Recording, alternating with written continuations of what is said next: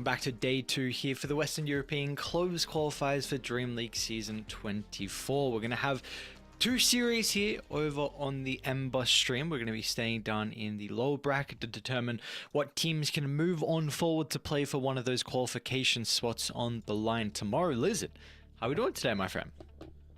Doing fine, doing fine. I had a different approach to the day. Yesterday I slept until we started casting. Today I was like, I can't do that. I need to stream play some Dota. So I woke up, played some Dota, ready to watch some Dota now. Ready to watch Mouz and Dragon Esports or whoever we got first. But thank you for asking. How are you, my friend? On the opposite side of the world. I think if you like drill a hole straight through Bosnia, I think you end up somewhere where you are right now. Maybe a little bit more to the west. Yeah, you know, let's just say that is the case. Yeah, I'm doing well down in the land down under. You know, 8 p.m. So it's a good time to start Dota. You know, we finished at like 5 a.m. yesterday, so looking for another late finish. But we got some really good games of Dota yesterday. Honestly, I was very impressed with the caliber of games that we got, and especially out of teams that I was not really expecting. I really thought there was going to be a clear, like maybe top 4 with OG, Mouz, Avalus. I say top 3, and then like NAVI Junior and Dandelions with like a little bit of question marks, but that was not the case. I mean, OG lost to one of the open qualified teams, then we saw Mouz lost to one of the open qualified teams, and then I just checked the bracket just before. NAVI Junior lost to that team that beat OG as well. So which is, yeah, I don't know, there's been a lot of upsets so far. Palyanitsia, it's some meme. Palyanitsia, okay. It's some Ukrainian meme that apparently no one can pronounce that. It's a place in Ukraine and no one can pronounce it properly. Apparently, I'm not sure. But more importantly, do you know that if you drill the hole down down the world, the opposite side is called antipodes, I guess. What are you saying? What's going on right now? It's like if I did go down and drill a hole under me right now, I would actually end up right where you are. Actually in New Zealand, but close enough. Like that, you are on the opposite side. So my point is, okay. you are on the opposite side of the world, but we're joined by this beautiful Dota to watch it together and cast it.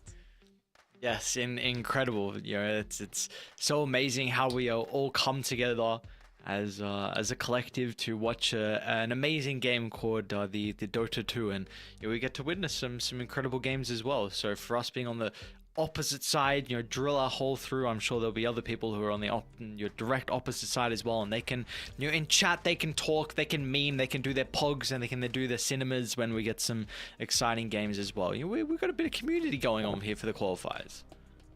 Yeah, that's what I like to see. I like to see people from all across the world flaming each other in different ways in the chat. It's always fun, especially in these qualifiers. Usually how it happens though, if a qualifying team is like from Ukraine or from, I don't know, like Germany, they all flame Germans, they all flame Ukrainians, whatever.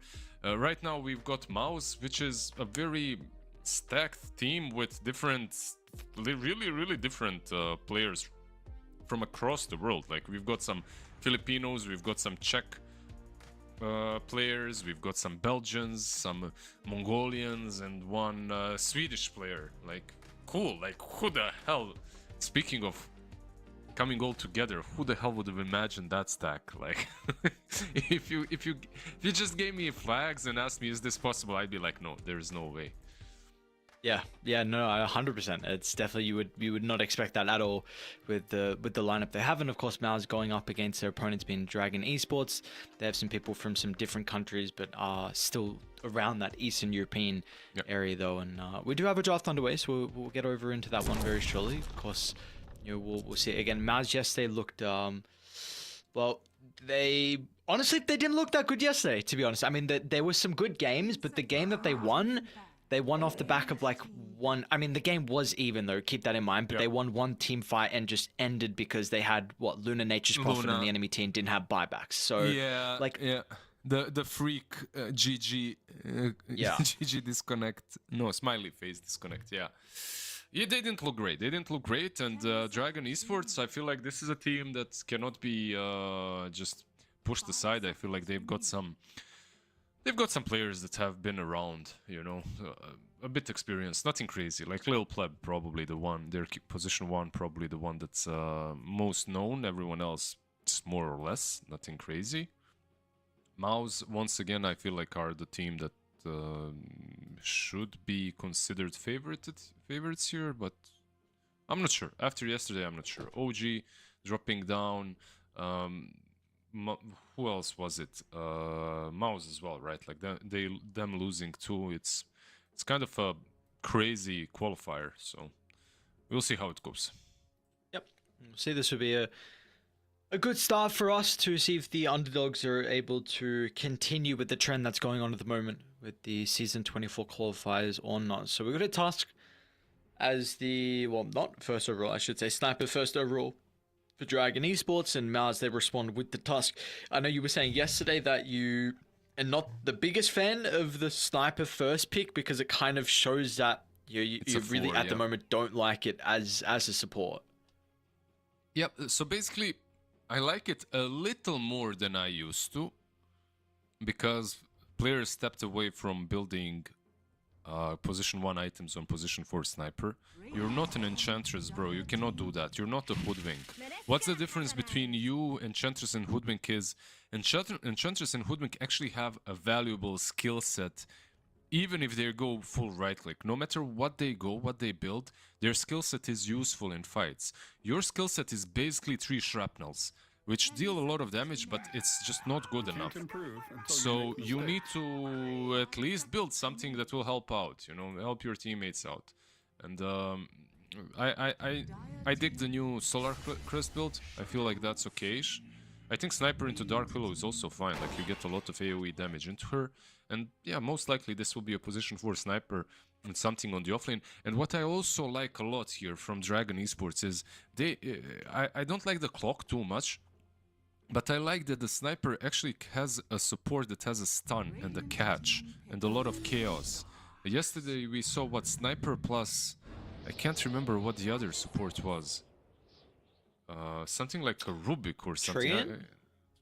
Maybe, yeah, maybe Treant. Maybe you're right. Yeah, I'm not sure. You're probably right. But it's like, okay, Tree is fine, but 10 seconds remaining.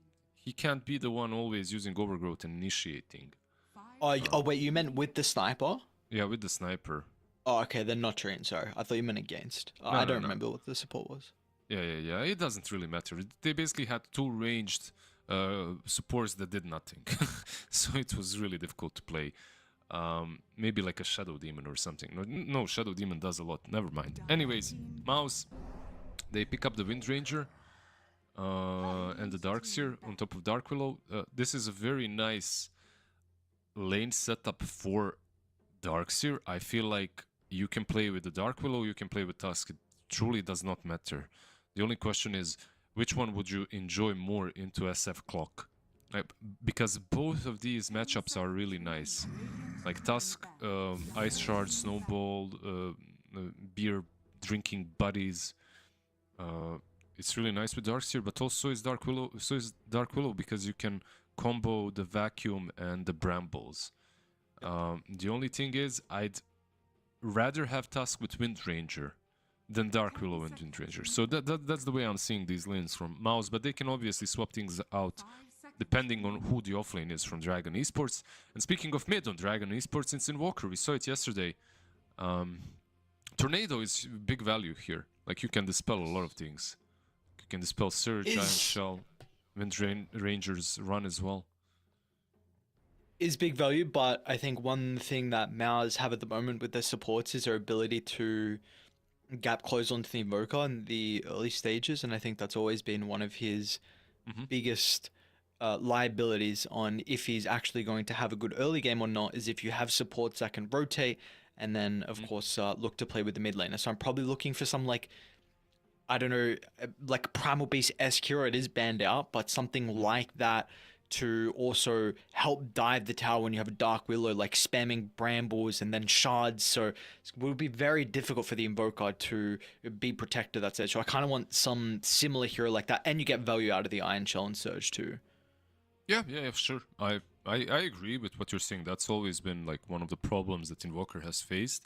I do think that the hero itself is a little bit better now when it comes to defending himself from ganks, because he heals a lot from Cold Snap. The Ice Wall seems busted at the moment, at the beginning of the game, that is. And like overall, he doesn't seem like the weak laner that he used to be. Plus you're building him a little differently, like he's going for some Witchblade raid bans, whatever. I'm not even sure which is the best build at the moment, but in any case, he's a bit tankier than before.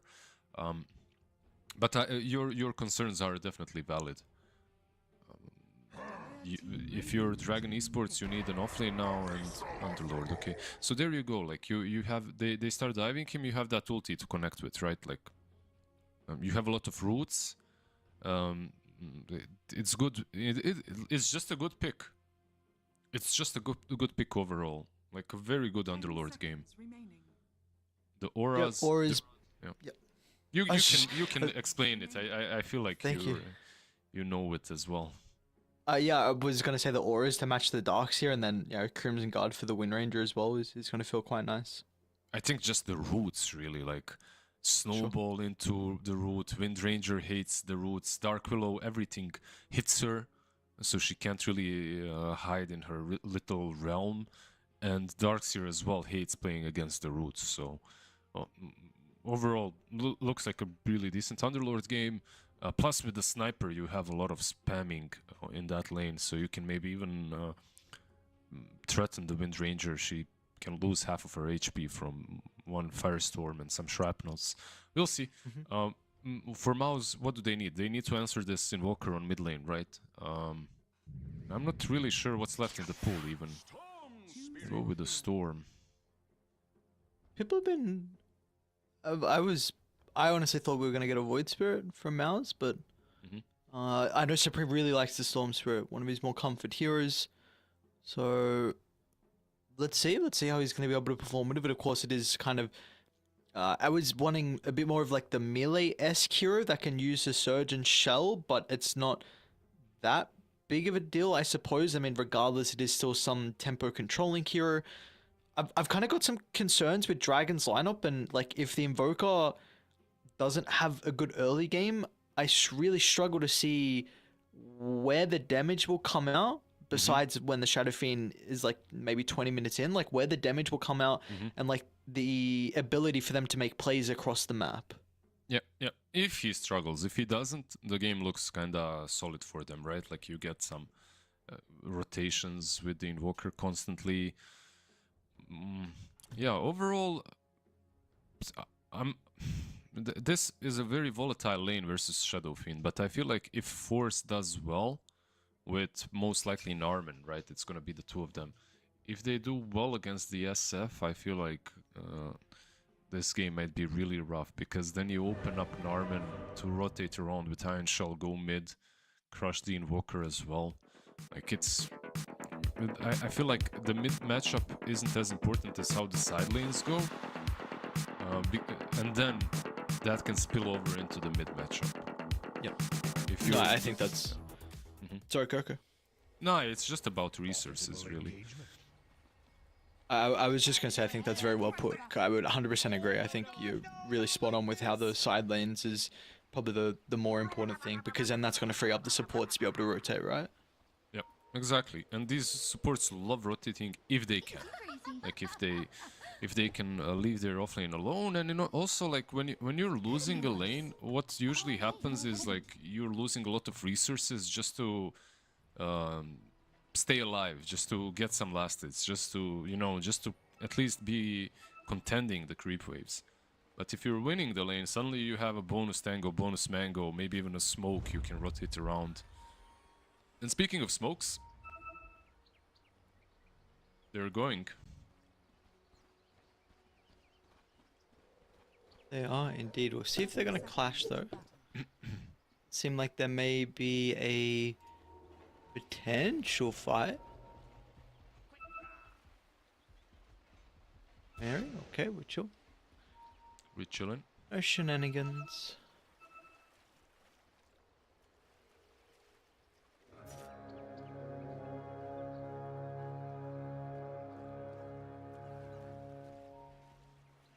The battle begins. Force? Forcey force. Alright, nothing crazy. 2 for 2 by the looks of it. And we are underway for day 2. Mouz, see if they're going to have a bit better of a day. And I mean, for Dragon Esports as well. It's one thing even to look at too is the fact that you have a Grandmaster Invoker. So, looks like he is incredibly comfortable on this hero. We'll see how he's going to shape up versus Supreme, who's also Grandmaster on the Storm Spirit. 2 Grandmasters in mid lane. What a treat. Yeah, we'll see, we'll see. I feel like maybe it's a little bit easier to play as Invoker because the hero has been switched and changed quite a bit. And sometimes you don't even know what to expect exactly from him on these mid matchups. Like I see a lot of players still feeding a first blood thinking they can kill him, and then he just cold snaps you and gets that extra HP. So, he's still a little bit of a... He shouldn't be, I know, but he's still a little bit of a surprise from time to time. But very volatile lane. On mid lane, very volatile lanes in general. Top lane may be the one that I'm expecting most to come out from, but if you're out of position, same can happen on bot. So what are we looking for then in regard to the top lane? Is there a level timing from either side where there is maybe the threat of kills? I would say level 3 is like the one where you want to go with what Mouz have got.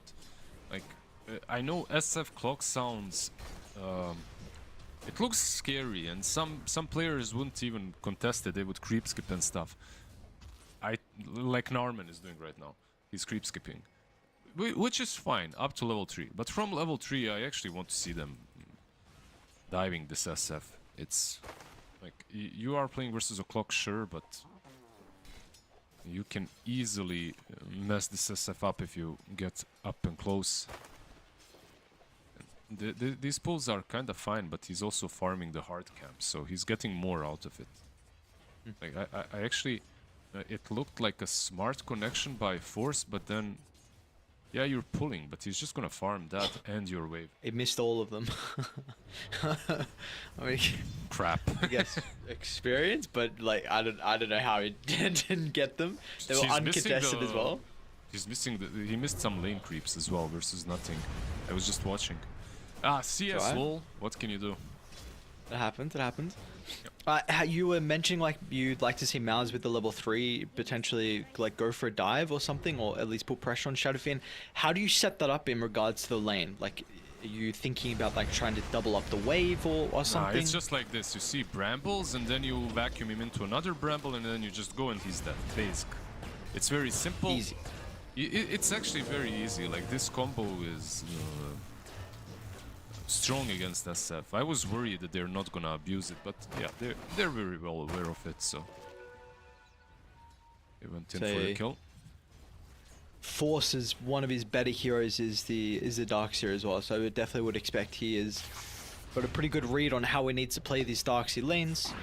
We'll take a look at how the other lanes are going at the moment, because the action will probably continue top lane. Mid, very even between the two. I know you were saying bottom was probably going to be a snooze fest, and it's looking like that's the case. Onit's farming, Infernal's farming as well. Yeah, Armageddon, it looks like he's gonna go back, but Infernal...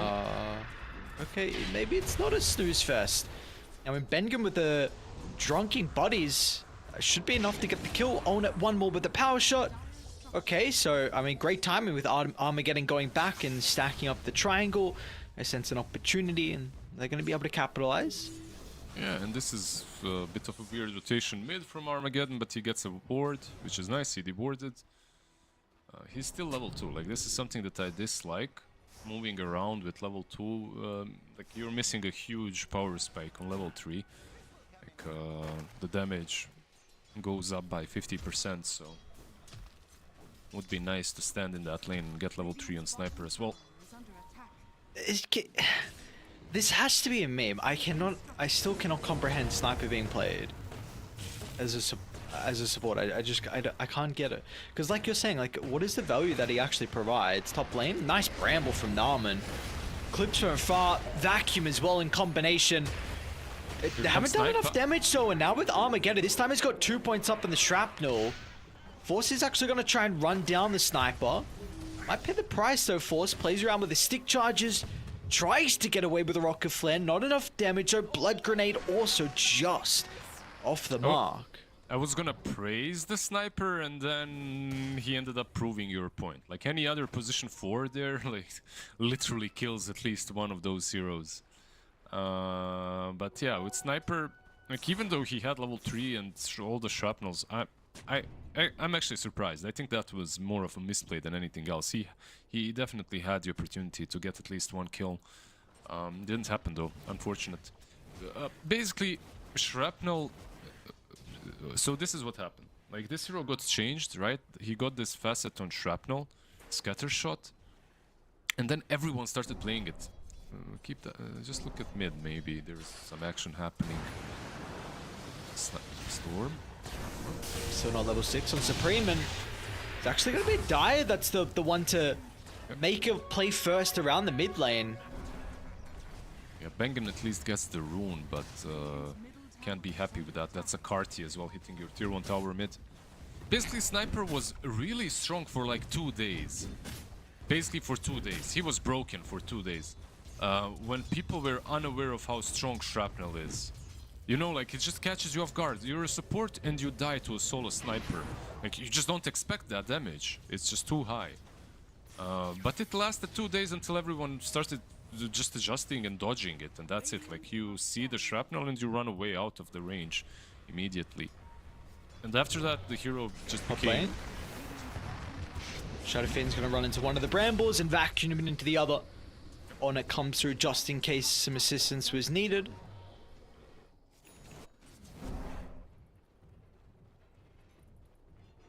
Yep.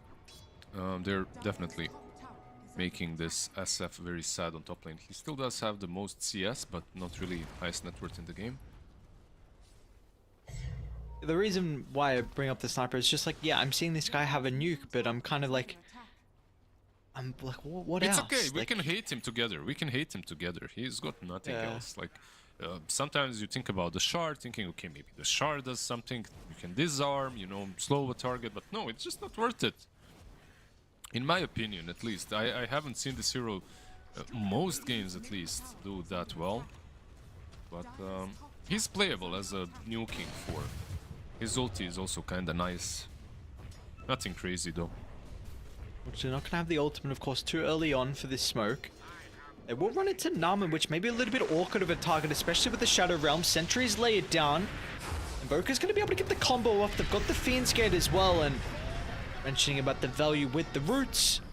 I'm going to see that come into play with the kill onto Force. They bring all 5 heroes top, though. Yeah, they get the kill at least, right? Like, it's solid kill. Slowing down the Darkseer a little bit, like he's on top of the net worth charts, by the way. And he played into an SF, so... I love the way they play that lane. Like, just wait till level 3, from level 3 started diving him. Nicely done. Bot lane. Taking it going. Own it stuck inside the Coke, so unable to really put the pressure onto Inferno. Now Own it. Oh, there's going to be a secondary death down bottom, so Mouz taking some casualties. Yeah, they lost the Darkseer top, and then they lost the carry down bottom. Dragons definitely showing some spirit. I like that Infernal. I'm not sure how much I like it, but it's good. Storm top lane. I was talking about Atos. Muha. Try and charge up the Requiem. They'll cancel it the once. Should be able to get it a second time. Look to TP out. Oh, that was close. And yeah, that's a walk of shame. 1-3-1 on the SF. At least he's got the Mask of Madness, I guess. Which will help him, but they need their SF to be farming a bit safer. Like, this is 3 deaths now. Well, they're coming through the portal, but They come through the portal straight into a choke point where Force can put the wall down and lacking the damage though at the moment by the looks of it. Yeah, Supreme, not enough mana. He couldn't jump with Storm, and Invoker is also rotating in. So, oh, Supreme. Okay, Cord cancel the TP now with the hook shot as well. Mary finds an angle, lands onto two. Narman somehow slips out. This Clockwork is just doing work. Nice little hook shot there, preventing Storm from jumping away. I don't think he could have anyway because of the cold snap and the way it hits him now. He'd still get a hit. Mage Slayer, by the way, on Invoker, that's the build. 2 raid bands, power treads, Mage Slayer. Like, I don't know if you remember Stormer yesterday, he literally played the same way. Just go from one lane to another, buy some clarities, and also use the Ghost Walk mana regen that you have right now. 20 HP and 10 mana regen in Ghost Walk. So you can rotate somewhere, use all your spells, and Ghost Walk back to the lane to continue farming. It's kind of nice. Yeah, and he's showcasing. I mean, he's obviously very comfortable again. Grandmaster on the Invoker. He's going to see the first attempt of the Tornado. Timing's on point. Now with the reinforcements, the reaction is there, and Bengen is going to take his spell. Hookshot is back online for Mary. That's going to get off time for the first stun. There is no more follow-up though. Supreme able to zip away. Did you see how Storm teleported on top of Clock? He didn't use ulti to get there. It was like the cogs that pulled him in or something, which also pulled him out of Pit of Malice. But in any case, he was fine there. He'd survive. Armageddon, sir. Hello. It's a warding expedition. What's brother up to? He's pretending that he's on a safari, you know, sniper in the enemy jungle, searching for some wild animals. I'm not sure. I see. I'm not This sure. is a very impressive showing from Dragon. I mean, Invoker, I know you were saying yesterday with how strong Stormer looked on it. We're getting it again from Dual Rays. 2-0 and 2, second net worth. The Fiend's Gates have been on point as well. Very early Atos from Infernal. Shadow Fiend still with the deaths, his second net worth. I mean, you can expect that with still the Razors to be able to farm. And like you said, the Mask of Madness. So they're playing really well on Dire. Yep, and it's not the most terrible carry into Wind Ranger matchup. Like, you like buying an MKB eventually. I do prefer Wind Ranger to almost any other carry right now. But I wasn't impressed with Mouz's Wind Ranger yesterday and the way they played her. So we'll see if they can maybe accomplish something more today. Keep in mind that Darkseer is still farming very nicely, like he's the highest net worth on his team, and this pipe does allow them to fight after he gets it at least, but they're kind of far from it. Nice smoke. Dragon anticipating someone to farm this lane that's pushed out very far forward, but Bengen They're gonna twin might gates, be right? ready. Supreme? Oh, Supreme. This might not be the farming spot. Never mind, they got us. Lucky. Bengen's gonna run into them first, pops the smoke, Supreme's gonna farm the wave. Are they gonna get Bengen as well? I mean, he TP'd down, so they'll also see he has no TP anyway, so look short into the Sunstrike. We'll waste a couple of extra seconds here. Yep. Tier 1 tower maybe. No, never mind. I mixed things up. Tier 1 tower is completely fine. The one on top lane defended by Infernal as well. Mid lane. All very healthy on Dire's side. Wait, are they? Oh, Yeah, is this trying. ambitious? Is Infernal dying? Oh wow, I'm so surprised they're going to be able to get the kill, but what's the cost? A shackle from afar, but the cogs will pull 2 into place, and oh, I don't know. Like, the attempt onto the Underlord already looked difficult. That wasn't going to be an easy kill. It takes you maybe a little bit longer than what you're hoping for. There's always going to be a reaction out of Dragon, and yeah. They went on him when Wind Ranger was next to the tier 1 tower, or even behind it. So they tried going on that Underlord when everyone was way too far. They needed more damage. They got him in the end, sure, but it was not worth it.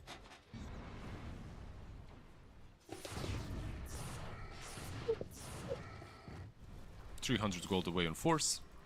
He's gonna have that pipe. Infernal doing basically the same, but he's already got the ATOS.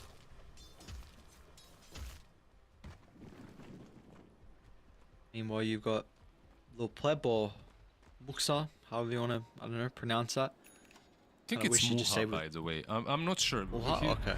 Yeah, because Muha means a fly, and X is an H in like, where is he from? Lil Pleb is Bulgarian, right?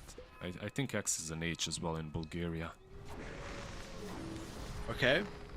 Alright, Muha. Well, I'm just gonna believe you. Top lane, more shenanigans going on there. Another attempt onto Infernal's life. And more TPs this time as well. Muha's gonna try and charge up the Requiem, which maybe a little bit unnecessary. Mary off to the left side though is gonna find the hook shot. Maybe he's going into the lion's den though. Mary runs into 3. It does split them away from Bengen, so both supports on Mouz are gonna die. They wanna fight? Can they fight? Force. Look at the angle. Vacuum into the wall as well. Own it with the damage output. There's a big kill if they get onto the Invoker. A decent streak for them to find, but the Storm Spirit's out of mana. Runs back into the root as well. It looks so Muha. good. Yep. Own it now. Own Own it. it. Own it. Own it. What? Own it? I'm okay. Atos not having the mana at the moment on Infernal. Own it's gonna try and turn with the Shackle. Muha's just over on the right side though, so the Shadow Fiend not having the damage to try and have an opportunity to get the kill onto Own it. Now we'll turn with some of the razors, but Own it is standing strong. Another round of the spells up shortly. Was that some 5-headed Jebade by Olmert? I don't know, dude. I don't know what's going on. I was thinking he's Iron Shield, so he's running in, but he wasn't even it, so it just looked really weird. In any case, these two wards next to the Watcher killed Invoker. The Sentry and the Observer. Very nice wards by Radiant, enabling everything that just happened on top lane. Supreme and Muha? Supreme looking for a solo kill. Onit's gonna come through. Let's see who else joins from the portal. Because now stuck inside the pit with the Suns. What's going on this game? Yeah, it's a crazy one. And what's crazy as well is SF gets free TP to base because of Underlord, so he heals up. And a free kill on the enemy carry as well. Dire's top tower has fallen. Dual raise, he stop, he's got DD. Should result in a kill onto Bengen. Don't Nash just the drinking buddies. Too strong. Very This cool. this spell just does way too much. Like imagine if this spell just repositioned you and gave you 25 movement bonus. Oh, Bengen. Drinking buddy on cooldown. That's where the snowboard's able to come into play. He still somehow is able to fly on over the cogs and waste a little bit of extra time, but Mouz were not ready for that fight. Look, if that spell didn't give you damage, it would still be strong. Like if you just delete this damage or make it 50%, Tusk is still strong. It just does way too many things. Movement speed bonus, pulls you out of problems, pulls your teammate out of a lion's den, and gives him damage as well. It's like, I don't know, way too much. Bot lane Supreme. Yak. Wanting to do a raise. They've got the Observer Sentry up on the high ground, but a little bit out of range for that Supreme. Oh. That's the reason, no hook. Hook shot on 10 seconds cooldown. So he couldn't really connect. In all the other situations, Clockwork connects and they kill him. Dire's middle tower is under attack. But it's definitely a little bit frustrating for Dual not to get the kill, but regardless, you send Supreme all the way back to base, so you were seeing this Storm Spirit having a bit of a difficult time to keep up in the net worth. Are they Roshing? I guess maybe they came with the drinking buddies? Yeah, it's a lot of damage. They might try, but still, I don't feel it. Let's see.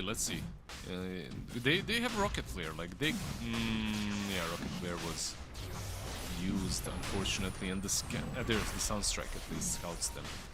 I really think they And they're could coming. contest this, yeah. Yeah, they will. They're not going to give it up. Rift in, Teep into the outpost. Radiant got a decent ward. We'll see what Force can do as well. Level 12 here for the Darkseer. Really going to be pivotal for them inside this team fight if they can land the combos around a choke point. They will deal with the Observer, which was a big advantage that Mouz were playing for. Maybe the wraparound is the call now. No, they will try. They have the Iron Shawl. On the Tusk, on the Storm. I see Force.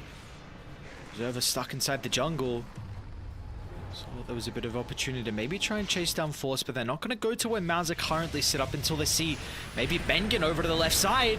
Drag back, pulls him out of the Sunstrike range, but Mouz trying to get the damage out. Terrorize not good enough. That'll drag back one. So Mary's making it work for this Clockwork. Is not an easy kill. Bengen, first casualty of war. We're looking for our second one now as Force. Search up in a couple of seconds, but gets a pretty decent combo, but there is no one else. Everyone is left in. They're going to try and use the Requiem, but Force is able to get some distance away. They catch up to him, tries to TP. They've got the vision, but Force is out. Nowhere to cancel. So they lost, what, one hero? That's perfect for them. And Rosh also left top lane, so... Oh, we got caught by the Atos. But no mana. No mana on Pit of Malice. He used Atos and didn't have enough mana. Very sad. Yeah, that's why they didn't kill him. But top lane was a weird fight from both sides. Like, the Vision gaming was pretty good on both sides. But SF having BKB made it too difficult for them to go. Like, SF is a perfect target until the BKB. After the BKB, yeah, you probably don't want to initiate on him. So they couldn't, and now this opens up Rosh for Dire, actually. Now it's on...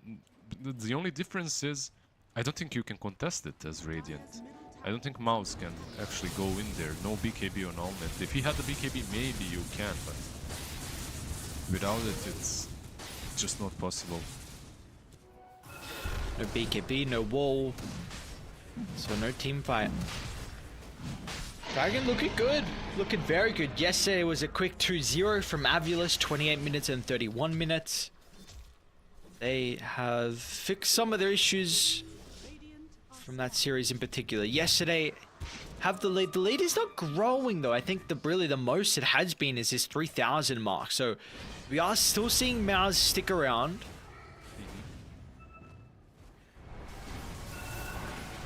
Yeah, they're definitely not even close to being out in this game. It's all about the BKB on Windranger. Like, once you get that, suddenly you can actually just right-click the SF and get on top of him. Use your ulti. So, Supreme as well. Like you said it yourself, Grandmaster, Storm Spirit. We're just waiting for the BKBs. Like, once they get the BKBs, we'll see how the fights go. Because suddenly then you can actually eliminate targets. You can kill the Invoker, you can kill the Sniper, the SF. Bengen. Mr. Bengen. He tried to use Drinking Buddies on the wave, but a bit too slow. I see. Another death for Bengen. They will now look to occupy the northern side of the map by the seams of it for Dragon. This will give Mouz down bottom. It's going to get pushed out. You got Narman trying to find that level 12 for the Dark Willow.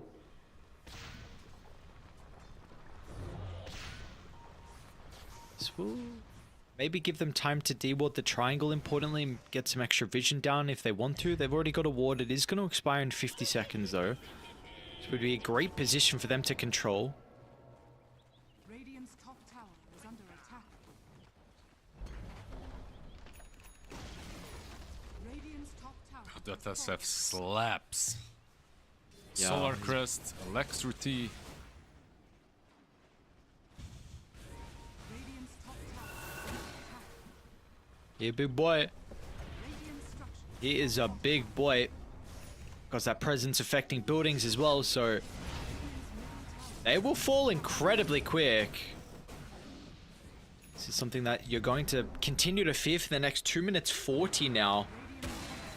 Woolha can siege freely, and doesn't look like they're really going to mount a defense. Look at the line of wards that are set up at the moment here from Dragon.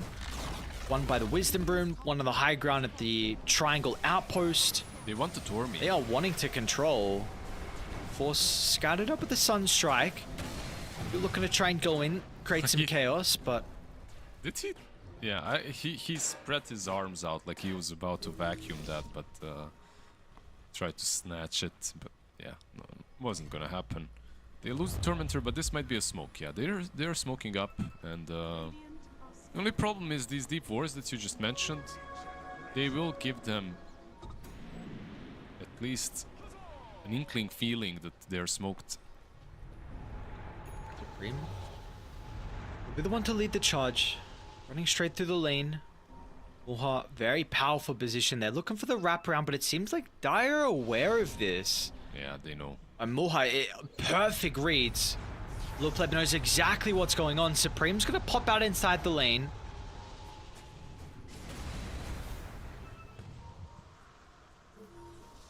They knew. It's hard to smoke out the way they did when, even though the lanes were in good position. Like bot lane is pushing, mid lane was fine. Well, they're it's still smoking hard. Mary. Smoke's gonna pop, drops the ward on the high ground. They see Supreme. Do they want to go on this though? It is hard for both teams right now. Like you have BKBs on most cores, like Windranger Storm on one side, SF on the other. Radiant's middle tower has fallen. Invoker is probably the simplest one maybe to kill, but Radiant's even middle that is not that easy when you consider the pipe on Underlord and just Invoker being kinda very mobile. He's got the pike as well. Surprisingly tanky, right? Like Mage Slayer Pike, like you said. 2300 health, a lot of armor, 21. Seems like for Radiant too, like we saw they're okay with dangling someone's life. You know, the potential of, because you're banging double braces Solarcrest, he's also really tanky. Speaking of banging, we'll run into Mary, but instant pit, and it looks like Olnet's just gonna run to the opposite side. They're gonna keep banking up. It does seem like what we were, you know, before at least, some glimpses of the fact like they don't mind putting someone first to potentially bait Dragon from Oma committing. You snowball save, and then you potentially have a setup for the vacuum wall, which we are still yet to see be a team fight turning. Yeah, it was nice a couple of times, but it wasn't really useful, let's put it that way. He managed to combo well, like he comboed 4 heroes at some point, but the fight was already over.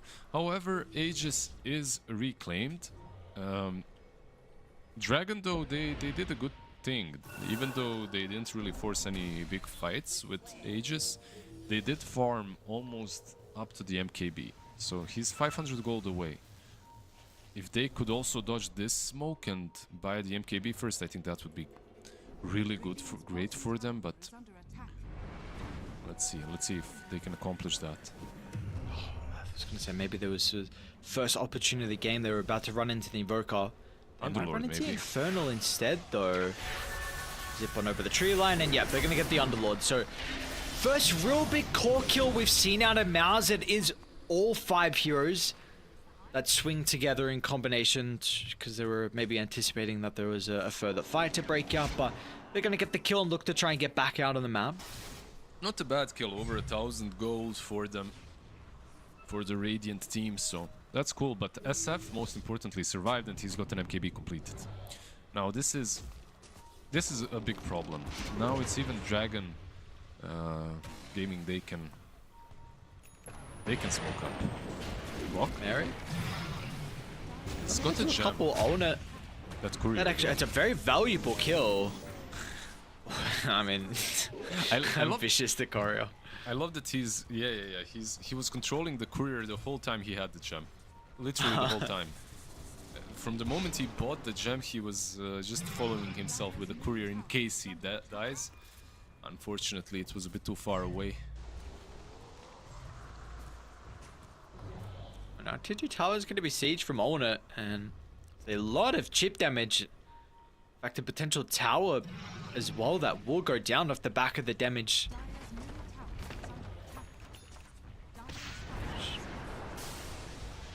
Chuck out some spells, force a reaction.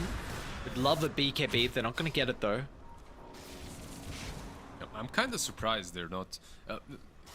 I'm pretty sure they would have smoked earlier if not for losing these 2 kills, these 2 heroes, and now they will smoke, even though they should be aware there's vision here, right? Like 100%. The smoke was even pinged out. Infernal lost it when defending the lane.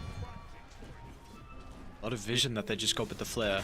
They know where Storm Know is. where Supreme is. Supreme, he's going to be jumped, dragged back, bounced everywhere, but the Cogs somehow gets the BKB off. And now, do you really want to enter the high ground? Mouz, they've set up a formation. You're fighting into their ward, into a choke point with the threat of the wall, and they will think otherwise.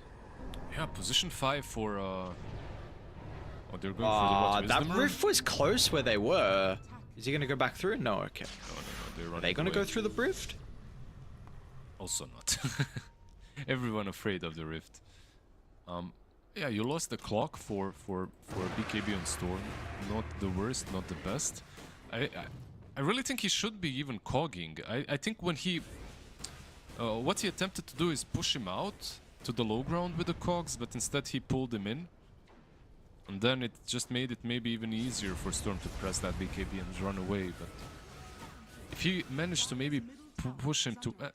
yeah, it doesn't really matter. They just don't have enough BKB piercing disables to kill him. So in any case, Storm was alive there. It's just a bad target to initiate on, especially on high ground.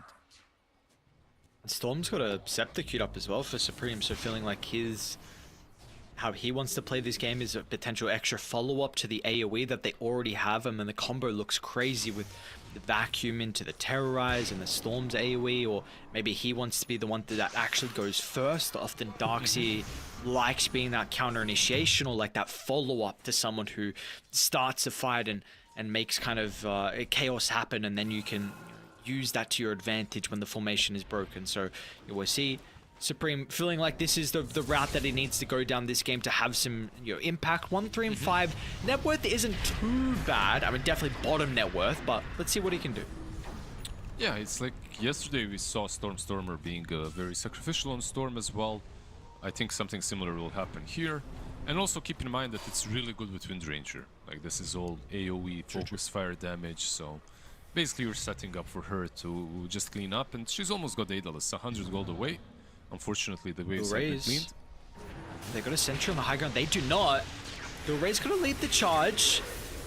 Is he going to be able to get the BKB off? The Terrorize is there. They got the chain control with the Shackle. The damage is the thing in question now. Dulraze is able to get the Force Self away with the turn. Eyes on Mulhan, what he can do. Shadowfiend trying to enter the fight, but difficult placement with the wall is going to force them away. Infernal, he will not be so fortunate by the looks of it. The Underlord, he is tanky. Armageddon looks to try and step out of the trees, but the sniper really can offer nothing to keep the Underlord alive, so the offlaner will go down. Armageddon will attempt the TP. He'll be okay. You have to really respect the wall. Like, Darkseid can build some great walls this game, and the SF illusion hurts. Like, that's the problem. The SF illusion hurts, plus you can get the... Like, he got the two best wall targets. He got Underlord and SF at the same time. It's like two best illusions you can get in the game. You get everything from the Underlord, all the auras, and on top of that you get all the damage from the SF.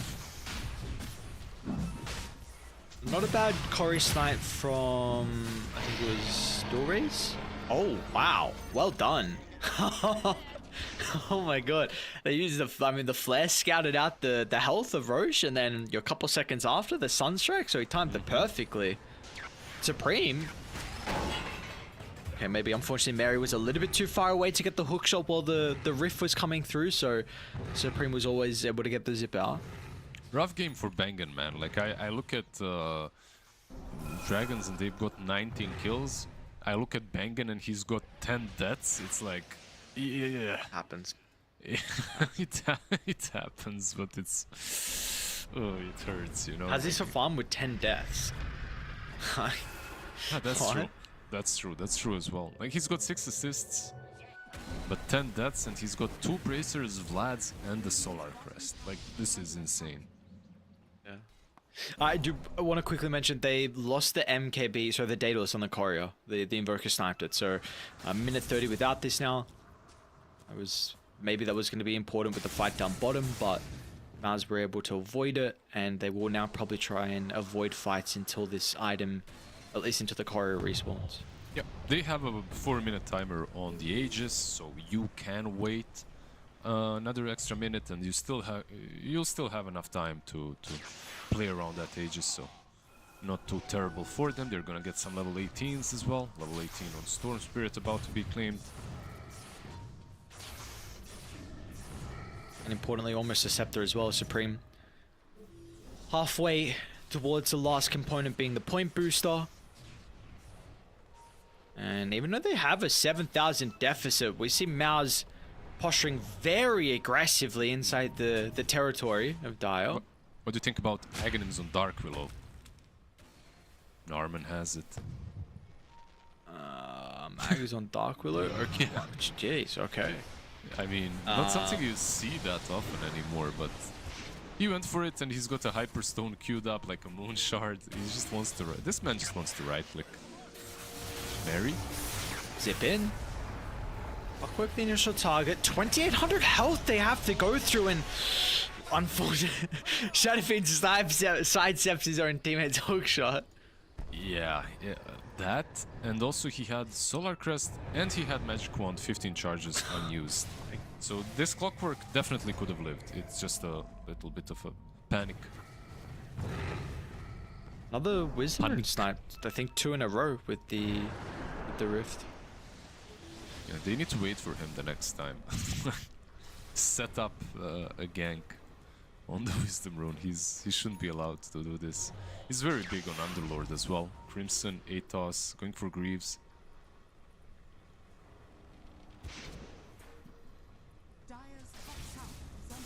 Almond's looking for the backline. We'll get scouted dropping the Observer Ward. Requiem as well from Muha, but this Requiem, is it really going to give you a whole lot? Alacrity drop down, got to be cautious if you group up. Nice. Eyes on Force, is he going to be able to land the wall? The wall is there, Vacuum as well, bunch of illusions, but they're forced to retreat away. They can't continue to control the area.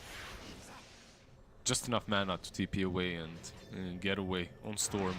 Yeah, they can't control the area, even though they had the Aegis on Storm. He's now got Aghanims. So maybe that's something you can play around with that Daedal is completed. But, okay, I really have to commend the 2 supports on Mouz, even though I don't dislike the Aghanims on Dark Willow. What I really like... Wait a minute, Bengen. Another one. Olnet's nearby. Oh, he zipped into the... Okay, it's not going to matter in the end. Still able to get the Vortex off. Olnet having a difficult time, but running past the cogs of the Focus Fire has now expired. Shackle doesn't latch onto a tree. Supreme still got the Aegis though for 50 seconds. Yeah, okay, they don't want to kill him. Supreme, he's still going to try and charge him down. A little bit of mana getting regened up now. But Muha ducks under the cover of the Shadow Blade. Is he going to go through the pit? Okay, Supreme. They just don't want to kill him. At least they didn't want to up to this point. Maybe now they do. Let's see. Oh. Assassinate. He's channeling it, stopping it, channeling it, stopping it. I think at this point you can just kill him anyway, right? Like, whatever. 20 seconds, the Aegis will be reclaimed. Yeah, just to commend the supports. They 2 supports on Mouz. They both went for 4 staffs. Actually, not the 2 supports. Dark Willow went for a 4 staff and the Darkseer went for a 4 staff, which is also kind of cool. It's not your standard Darkseer item, but the mobility in this game means so damn much, and you can see it in these fights. Against Clockwork, against Pit of Malice, and just getting away from SF and all the Invoker spells too. You know, just clearing some distance against these heroes. Like, 4 staff kinda died. Sniper mid, also kinda dead. Just the one though. Nothing more they'll get. Invoker buys out for the Hex, so big item now completed for Dual Raise. Potential for him to be able to blow up one hero 4-0. Yeah.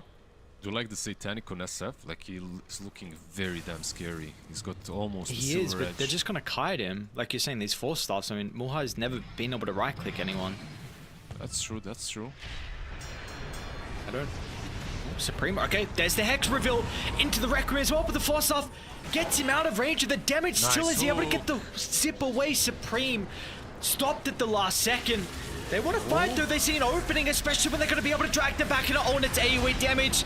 It's a massacre. The meat grinder is there, Mouz with the combo, and Infernal's going to get run down as well. Ay caramba. That was perfect. Like, the Storm does die, but yeah, they had everything afterwards. No BKBs on Dire as well, so they could just easily initiate. Nicely done by Force, like he said it yourself, like this is one of his most played heroes. Went in, vacuum, wall, follow up by Olnet. And that's all the Zero needs. He just needs some control. It's so much easier to play if you're Radiant. It truly is. Why? Because on one side you have a normal carry, on the other you have a Wind Ranger. That's why it's easier.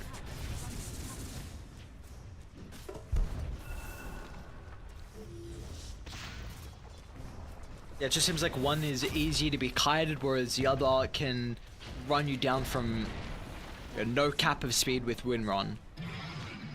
And keep in mind that it's also 45% reduction, right? Like Windrun reduces physical damage taken by 45%, so SF, even though he has MKB, he's sitting for 50% less. Go raise. Okay. This is a side, I think they can finish it off easily. Storm is in. Dip in. Supreme's only going to be able to find one though, but it looks like that one will be the clockwork, which is still a little bit of the control. What we've seen so far is they need really everything in combination together to be able to hold a person into place and let the Shadowfiend right click, who will be up now. And with that, maybe it's going to force Mouz away, so they're going to be happy with what they've gotten though. Will be tier 3 tower along with the melee barracks claimed in the middle lane. I just have to say, like, right now, looking at this game, I feel a bit bad for Dire because they played the game, which they played the map arguably a bit better, but it's just like a carry diff, but not in a sense of a carry player diff, but a carry hero diff. It's just so much easier for Mouz at the moment, and there is no Blade Mail-esque heroes on Dragons that can prevent this focus fire from owning them. Maybe look at his Requiem position here. of the Shadowfiend. Oh, no, there's no sentry, there's no detection. Moha is going to try and charge up the Requiem, all or nothing onto the Wind Ranger. Have they got the damage? Onet pops the BKB. Onet's going to try and get away over to the western side. Will he be able to live? Barry with a hook shot. Finds him. Cogs bounce back. They got the kill. They got their primary target. It cost them so much. Now let's see if they're going to have enough left in the tank to be able to win an even bigger team fight as well. Dual Raise drops the combo onto Bengen. With all their stuns used, some of the other heroes will be able to TP out, but it will be a 2-0 favoring Dire. Yeah, look at that Trosh respawning in 20 seconds. A breath of fresh air maybe for the Dire squad. Like, they can go into the pit soon. And Wind Ranger will be out for 50 seconds. More than enough time to finish that Aegis. By the way, but just stroke of genius really there by Dire. I'm sounding biased right now, but I am biased against Wind Ranger. Like, very nicely done by them. Like, they're like, basically one team needs to just play Dota, the other has to find ways to play Dota. And that little Shadow Blade behind them to use the Requiem, playing on the fact that Storm is just a little bit far behind on the left side actually, so that gem didn't catch him. Like, that gem wasn't in range. And also Mary playing out of his mind on his clockwork. Wind Ranger, even though all of that happened, she almost survives still. But clockwork managed to get on top of her, kill her off. It really may be a different story though if Onet gets his Satanic, because we have seen that there has been a really big difficulty with them actually being able to blow anyone up inside a stun lock. So I mean, I don't know, maybe this refresher might change things. You have like double hex for the invoker or double combo. I have to imagine is probably what you're looking for. So You are, I will say maybe that's. Yeah, one thing that I would like is Bengen has 3,000 gold. Like, he wants to buy a halberd. I just want to see this dagger on him. Just buy a dagger. Like, you're the only real save on your team. Like, you have Terrorize, you have Vacuum Wall, whatever. But instant save is the task, and you can use it against the Hex, so... I don't know if he's like... If his mentality is like, I've gone too far into this like super tanky build, because he's got 3,500 health, and maybe it's just like, yo, if I go dagger now, like, what's the point of me of going for these items, like the braces, whatever? To No. Okay. Like, you can go these items, and these items are amazing on him, and you can still buy a dagger afterwards. I think the only reasoning behind not buying it is Pit of Malice and all the roots. Invoker. Go raise. This time, Oh, they're gonna have some vision. They're gonna try and go with the evoker. Just runs blindly in. It's not gonna work a second time. They will have the vision now. That was a misplay for sure by Invoker. He attempted to gain that round right there, but the sentry was already planted by Bangan. Dire's bottom tower has fallen. Like, you know what? Actually, not even the dagger. You don't have to buy the dagger. Buy Lotus. I feel like even Lotus is better than the halberd. Yeah, halberd's definitely been an item that we have seen really fall off a cliff. Oh, and it's going to run into Mary. Should be able to find a quick, easy kill. Supreme will even zip on over. Then again, there's one hero dealing damage, and that's the SF. So if you can halberd him, I guess that's as good as saving someone. No, maybe that's the thought process behind it. Darkseer is buying Lincoln, so he'll be able to plant it on someone. Supreme actually buying Refresher on the Storm. Kinda cool with the Aghanims. Swiftblink actually completed here for the Shadow Fiend. So could see a combo out with the hook shot into the Swiftblink. That's how they want to use it. Supreme with the zip. Only onto the sniper. They're going to force a buyback out of Mary. Uha, Ice Ball jumps in. Nice Shield Scepter's going to be able to dodge it, but it doesn't protect the Storm. He will be feared up and brought down. Now Uha looking for the Dark Willow too. Able to get the Terrorites off. Infernal's still going to be in with the pit though. They'll hold them back. Raiding. They're thinking about a team fight. They're trying to see an angle to enter on it. It's a little bit awkward though. He has to run through the pit past the cogs. Force his in. Ready to go. Supreme off the back to buy back too. It's perfect. It is everything you want from the buyback of Supreme. Oh, it's not done just yet. It's an Ultra for the Wind Ranger. Give the man the rampage. He doesn't have focus fire anymore, but he can use his raw damage output to bring down the members on Dire. And they are in shambles. It's about to be a dieback here for the Underlord. Let's see if it's a rampage timing. Force will take it. They're going to be happy with the game victory, no, nonetheless. Just get me out. I don't want to watch another game while Wind Ranger is this broken. Like, this is just insane. Buyback by SF is going in. They're going to try. One last try, they will. A miss it'll be though. Oh boy. Come on, like the network difference wasn't even there. It was like 2-3k max before that fight started. I think like maybe a bit higher. It doesn't really matter. The hero is just dumb. That vacuum wall was great, and congratulations to Force for actually playing Darkseer really damn well throughout the game, but it was, in the end, it was won by one hero that can press R, E, and just run around and you're all dead. Like, they just melted. 3 core heroes just disappeared. The way I see it, it's just a hero that needs to be either picked if you have first phase or banned if you don't have it, or you need to really adjust your playstyle to it. I like the SF idea, but it's not enough. Like, you need some centaur with a blade nail or something like that. You need more. SF is cool as an idea against Wind Ranger, but it's just too hard. Why put yourself in a hard position? Yeah, unfortunately, the position they were in though to potentially have success here, Dragon. I mean, they had the lead for a vast majority of this game. I mean, the early game movements was I was a bit concerned that I thought that Mouz might be able to really put a lot of pressure onto the Invoker in the mid lane, but we saw not really attempt that. And then what the Invoker was able to do, you know, like dual razors going crazy on the side lanes like we saw Stormstormer do yesterday, and a big reason why they're able to put themselves in, honestly, a winning position where they almost were able to take it, but unfortunately not to be. So I wonder if the Invoker is something that needs to be looked at heading to the next game along with the Wind Ranger as well, because like you're saying, and like we are continuing to see, Lizard, this hero is just winning games and just winning team fights, like maybe not single-handedly, but like is doing a stupid amount. Yeah, just way too much. Way too much. I feel like moral of the game, of the story, is ban Wind Ranger, play a normal game too.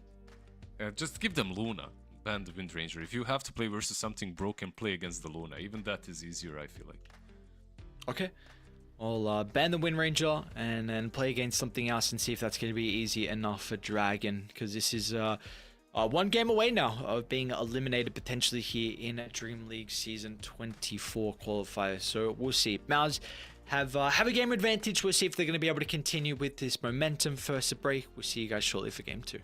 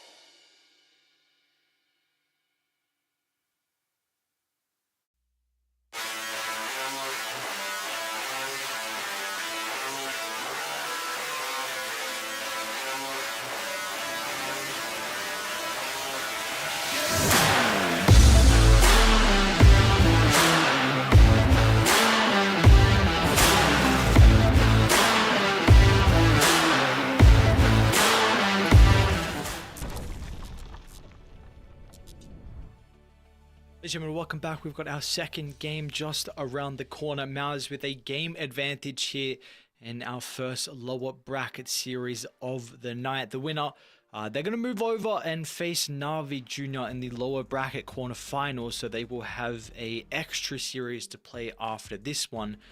But how are we feeling after that first game in particular? You know, with, of course, very, very close, even overall. I know there's something you were mentioning, you know, just at least in regards to maybe, let's just not see the win ranger. Is that like, is there anything else that needs to be said, or just like, let's not see a win ranger this game?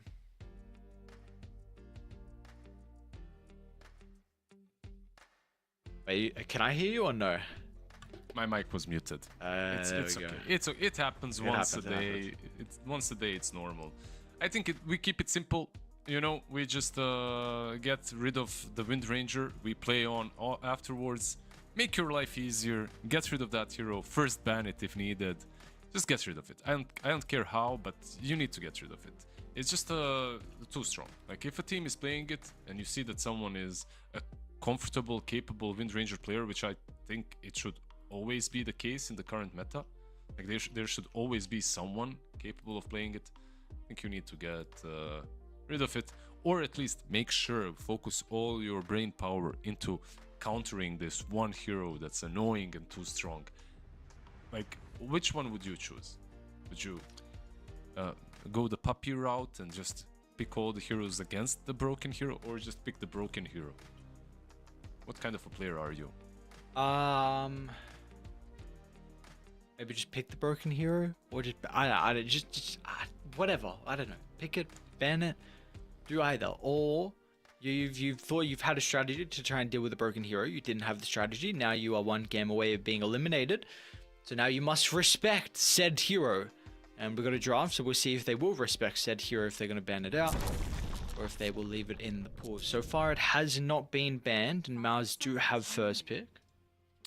Yep, Mouz have first pick. They probably will not first phase it, right? But after that last game, I don't know. I won't even mind first phasing it. First phase the Wind Ranger. If the game is really that bad for her, put her on position 4. Who cares? Instead, they're gonna open up with the Timber. Another hero that is looking really damn solid right now. The build is usually Kaya into Aghanims, and then you just play around your reactive armor. Shadow Demon is banned, so no Purge currently available out of that guy. Something that actually can work against Timber is that, but even that isn't the best amazing counterplay. So I don't know. I'm a big Timber enjoyer. Another hero, if you don't want to play the Wind Ranger, is Luna, and I feel like that might be even a better pick now, because you are playing against the Timber in the lanes, so that extra magic damage comes in handy, can come in clutch. So plus the mini stun is really nice against Timber Change. Sometimes you can outplay him that way. So let's see what they go for. They pick up a sniper. Get me out. Yeah. I don't know, my friend. Get me How I out. feel about this one. 10 seconds remaining. Yeah. Sounds like we're not the sniper enjoyers at the moment. Dude, remember that there's this one tournament where all the big-brained players come together? Blitz won it the last time. It's called the International. Oh shit, really? Yeah. I don't know if you heard of it, but Sniper was popular at that tournament. It was played like almost in every series in the first couple of days. And then in like the first 30-40 games, you know what the win rate was? It was like 20%. So I didn't know it was that bad. if you got like a 20% win rate at a tournament like International, maybe you should leave the hero finally to rest, you know, chill. Maybe it's just not worth it. Just maybe. No, my friend, come on. It's an incredible hero. There's just so much potential with it. You can shrapnel people, can do so much damage. Look, I don't mind it as I actually don't mind it as a carry, as a core. I feel like there is a space in this game for a core sniper. As a position 4, I'm a big hater. Hate that. I don't even like it that much as a carry or as a core. I feel like it needs to be a bit more. I was a really big fan of when we were seeing like Sniper dominate mid lane, is like the puck matchup in particular, like that one, and there's some other ones too. But So it's just let me just fix one thing. Like he had a 43% win rate out of 37 games by the end of the tournament. At the beginning, it was sub 30. It was like 20%, but by the end of the tournament, it didn't improve a little bit. So I'm not gonna give any fake stats, or the ghost of Nahaz is gonna spawn behind me and kick my ass. So yeah, Luna is what they go for. I do like it. I think it's a solid pickup. Then again, Wind Ranger. I know you don't like it as a core as well. I like it more as a core, but I don't like it as a core with with Luna. So it's gonna be a support.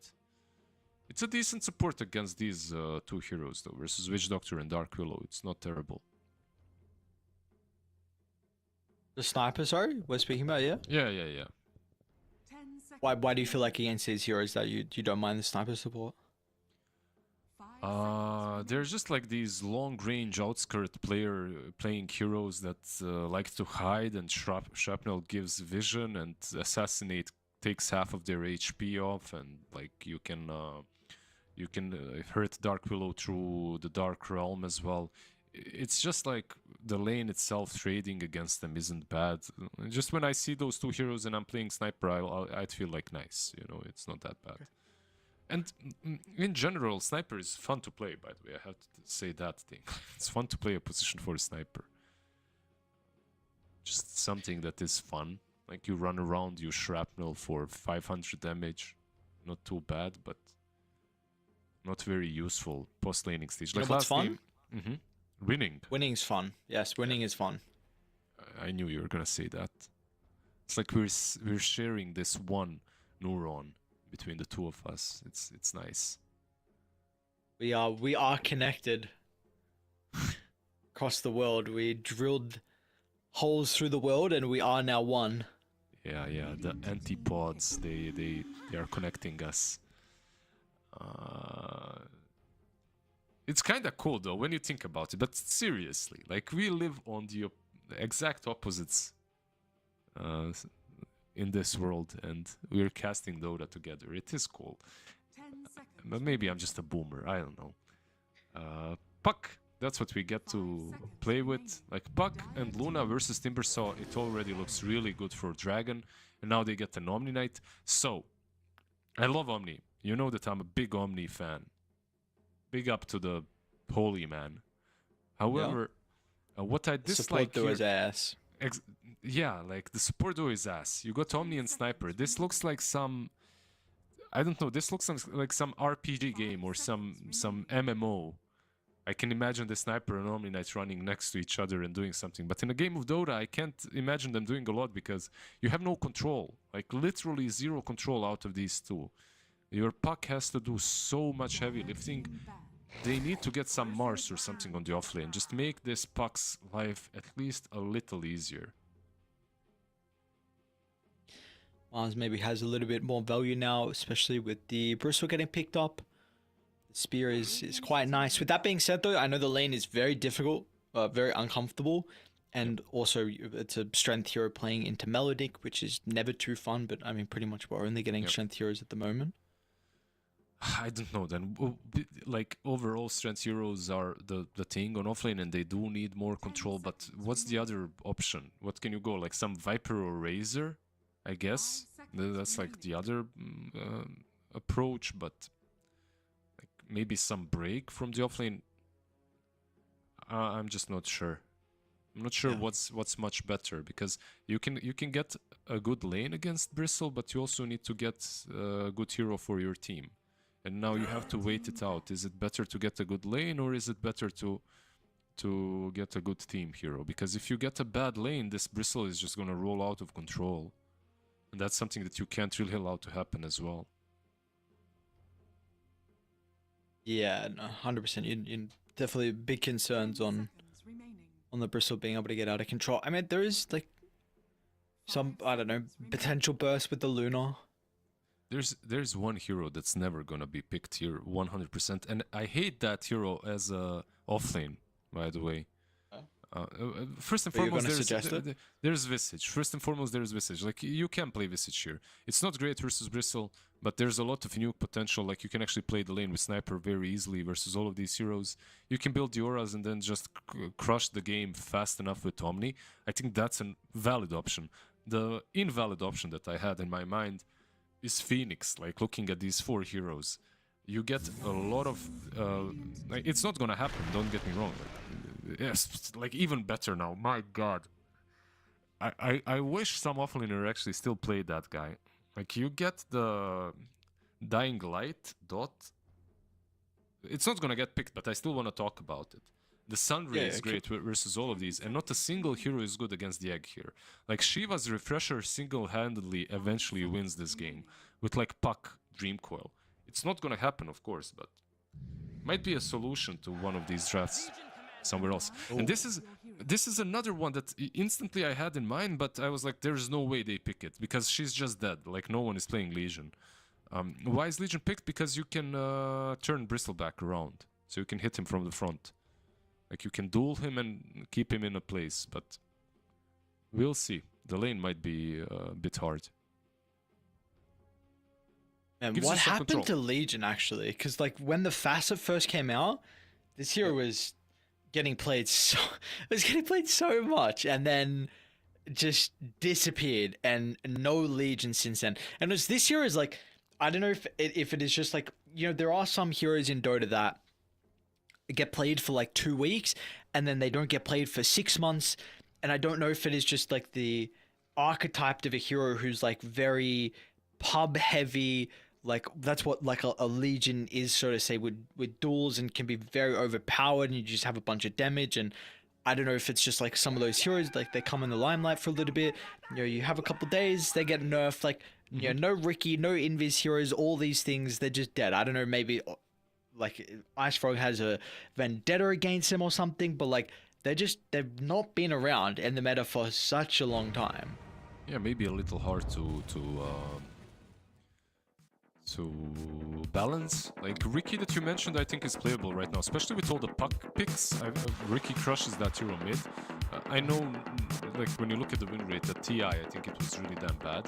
Like, Ricky didn't work at TI. But everyone was playing it in pubs. Everyone was practicing it. Like, when I was looking at what the mid lane is playing, like, everyone was playing multiple games of Ricky. Yeah, because the hero was really damn strong up to TI. And then did it even get played? I'm not yes, sure. it did. Yeah. But in any case, yeah, Ricky was really damn good, and then just I still think it's playable. Don't get me wrong. When it comes to Legion, she was way too broken with the Facet. The overwhelming gods were basically a better shield crash when it got added. More damage and more block. And it had to be nerfed. So maybe they over-nerfed it. Maybe that's the problem.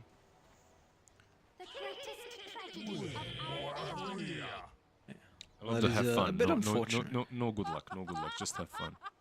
Yeah, that's right. You're a good luck hater. I remember this now. I'm not. Come on, it's nice. You're a good luck hater. No. What's going on? This is a I am. very interesting smoke. Are they? Do they know? They know something? Wait, Morehouse also pinging. What? Or maybe saw the Watcher? I don't know. He knows. No. He has nighttime vision. He has better vision, and the Watcher has been claimed, so he knows. He knows. Oh, but he didn't see the Watcher just. He didn't just see saw it it then when he before, ran past. Yeah. So is this just some like crazy read? Well, I'm not sure. I think so. I think it was just a crazy read. Maybe they played each other before, or he saw the smoke somewhere else happening. Not sure. We'll see. The dual block, by the way, from Force. And Narman killing the range creep. this still being a thing is so stupid. At least you can't pull and stack the waves like you used to. That was a good patch. If you remember, when you could just stack up 2 waves, that's it. Job's done. Off lane 1. You don't have to lane if you can do that. It's crazy, actually. Like, at the moment, we are having a really decent laning Dota. Not a lot of shenanigans are being done, you know? Like, back in the day, there's always something. Either Tusk with shards, or Shaker with fissure, or Clock with cogs. There's always something. Right now, besides this block and maybe trample from Primal, there isn't really a lot. No, like... own it? A lot of damage top lane, own it. Okay. Yeah. No, even though lane like as well. shitty tri lanes, like thank God that hasn't been a thing. I know this is something a little bit different than what you're pinpointing, but far out, I hate watching tri lanes. Yeah, I don't know. Tri-lanes, for me, you can hate them, but the mind games when tri-lanes were a thing were much higher when it comes to the way you set up lanes and how you play Dota.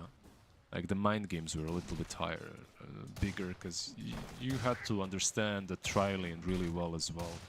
Like, you needed to know how you can dominate, who you can dominate with the tri-lane, and then set it up.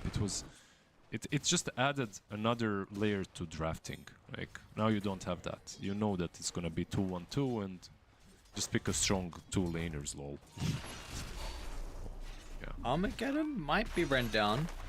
This is... Now that I remember, this is the combo that we saw from Mouz, right? Where they did play the Bristleback with the Witch Doctor. So it seems like something they really like, and already we're seeing the exact same thing with them diving in the tower with the Witch Doctor and the Bristle. Yeah. Someone as well played Warlock Bristle. I'm not sure if it was them or maybe NAVI Jr. or someone like that, but that also looked really solid. So basically the secret to success is pick Bristle and something that heals him up in the lane, which does make sense, right? Like, this hero is always good with these types of supports. Your treants, Witch Doctors, Warlocks, Oracles. I know you were mentioning about your Bristle flex that you've been seeing a little bit. I was just watching. I turned on the other streams real quick and had a look, and I saw Miposhka was playing Bristleback 5. Really? There you go. Like, I told you. Yes. I told you. Like, I'm not making shit up. I'm playing a lot of Dota. I'm seeing a lot of crazy things, and sometimes, like, you just feel that something is strong in your games, you know? Like, you see this Bristle played by some rank 500 guy, and he's owning on 5, and you're like, okay, there is something to it. Like, this can actually work. We'll see some other people want to try and cook it up as well. What else we have in store? We didn't speak much about the tiny puck.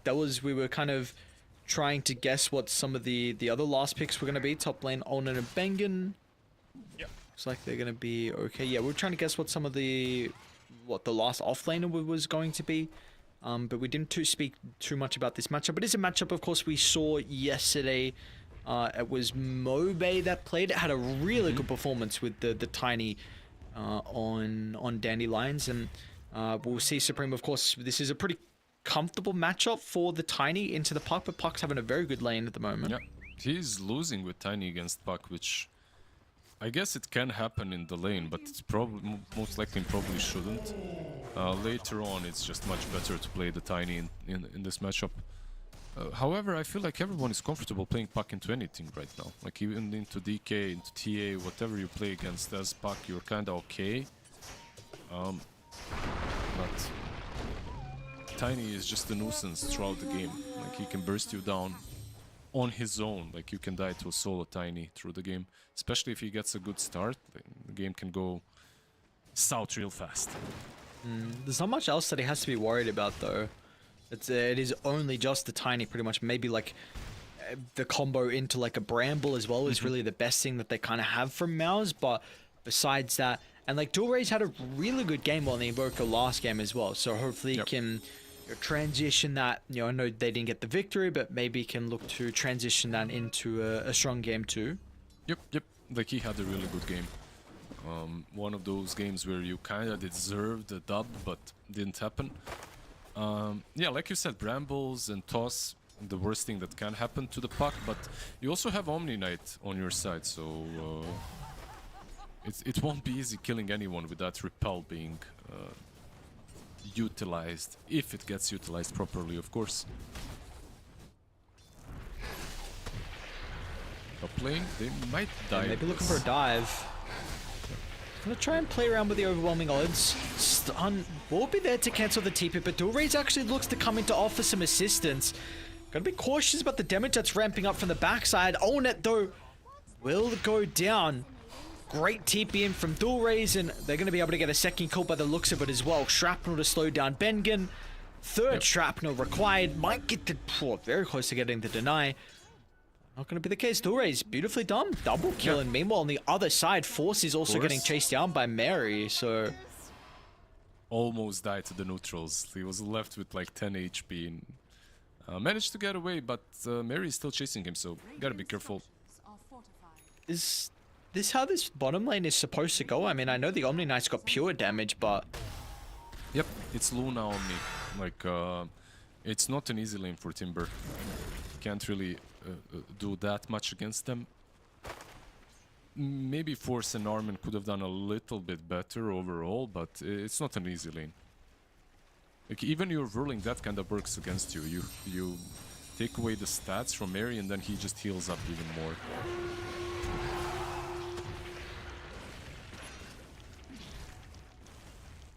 Top lane is still a problem, even though they did get those kills with Puck. They are still being pressured very, very hard.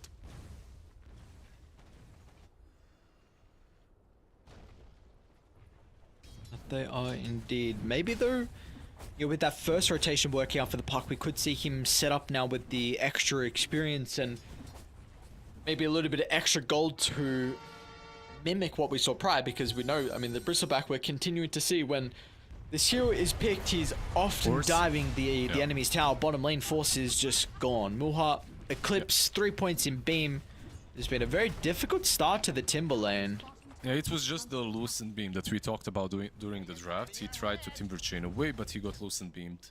And if he doesn't Timber Chain away, he dies to Eclipse. So the tier 1 tower is gone. Timber saw definitely the loser between the two offlaners, even though the Legion isn't really having a much better time. She's also struggling. Oh, he's actually going to go for the coil, okay. Bengen will look to swing on over, but with the mass spam of Shrapnel, they might even get the kill to Supreme. I mean, this Puck is balling out. Dual Rays might even look for another as well. Bengen, is there a threat of him diving under the tower? Looks like there is not, but a great start for Radiant. Yeah, Dual Rays actually owning once again, same like he did in that last game.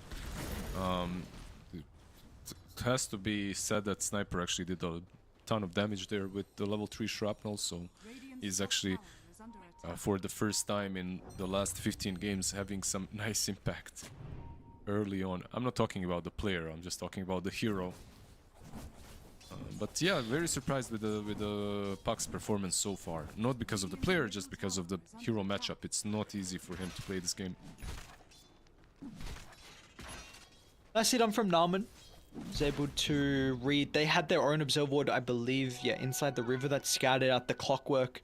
Not the clockwork, sorry, the Omni and the Sniper running into the triangle. So he was able to see that they had an observer ward in the inventory, and then he saw them leaving as well. So important that they were able to deward their triangle to continue to protect the stacks and the position where the Bristle or the Timber wants to farm. And honestly, do you want to give the stacks to the Timber or the Bristle? Because Force has really struggled in the lane.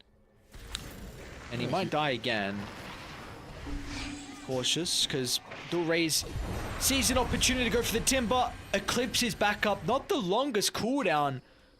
And they are using this straight away, killing spree now for the Puck.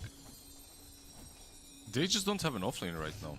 I feel like Mouz, they've got an extra support from the position tree, and it's kind of rough. And you were asking who's gonna take the stacks. It might be Luna. Like, she's the one going in. At least these stacks on the right side are going to be taken by her. Maybe the other ones can be contested too. I really wouldn't give them to Timber. I don't even think he takes them fast enough. I'd give them to Bristle so he gets his Ags. Aghanim is his, what, like 1,500 gold away.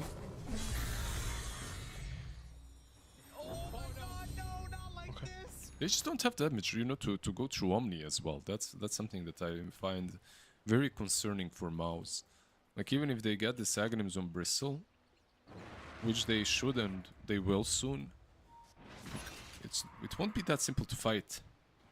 Tiny smoked up and a dagger. This is though this is their play, right? Like go with the tiny dagger.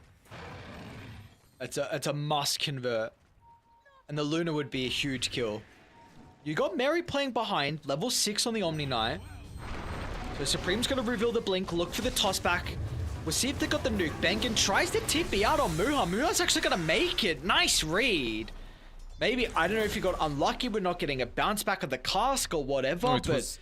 it was repel. It was repel. Like he repelled Luna and then they started TPing. So the stuns don't really work through it. So he just TP'd. That was it. Like they saw it, you saw it, everyone saw the Omni standing there. They still attempted to go on the Luna. Why? Because they have paralyzing cask and death ward. Didn't work though. Supreme now. Supreme?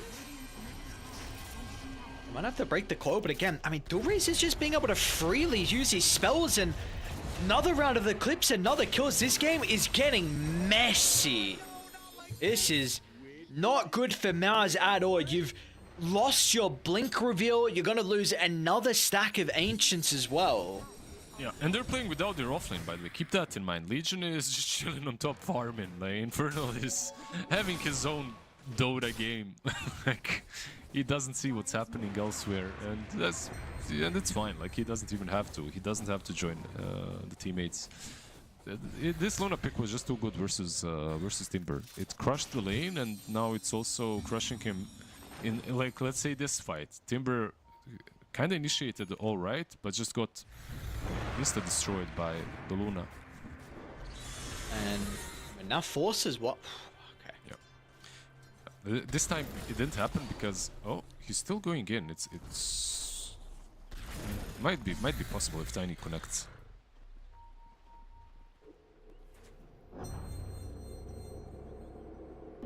So the one person who's having a good game so far is the Legion top. And own it as well. They're looking to try and shut him down. Sprucer back needs some TPs, but the damage from Muha. Oh my, this is you got some serious issues if the Luna's just able to almost pretty much right click you down from 4 to 0. Yes sir. 5k advantage, 10 minutes in, 13 minutes in, 10-0, maybe 11-0 if Bengen falls here. Nice smoke. Okay. I don't think he was dead, but still. I don't think so either. Yeah. Maybe they can He's initiate. going back in. Is that the call? Supreme. Looking for the combo. Terrorize doesn't connect onto Mary, so Mary's going to be able to get the protection off here. Repel will buy some time, and now the escape is being called. Not going to get away on Narman. Force wants to jump back over the top, but it's going to be lacking the damage. Maybe Supreme will provide it, but even then, it's not enough. They still cannot get a kill. 0 on the board for Mouz. It's going to be 14-0. Oh my. 14-0, my friend. This isn't something you see very often. 7k advantage. This Luna almost has a Manta completed, by the way. After this tower, it's literally a Manta. Manta done. Mask of Madness, Manta. Minute 14. He's breaking some records. 4-0-4. No deaths found on this Luna. Just chilling. It's yeah, it's a good score. It's a good day to be this Luna. Legion as well getting that one duel win down bottom. They just it's so difficult for them to play the game when they lost the offlane so hard. I wouldn't even say it's the mid lane. Like mid lane, okay, Tiny didn't do as well as he usually can against the puck, and his rotations didn't connect. But the offlane was really the true issue of this game.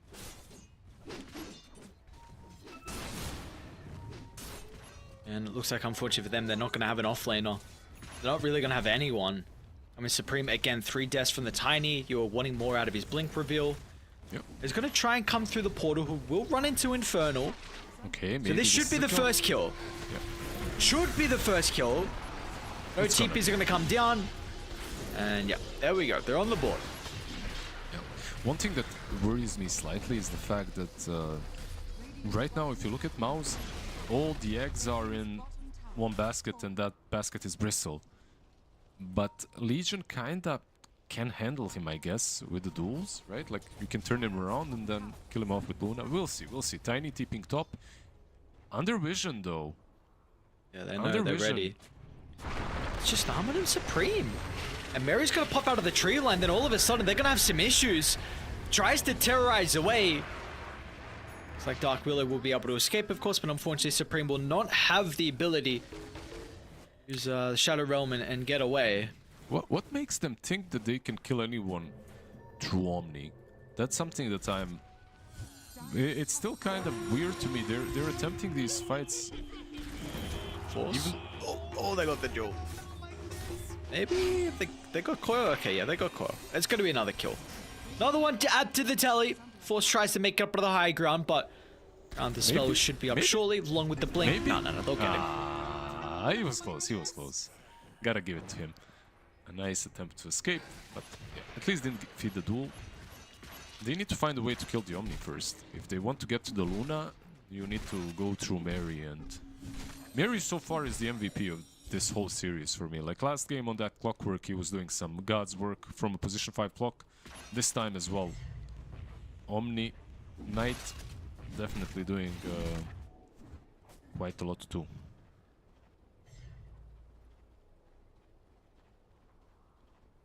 A very good showing out of Mary. Maybe he can take the looking for Team 5 out of his name. This is just a stack for the qualifiers. We'll see if they stick around, because Mary is aiming for a tier 1 team, man. That's what's up. See.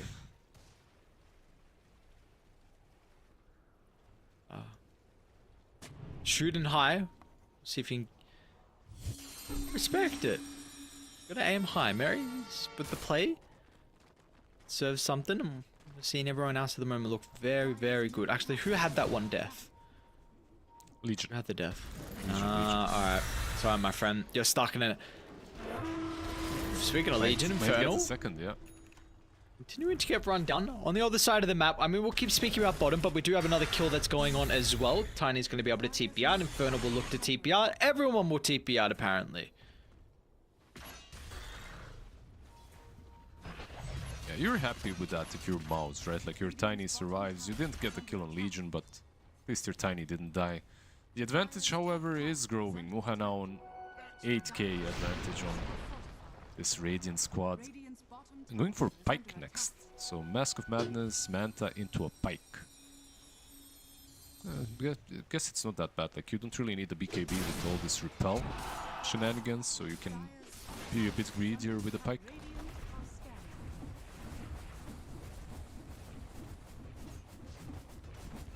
T2 tower, it's gonna go down for free.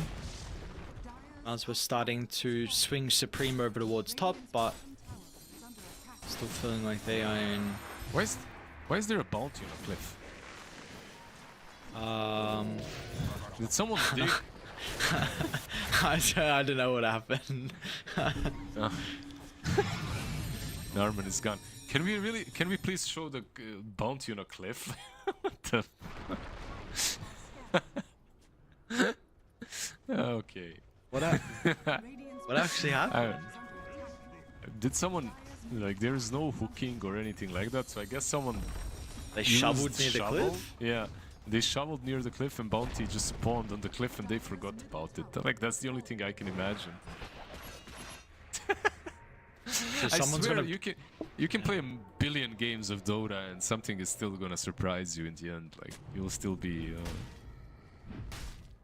surprised by something. Oh. Like this. Kind of looking for a dual kill. Easy. Wait. On a tier. Cool stuns, bro.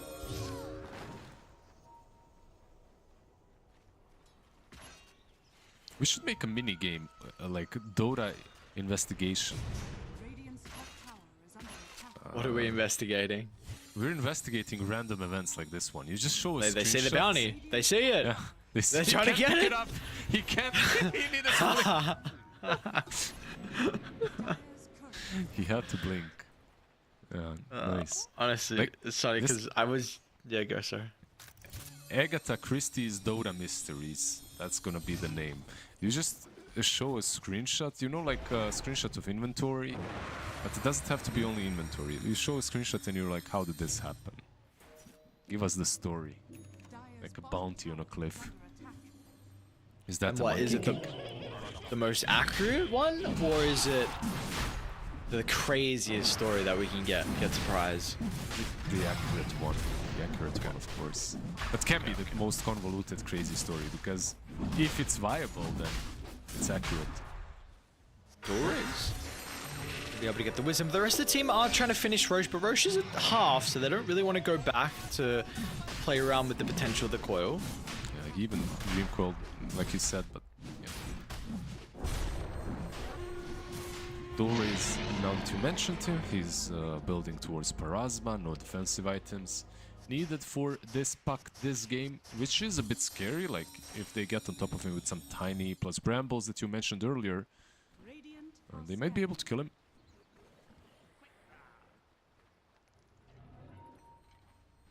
Not a bad Ag Shard, Bengen. Voodoo Sweet Shawu.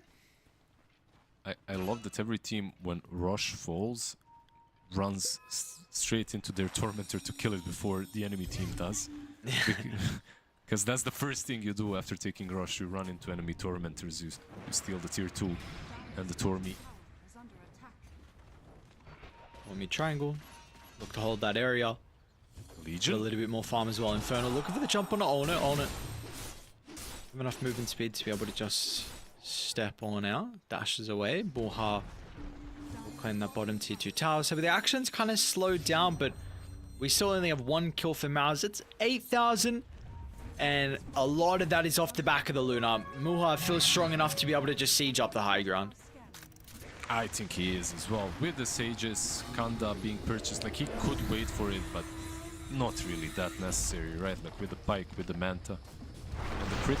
They're gonna look for the toss back, maybe? Nice coil. Missed the toss anyway. And now Muha with the beams ramming down. Inferno's not gonna be quick enough before the damage to get the jewel out. And Supreme, he's gonna buy back if he wants to opt for it, but tier 3 down, so these glaives are gonna start to go to work. You got Puck just jumping the backline and making it very difficult with a spam of spells. By the way, I don't think he missed the toss. I think it was the repel that prevented it. Not sure. Inferno's still looking for the duel, not gonna be able to find it. But the cast bounce back. A lot of damage gonna be reflected onto Force, but they just reset. I mean, what is the sustain from them? Like, no one took any damage besides Muha. What happened? Yeah, that's the Omni Knight power right there. A little bit to press the attack as well, of course, but Omni Knight doing most of the work. The repel being absolutely broken, busted. Then on top of that, you've got purification, and that was without the shard. Like, he doesn't even have the shard yet. They don't really need it. By the way, very quick, like I'm praising Mr. Meriadoc quite a lot, but very nice reaction on that tiny jump. Like, he instantly repelled the Luna. So nicely done by him. Look at this mid. Look at this mid. Oh no, don't do it. Okay. Inferno once again just a little bit too far away, unfortunately, to be able to get the jump. So I have ages for another 2 minutes. It is scary to push high ground. Like, if he doesn't repel him fast enough, and they toss the Luna under the tier 4s, maybe that's an opportunity for a comeback. So 14k had 19-1. Maybe safer to just play the map a little bit. Draw them out, but they're going out. Okay. It's like a bit of a desperation smoke. Force caught up inside the base. Im is looking for the long wraparound. Creeps are inside as well. They're going to get some pings out, so they know maybe something is going on. Oh, this is crazy. Is this really going to work? Supreme. Smoke pops. They run into the sniper and... Uh-oh, okay. Run the other way. Now maybe they just go for the Timber. Dual Rays might be able to solo kill Force. This is a DD Puck. Oh my god, it's just... It hasn't been Force's game. Yeah, he's really suffering. It was a nice attempt to wrap around. I have to commend them for doing that. Duel over to the northern side. But, yeah. Couple of buybacks. Oh, they're not even going to catch anyone, Force. It's like a frustrated Timber chained in the middle, just wanting someone to be able to get the stuns out, but Supreme's Blink is continuing to be cancelled. The illusion glaives bouncing around. Mouz's going to be able to land the beams down and force. That's going to be a dieback here for the Timber. I mean, this has got to be all. How are they still sticking around? This game, it has been over for a while. It's been a great showing from Dragon Esports. The front of the tier 3 tower. It's another kill going their way. Armageddon's going to look for the TP. They don't have a way to stop it. On it, they are just kiting the Brissa back. Mouz doesn't even care about hitting him from behind. Mouz's just got so much damage. We'll turn to Benga next. Crit down, unstoppable streak. Has fallen. GG. GG, yeah. This was a beatdown. 20 for 1, 20k advantage. Nothing really to talk about here. Omni Knight doing some God's work. Force on Timber, just not having a game. 0-7 on the Timber in the end. This was not a game to remember. I feel like it's just one of those that you have to forget as fast as possible. Go next. Go game number 3. 1-1 is the score. I feel like we have two very evenly teams matching up one against another. I would even say that, in my opinion, Dragon Squad is maybe looking a little bit crisper, a little bit more precise with their movements and playstyle. If they get a decent draft, I think they can take game number 3 as well, but we'll see. Like Mouz, of course, a lot of potential and a lot of experience in that team. A lot of experience, but something is not clicking though. I don't know honestly what has changed only in the span of a couple of days, because again, I mean, we've casted all their games so far, of course, versus Mouz and versus Passion UA, and now this one. And you know, this is a team again that qualified through BetBoom. I mean, they were able to, they got knocked down to the lower bracket from OG, which was in like the upper bracket semis, and then they had to run through 4 teams in the lower bracket to then face Nigma in the grand finals, where they won 3-1. So I mean, Mouz looked very dominant in those qualifiers with the low bracket run. Maybe they can do it here, but something is just not clicking. And honestly, a team, you would expect them to be able to get these victories, and they are unable to do so at this stage. And now, you know, potentially one game away, they might not even make it, because Dragon Esports, that was a very, very methodical, clean performance. Everyone's looking good. You've been, you know, singing the praises of Mary. The position 5 has been on point.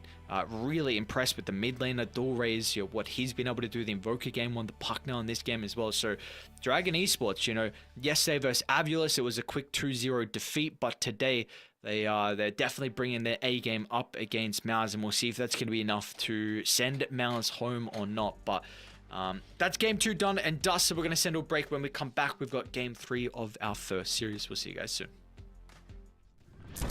Solid gold, I'm shining into full, so come and take a look. I'm feeling good. I'm feeling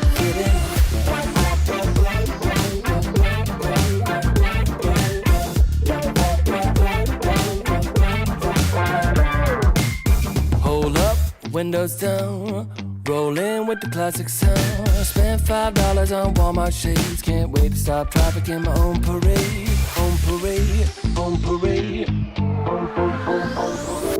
Oh, I'm feeling good. I'm feeling, oh, I'm feeling good.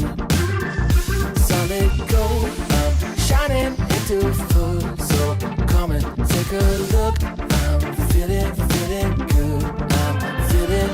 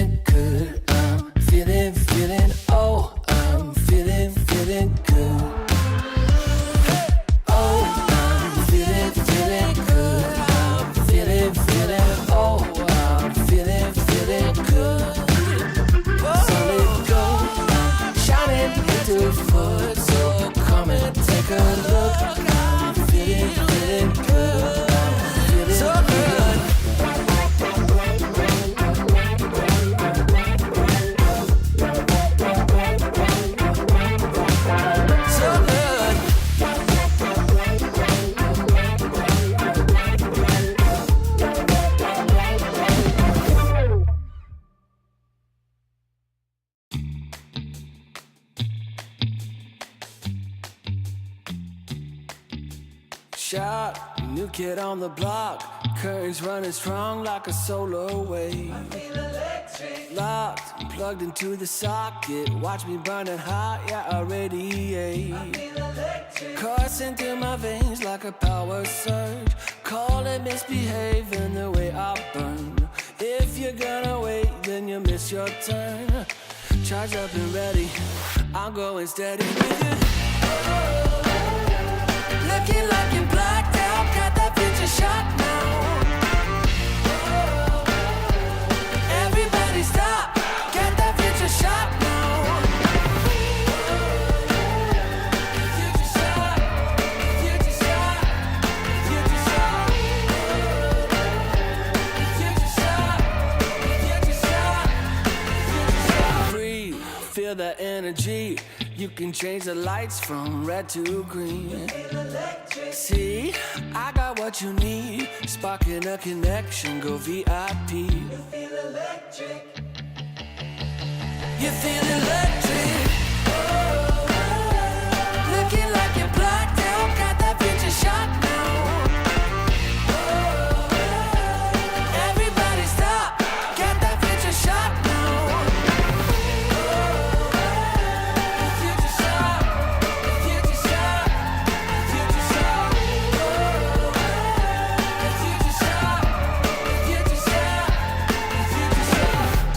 Future shock, the future shock. Once we started, there's no way to stop us. Like a rocket, not for static hearted. Once you got it, you'll go supersonic. You know you want it, you know you want it, you know you want it, you know you want it. Looking like you're blacked out, got that future shot now. Everybody stop, get that future shot now. Looking like you're blacked out, got that future shot now. Everybody stop, get that future shot now. Future shot, future shot, you know you want it. Future shot, future shot, you know you want it. Everybody stop, got that future shot now.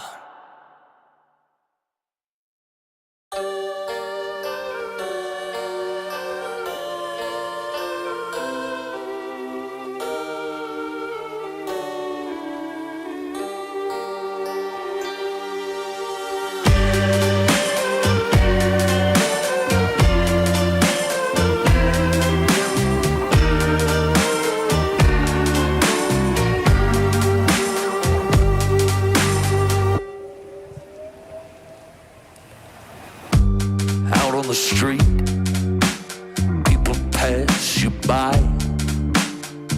You don't meet their eye, you don't care. And out in the night, you see a light. From the cafes, there's more singing than despair. Hold me tightly before the night swallows the sun. And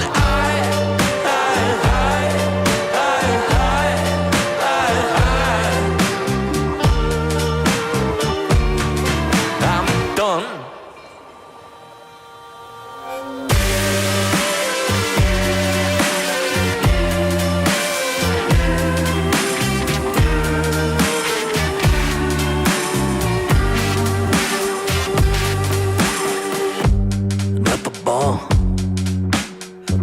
Too drunk and sit.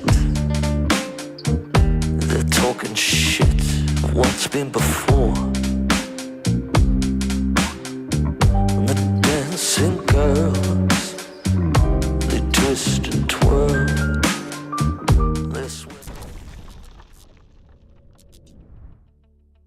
Another series where we are going the distance here, Liz. I don't know what it is. We keep getting game threes. I am definitely not complaining at all. Hopefully we get a bit of a a different game though than the last one. You know, the last one was a bit of a beatdown. Yeah, like Qualifier series have been very competitive. Even though like you can tell that one team has an upper hand or something, usually the series are very competitive and the gameplay is the games are lasting, I don't know, like 14 minutes, I think, on average, out of all the series that we have casted. The last one was an outlier, and yeah, we'll see. I like the games like that last one as well sometimes, but I'm sure Timber didn't like it, and that last game was basically won on the safe lane. Luna had way too much fun, Timber had zero fun, which isn't that great. I feel like they need to make sure that Force has more like that game one kind of a play style, you know, give him this Dark Seer, maybe combo it with Dark Willow or something. Like, he was dominating game one, and then game number two he lost 5,000 MMR, it felt like. Yeah, definitely something changed, unfortunately, from him from game one to game two. But we'll see Mouz if they can adapt heading into game three. We've got a draft underway. Dragon going to be playing on the Radiant side with second pick. Mouz, they're going to be on Dire side with first pick. So we'll see what the adaptations are, what the little changes are going to be. You know, we saw, was the Wind Ranger even banned last game? I feel like it wasn't, right? Nope. Regardless, we didn't see it. So yeah, it wasn't banned, wasn't picked. That was completely avoided. Luna is going to be something that we're potentially looking at. I mean, there was a lot of success with Lil Pleb, the carry on Dragon Esports with the Luna. So we will see, but we'll be able to get that draft up for you guys very shortly. Luna looked incredibly strong. I would like to see that again. Maybe the Wind Ranger as well, something that both of these teams can fall back to, because they're not banning these kind of heroes, right? Like, if they're not banning them, I feel like it's for me at least, it's a no-brainer. That Timber was a first phase pick though, and that's something that I would move away from if I'm Mouz. If you want to pick him the Timber again, Force is a good Timber player, but if you want to pick him a Timber again, maybe don't first phase it. Wait a little, at least a little bit. Pick it maybe in the second stage when you know what their carry is, or at least the position 5. Yeah, we'll see maybe if you're waiting on how different it's actually going to be to help out with his lane in particular, and overall like what the priority is going to be, because we do see they have been drafting like his hero pretty early on into the draft, and so far they don't mind leaving on its hero to later on. So we'll see. Some other heroes that maybe need to be discussed is, I'm trying to remember what are some of the strongholds, right? The Omni, which had a lot of success in that previous game. Maybe the Naga is something else that we need to look at as well.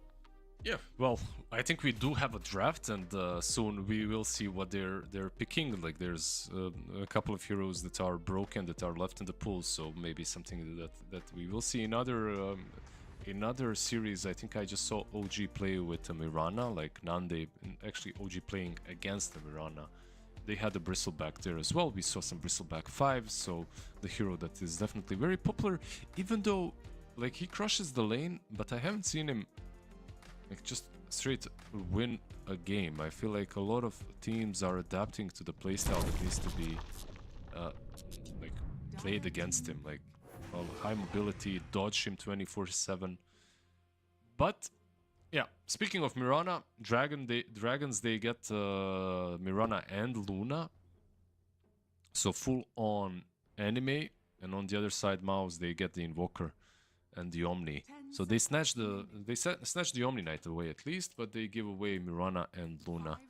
Solar Flare plus Luna, kind of scary. We've seen a lot of position 4 Miranas, and yesterday we've seen, who was it? It was Eki that played it, right? Like double bracer BKB crit, and he did quite alright for himself on that Mirana.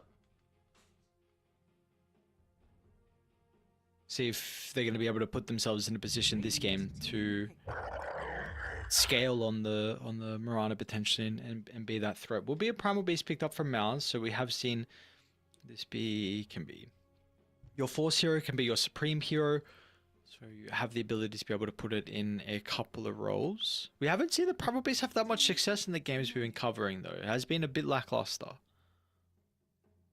Yeah, it's not like crazy broken like it used to be, but it does bring that breaking ability to the game, which is nice versus some heroes. I wouldn't mind seeing something like a Visage on a Dragon Esports or a Puck or an Ember. I guess Invoker is mid, so might not be that simple, plus Puck is banned. But also this means that Primal is offlane, so they are already giving away the Force hero. They're saying, yeah, Primal is offlane, we have an Omni 5, we have an Invoker mid. Not hiding anything with their lanes, at least so far from Mouz. Meanwhile on Dragon, let's see, with the next pick, they might give us some more info. So you're not really a big fan of the Primal Beast, is that what I'm getting? I just feel... I don't know.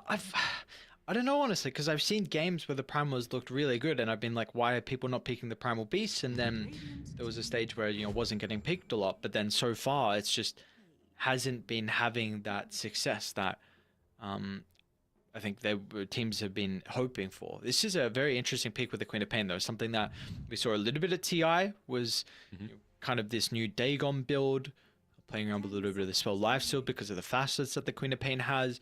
You previously, I know it's not as much of a case anymore, but you would kind of like to pick the Invoker into the quad just because of the cost sustain inside the lane for the dagger. I know that is a little bit different now, but at least previously you didn't mind this matchup. Yep, previously you didn't. Right now I feel like she's decent here, like a lot of burst damage against Invoker, against Omni Knight. Your ulti against Primal Beast as well does well. I would like something that can die with her though. Like, okay, maybe not exactly what I had in mind, but it isn't terrible as well. Enchantress unfortunately cannot dispel repel. I think she cannot. From the games that I have played Ench, I was never able to. I might be wrong. 10 seconds. Why can't she? What? I'm not sure, like enchant just doesn't, at least in my games. But maybe I was blind, maybe I was using it and it still didn't work. I'm not sure. Like, it's a basic dispel, maybe that's why. What dispel do you need on repel? I'm checking now, I'll see. I will let you know in a second if that's the case. Dispellable, yes. It's definitely dispellable. Yeah, in any case, doesn't matter. Maybe that's one of the reasons why they picked her, but the main reason is, like, you get this hero that secures Luna's lane, and you get a hero that can actually rotate behind Invoker. You get something like a Tomato, or you get a Centaur, and you can dive him easily with the Quap.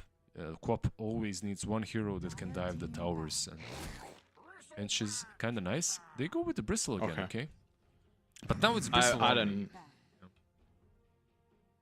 I honestly don't know. I mean, it seems like, yeah, the Enchantress can't. But it's a hard to spell? But, wait, what? I'm so confused. Because Purge gets rid of it. 10 seconds remaining. But Purge is a soft, like, it doesn't get rid of stuns. 5 But then I bought Nullifier, and Nullifier is not getting rid of it. Radiant team ban. What am I missing? Maybe it's just oh, wait, okay, hang on. What's up? I need to try something. Sorry, Give keep us- going. Keeping out the draft. Well, maybe it's just like it doesn't get. I don't know. Okay, let me cook. Hang on 1 second. You can cook. You can cook some more. Bristleback Omni is scary, by the way. Like, Mouz right now have cooked up something Remaining. quite difficult to deal with, but I still like Dragon's draft. I still don't think it's that bad. I still feel like they can play against this Bristle plus Omni combo. We'll see. They just need a very nice offlaner. Mars isn't banned, and that's something that Mouz does not care about because they have the Omni Repel. So they're thinking, okay, we can play against the arena because we have Repel. At the same time, it might not be smart to not ban the Mars because it's really good against these heroes, and with that new facet, like, you might not even see the Bristle to be able to repel him. So I think it's a really good ban. I think Mars needs to be banned here. Doom also was a good ban, but I think Mars might be even better. The only problem is there's Timber as well. And Timber also could be a pretty solid ban here, but I mean, Timber might not be what Dragon Esports Club needs. And it's Invoker, it's Bristle. The lane would be difficult into Omni Bristle. Invoker. Even, I mean, it's crazy that I'm saying it, but I really think it wouldn't be the easiest lane. In any case, they banned the Timber. So, Timber banned. Let's see what they last picked. They need a position 4. I think they played this Witch Doctor before. Nah, actually, they played it on 5. Dark Willow banned out. Snap banned out. Shadow Stun, Demon please. out. Stun would be great, but what about Sniper? Never mind, this is banned. Yeah, something with Primal. Yes, what with Primal though is the thing. Let's see. Hoodwink. Okay, it's gonna be the Hoodwink. Just a classic Hoodwink. I think something like Lion as well wouldn't be absolutely... It would be. Versus Zench, it's kind of hard to lane. Hoodwink at least can lane against her. Like with that 3 bouncing facet, you can actually kill Enchantress at some point too. It's not terrible. I think this is Mars. Stop thinking, pick Mars. 5 seconds Play Dota.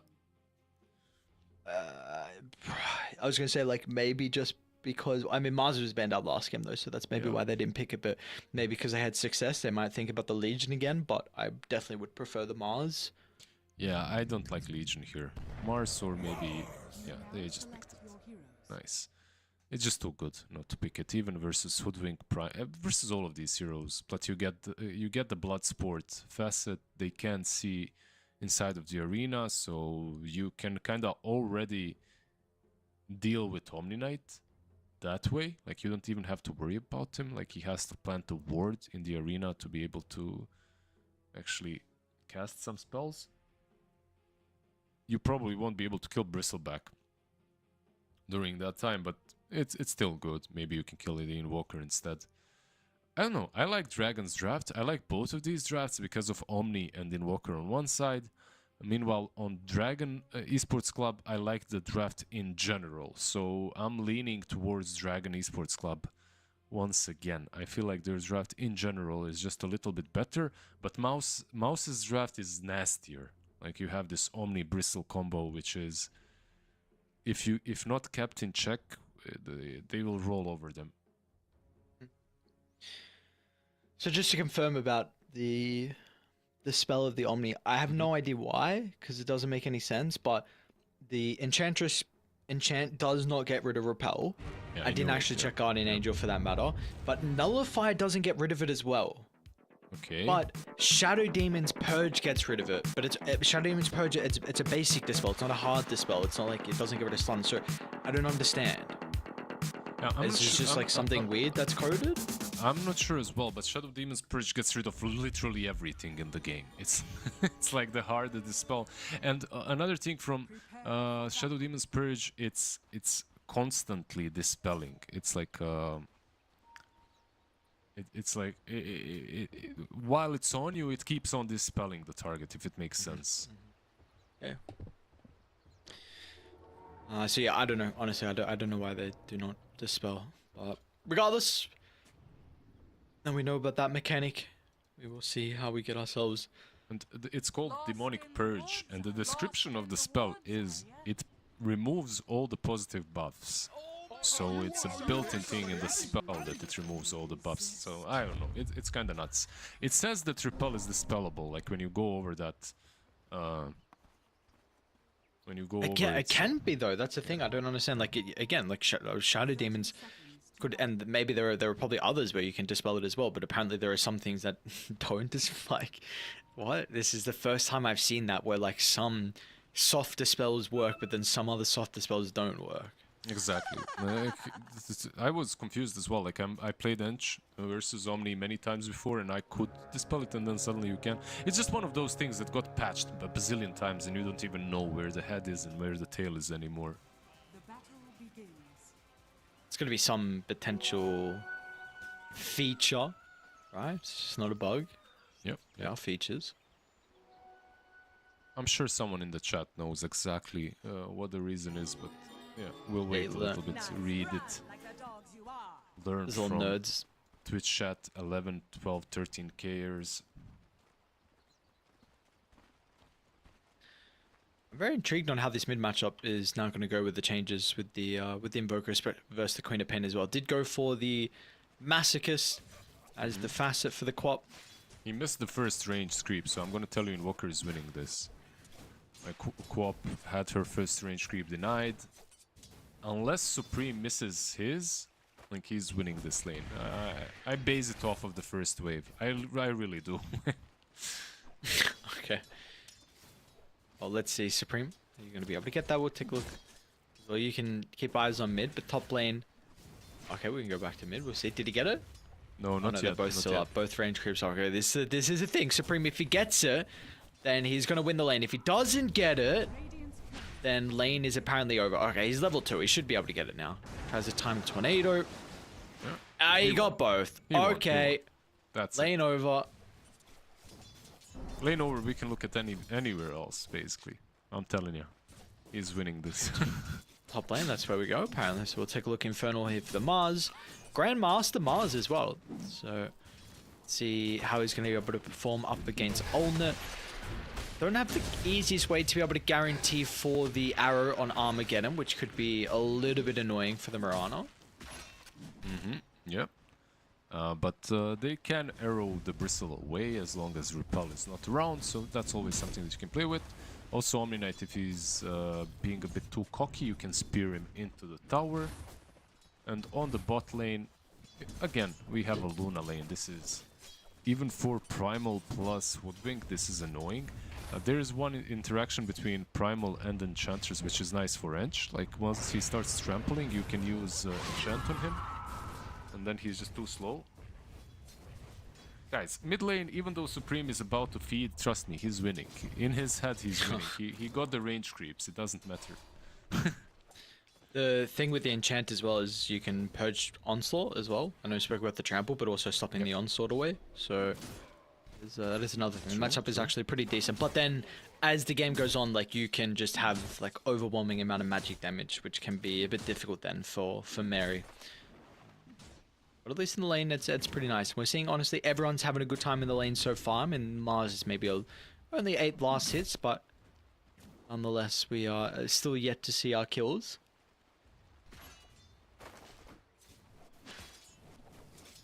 A very, very chill laning stage so far. Top lane, Bangan did manage to stack the smoke camp, so the next wave will most likely go away, which will put them in a sort of an advantage on top lane. At least when it comes to the lane equilibrium. Bottom lane, making it go. We are getting dived into the tower, but the enchant, like you were saying, versus the trample is going to be able to stop a lot of the damage. So Force will still expend the resources. Muha's going to be put in a position where he has to pick up a Selv and get that one delivered, but Mary still has some tangos to work with. Yeah, nice attempt with the Fortify as well, like fortify the creeps to be able to dive him, but yeah, it just wasn't happening. Healed up by Mary, like you mentioned. He's got that level 2 enchant now, can get maybe a little bit of a better creep to play around with on the bottom lane. Importantly, we do see a rotation out of Bengen as to secure the water rune. Might be able to get a Cory snipe too.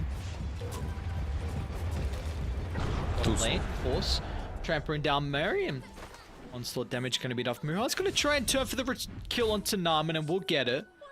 So maybe if Narman stayed alive long enough to pop the mango and another bushwhack, it could have been a double kill for Mouse down bottom, but unfortunately that's not going to be the case. So it's a different game 3 Lizard. You know, they've already got their first kill. We saw last time they had to really work for that one. Yeah, like last time it took them like 15 minutes until they got a kill. This time around it's definitely looking much better. Even though Luna did get a free kill on her own, so she got full XP. Which is a bit scary, considering how well he played last game.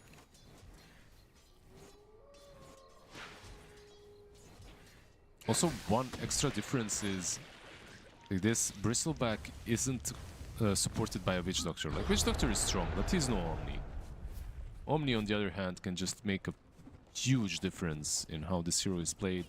The moment you get Aghanims, you're... Oh, Force, bot lane. Yeah, but I'm not sure about this. What? Enchant's back up. Force is dead. Just... over.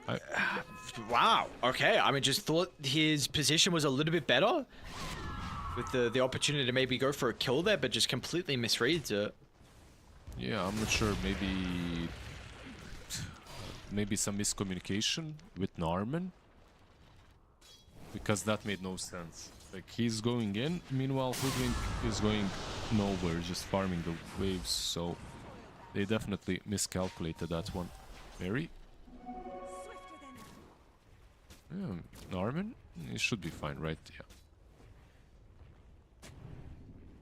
One small thing, Armageddon unfortunately is not going to... Well, he gets the power rune, so you don't give it to the Invoker, which isn't the worst thing, but just the fact that the Queen of Pain is unable to refill the bottle does take away Mouz's bounty, bottom lane. So we'll continue. Force this time looks like he will be successful, and he gets a really big kill onto Muha, so still not first death of the game here for the carry on Dragon Esports. A little bit of revenge as well from how rough of a lane Force had last time. That's what he did, right? Like, he fed on purpose a couple of times to make the Luna comfortable, and then he killed her. I see. Next level, next level. Armageddon. He's dead, maybe even. Yes, he is. No more leap charges, Force. This is got to feel quite relieving here for the Primal Beast. I mean, he is picking up some kills, top net worth. At least he's going to be able to play Dota. Apparently, Mouz will be able to play Dota as well. Again, this is, you know, this much different. They've tripled their kill count. Yeah, much closer start to the game. Much closer. Quap yet to make a move, actually. Like, all the plays were around the mid lane. No ulti used just yet on the Queen of Pain. Maybe slightly surprising, considering there's a lot of heroes that can be killed. Invoker's bottom, though. And apparently Onet's coming through the portal too, so they don't just want the kill onto Mary. They really want Muha, and they're going to be able to get him. Onet slow. That'll help Supreme be able to close the distance. I mean, Dulray's got to try and tip in. What's the Queen of Pain really going to be able to do? Great timing out of the tornado. Gives Onet an opportunity to be able to get the healing thanks to Benkin. Well done. The spell casting for Supreme was perfect. Oh, that tornado. I wonder if it was completely on purpose or if it was just like the right time at the right place, you know? But that tornado hurts. Like, they lose their mid and their safe lane. Yikes. That's plus, not only that, I really think if he jumped in and he used the ulti when he wanted to, I think he even saves Luna. I think he saves Luna and kills Bristle. Because Omni is too far. Like, everything happened just because of that one tornado. Nicely done by Supreme. Very well played.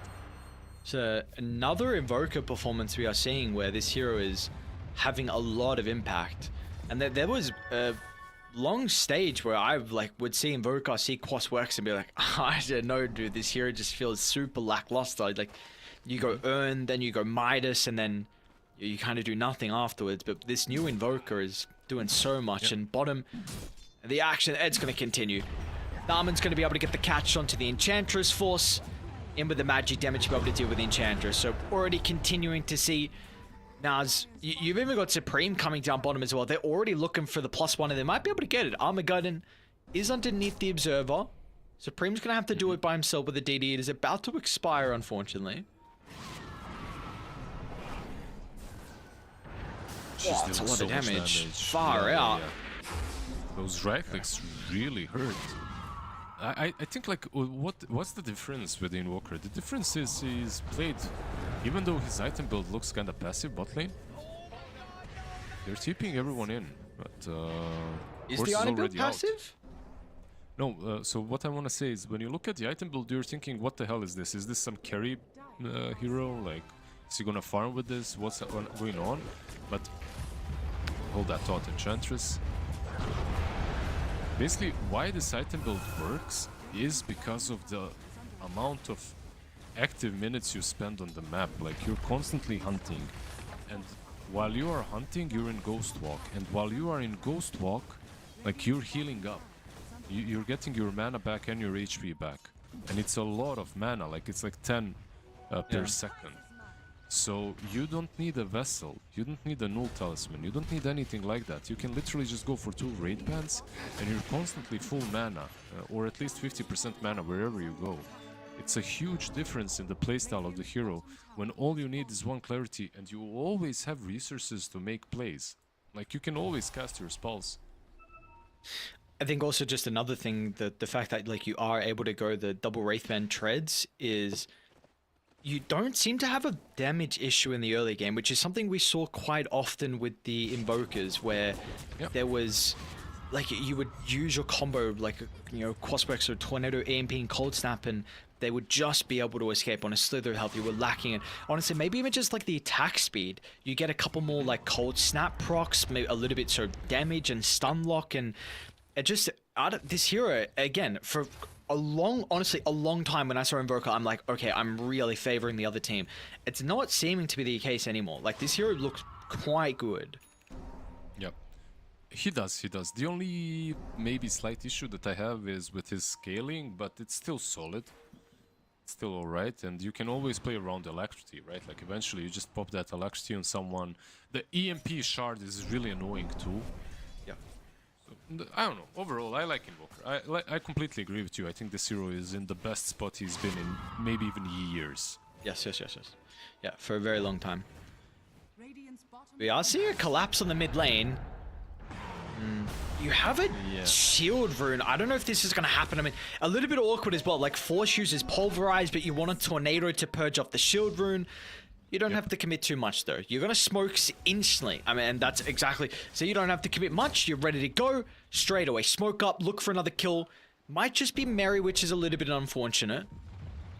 Yeah, she pings out Norman, and now she sees Invoker as well. Heal is there. Bit difficult. Yeah, with the level 6, it's not easy. Supreme has to overcommit. Force is now going to move on over, but you do have Mulha.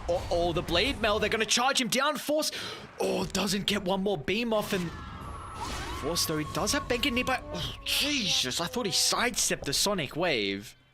It was really close, like he almost did. Like, it looked like he was about to sidestep it too. I like that he went for Blade Mail, by the way. I think it's something they missed in the last game they played against Luna. Of course, they had Timber, and also in the first game when played against Windranger, they didn't buy Blade Mail. I think this item is very strong against the current set of position 1s, so it's always nice to get it. Mid lane. Rise is there. Potential kill, Infernal. Tries to play around with the Arena, but the Arena will be wasted. 4 heroes from Mouz, looking good. 10-3, and we have not spoken about Onit. He is starting to wrap on Mary. The Dino being able to charge forward. This is going to be a secondary kill to add to the tally. Mouz, they have got every single hero here. It's got to be enough, right? All right, looks like it will be. Yeah, I think they can kill this position 5. The 5 of them. I think it is possible. Yeah, nicely done by them. Good movements across the map. Wishblade now actually on the Invoker. No Maid Slayer. He wants to be pew-pewing with those right clicks. has fallen.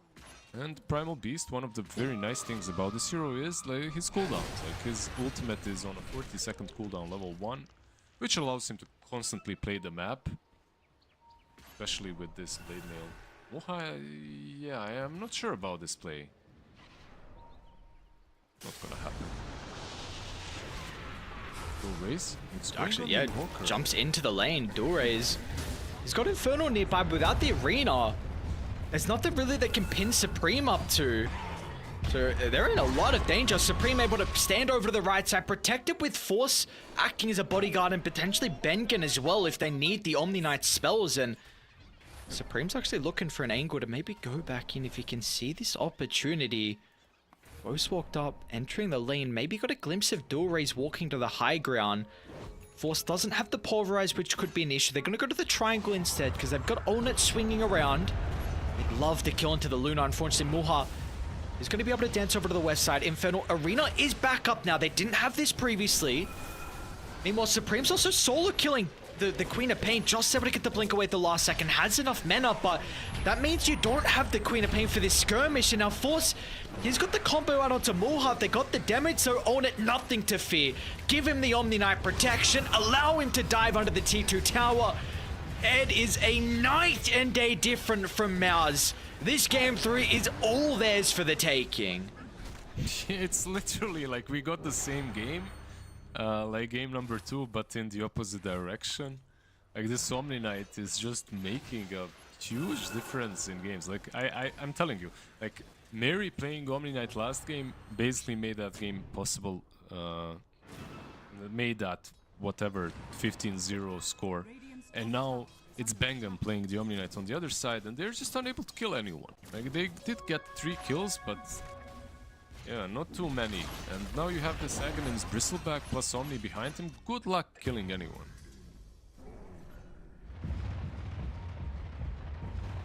This might just go the same way. This game might be over in like 2-3 minutes. It's really looking like that's going to be the case. Jumped in into Supreme that was waiting. Blink's going to be back up soon. Yeah, like Luna can't even use ulti versus this Blade Mill. She's too worried. She's just going to die to it. They have Break versus Mary as well, but yeah, just a bit too deep. Don't want to overcommit. They're pinging out the Luna. It's hard to kill her during nighttime. Like she always sees you before you get on top.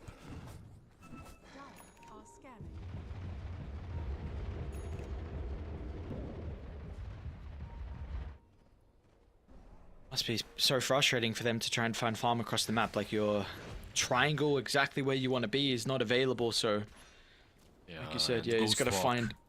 That's true. Yeah, and look at the wards as well. Like at the remnant of the T1 tower top, at the outpost. They found him. Supreme. Yeah, I love this. And again, he knows. Yeah. Just like, what are you gonna do, bro?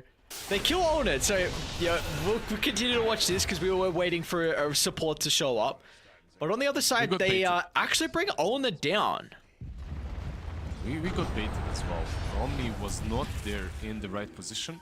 Mary as well, they tried to go on him, but this just isn't enough damage. And nicely done. Like, look, the kill on Owned is massive.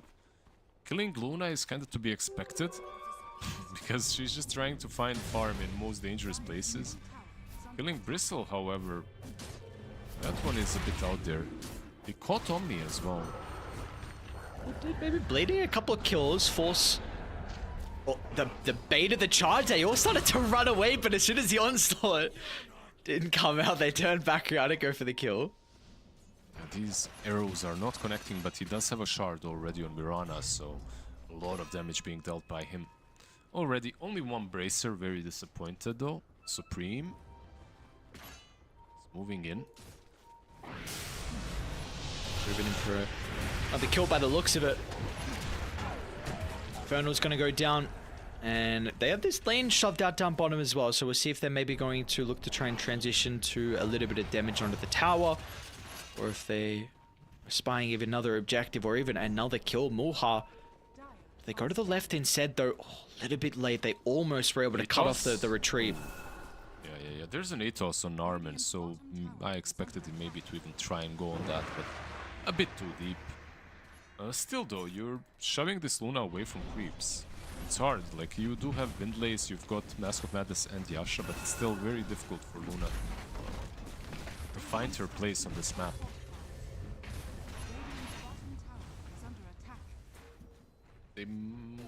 Yeah, I was thinking the same thing. They might try to go on Mirana mid.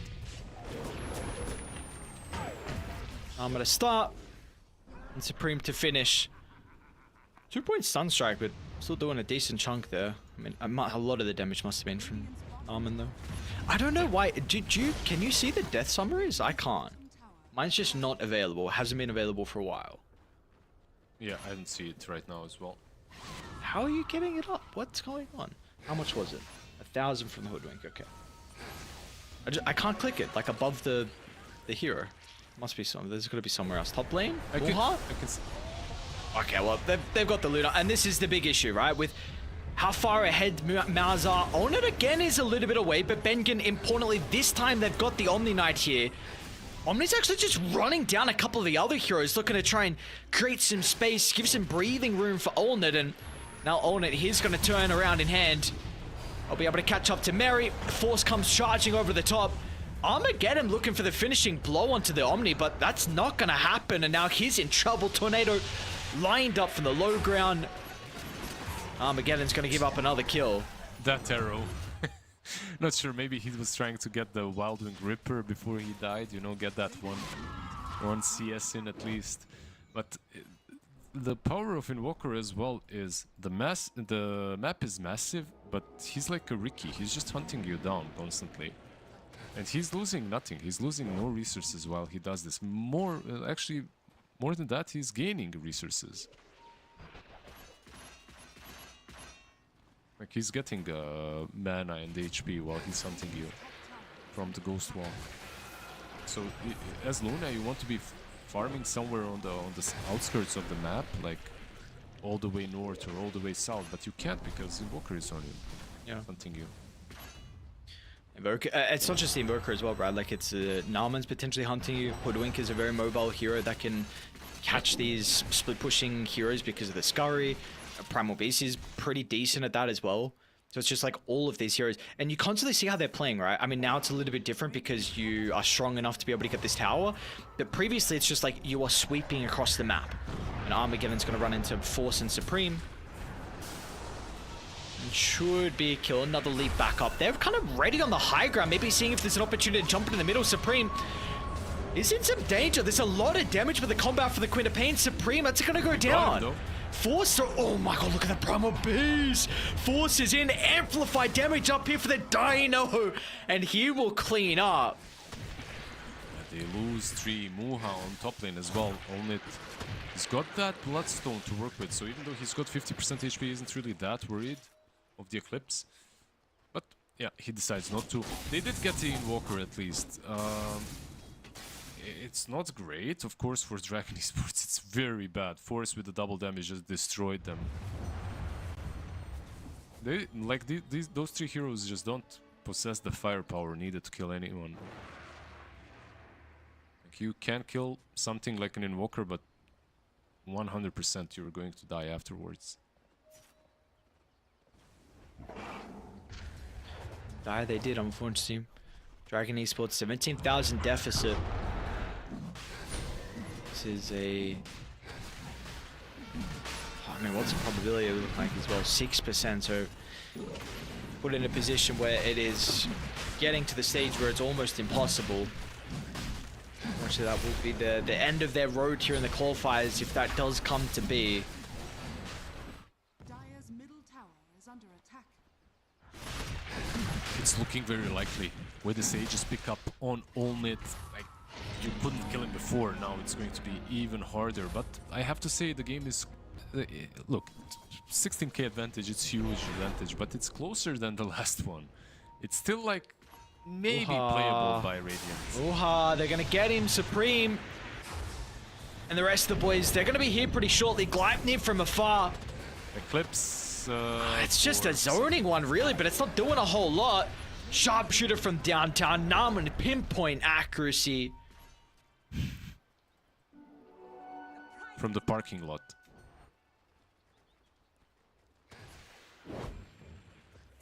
Yeah, they're just like you said. They're too far ahead. 16k difference. Looking a bit better than the last game, but still, this is very difficult to play. Mirana trying to split push a little bit. I think that's something that not something. That's the only thing they can resort to. Infernal.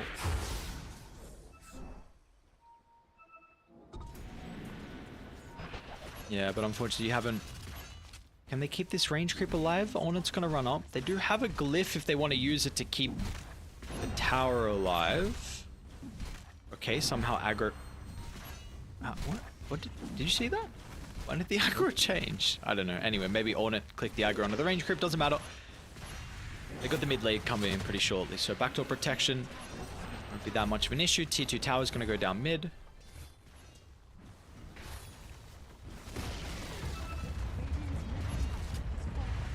they're waiting for Mars. Like maybe with some crazy arena and Eclipse, the defense is possible. We run a top lane. He's dead. Muha. What are you doing, Muha? Where are you going, Muha? And they've done Bengen. They'd be looking for Onip. They've done an okay job to push the Omni Knight away from the Bristle, but this is a Bristle with an Aegis. So it's so difficult. You don't want to be put in a position where you need to use everything to kill him. And then on the respawn, you won't have anything left. Supreme, it's given enough time for the Invoker to join along with Force. And meanwhile, Onip, he's just solo killing Muha. Muha, he just doesn't have the damage. Onip shrugs it off. They're going to call it quits. And Mouz, they will live to see another day. It definitely looked like they were giving up the moment Luna was chasing down that Omni and Bristle. It looked like we were done with this game. That's why I said what the hell. So yeah, unfortunate for Dragon Esports Club. What is fortunate is that they're looking really solid. Like I really think that on a different day, with a little bit of a better draft, this is a team that can take down Mouz. And Mouz is a team that obviously has qualified for some lands already. So if you are Dragon Esports, I just keep on chucking, like keep on playing, practicing. I think they have like a lot of potential. Mary on that position 5 impressed. I think their offlane is solid too, the safe lane as well. Mid laner looked, he won what 3 out of 3 lanes I think that he played in this series, even though in the end Invoker obviously in this last match Supreme just absolutely dominated the map. Quap didn't. That's a huge difference. I feel like this Invoker is something that everyone needs to start incorporating to their drafts. It's looking very damn solid. Yes, it is indeed. We're having a lot of success so far with the games that we've covered with the Invoker. So we will see if that continues or not, because there is still a long run, a lot of games ahead of us in Western Europe closed qualifiers. With that being said, we are done for our first series. Unfortunately, Dragon Esports are knocked out. Next up, we've got NAVI Junior taking on Mouz. So that is going to be, of course, another lower bracket game, lower bracket quarterfinals. That will be in about an hour and 15 is when that next series is going to be going on. Of course, you got the other stream currently going on as well, which is the main stream, OG up against Dandelions. A little bit of a spoiler.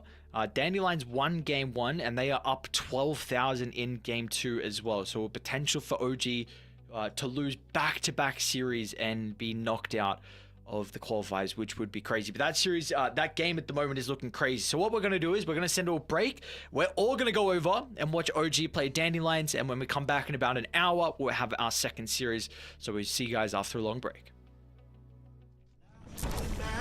Not giving in. Stay a little longer in the moment now.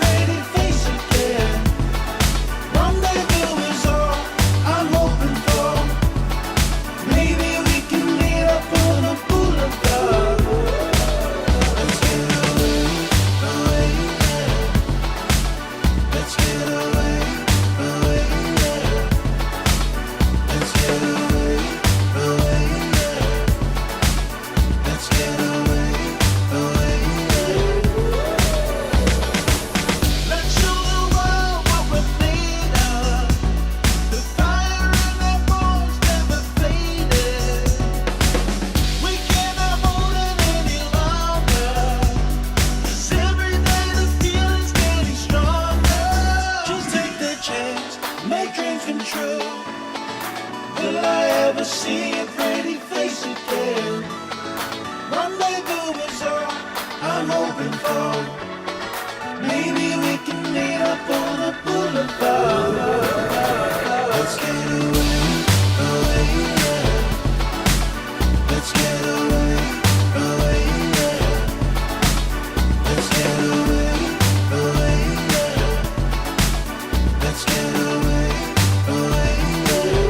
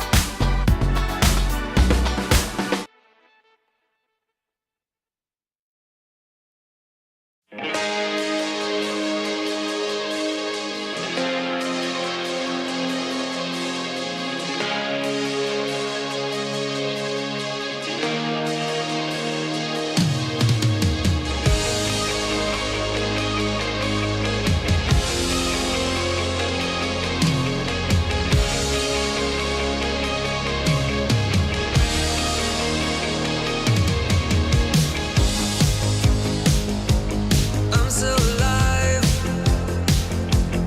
I can still fly, I can still fly away, yeah. You lift me so high, you got me so high, you got me so high today, and I'm higher. We can't set the night on fire, burning up these wings of desire. You know how to take me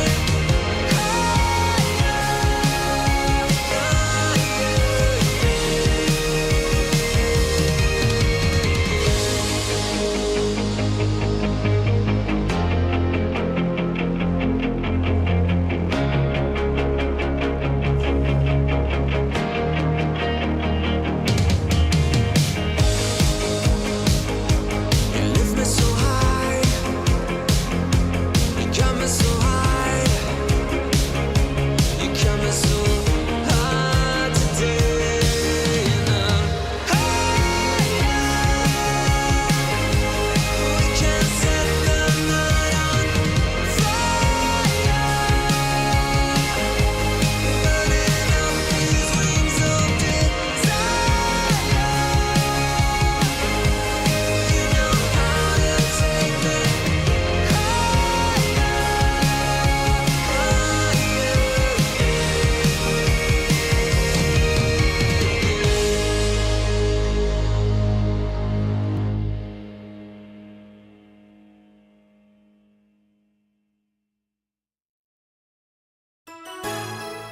You broke this heart of stone. I always hoped that I would find you.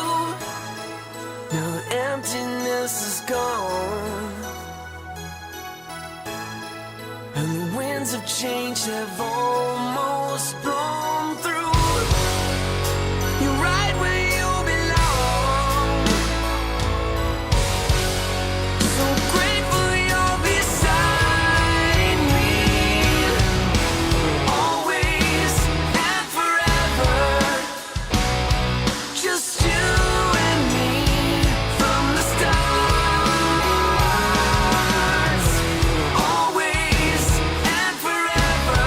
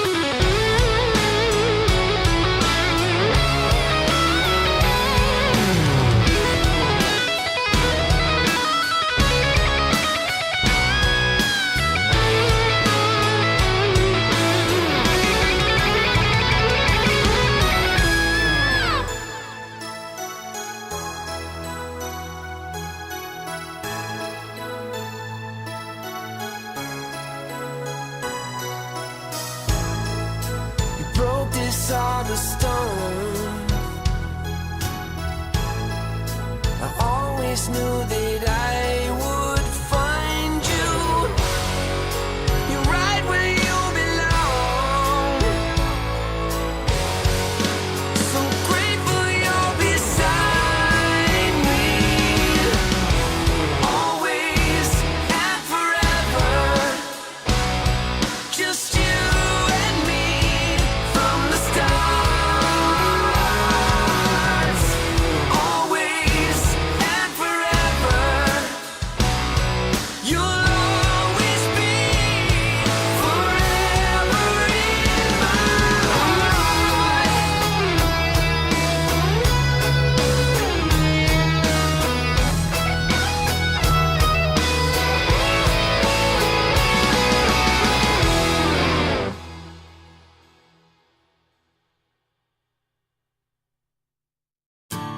Heaven sent you down to me.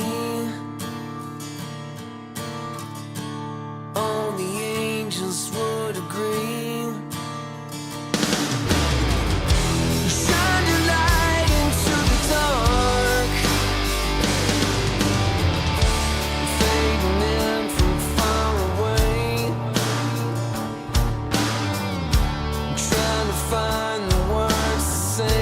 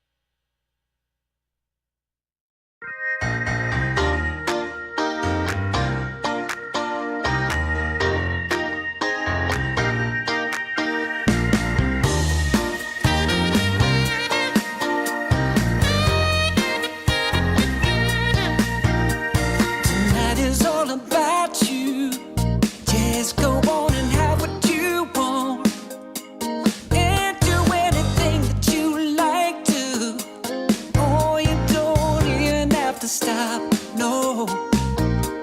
You sparkle like diamonds, yes you do, no matter where you are. And you got everyone's attention, yeah, you're breaking every heart, yeah. Wonder if you ever realize it's yours for you to take. Oh, just let it show what you feel inside. Don't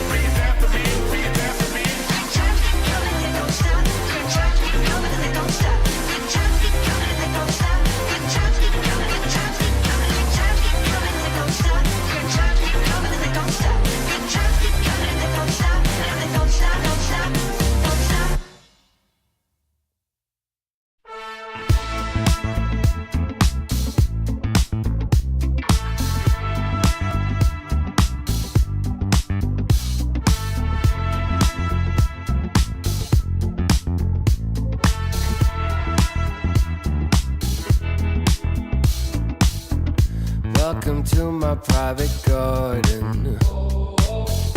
It's my own menagerie. If you're looking for a party, I own everything you see. Heavy is the head that wears the crown. They said it's my time, and I'm gonna run this scene. If you don't like the way I rule my empire, you can go ahead and you can kiss my ring. All eyes on me, yeah. When I enter the scene, quit it. All eyes on me. All hail to the king, get it? If I say so, then it is so. If I say no, you better get low. On bended knee, yeah. All hail to the king, get it? Make way for the king, yeah. All hail to the king, get it? If I say so, then it is so. If I say no, you better get low. On bended knee, yeah. All hail to the king, get it? There's only room for one hustler, sitting way up on that throne. Guess I'm showing my true colors. 24 karat gold. I'm gonna wear that crown. Y'all better hit the ground. It's my time, and I can guarantee, if you don't like the way I rule my kingdom, you can go ahead and you can kiss my ring. All eyes on me, yeah. When I enter the scene, quit it. All eyes on me. All hail to the king, get it? If I say so, then it is so. If I say no, you better get low. On bended knee, yeah. All hail to the king, get it? Make way for the king, yeah. All hail to the king, get it? If I say so, then it is so. If I say no, you better get low. On bended knee, yeah.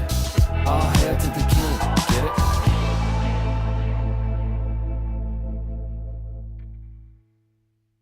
Oh, I'm feeling good. I'm feeling, oh, I'm feeling good. Wake up with no alarm, brand new kind of charm, and fresh hot coffee in a big old mug. Can't wait to get my face in the morning sun, yeah. Make a list, check it off, doing only what I want. Cause there's nothing better than making waves. I'm front and center in my own parade, on parade, on parade, on parade. Oh, I'm feeling good. I'm feeling, oh, I'm feeling good. Solid gold, I'm shining into full. So come and take a look. I'm feeling good. I'm feeling.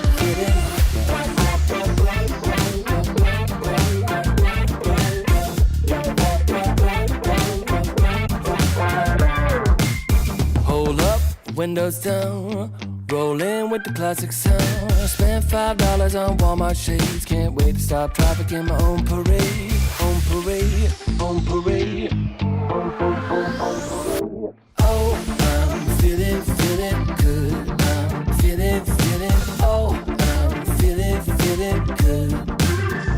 Solid gold, I'm shining into full. So come and take a look. I'm feeling good. I'm feeling.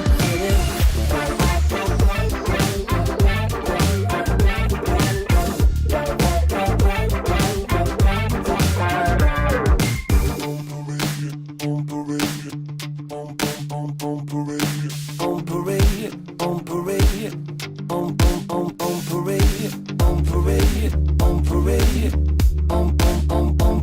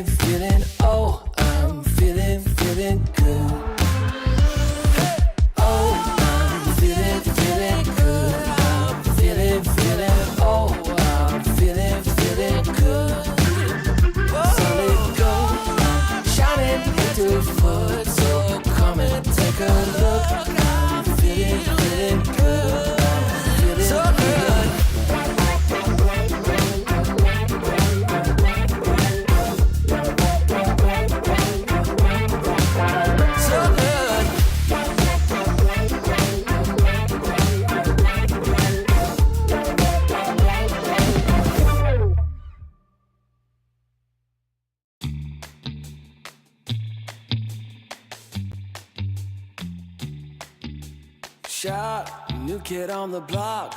Currents running strong like a solar wave. I feel electric. Locked, plugged into the socket. Watch me burning hot, yeah, I radiate. I feel electric. Coursing through my veins like a power surge. Call it misbehaving the way I burn. If you're gonna wait, then you miss your turn. Charged up and ready, I'm going steady with you. Looking like you're blacked out, got that future shot now. Everybody stop, got that future shot now. Future shot, future shot, future shot. Future shot, future shot, future shot. Breathe, feel that energy. You can change the lights from red to green. See, I got what you need. Sparking a connection, go VIP. You feel electric. You feel electric. Looking like you're blacked out, got that future shot now. Everybody stop, got that future shot now.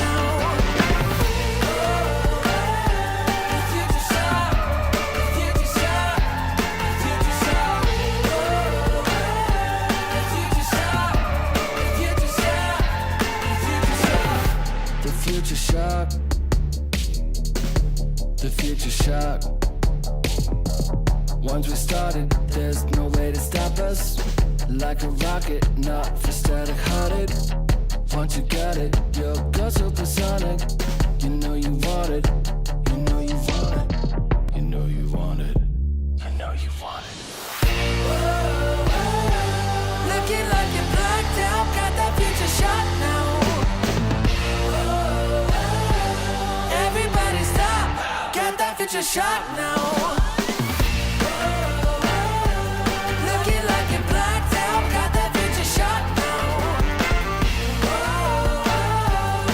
Everybody stop, got that future shot now. Future shot, future shot, you know you want it. Future shot, future shot, you know you want it. Everybody stop, got that future shot now.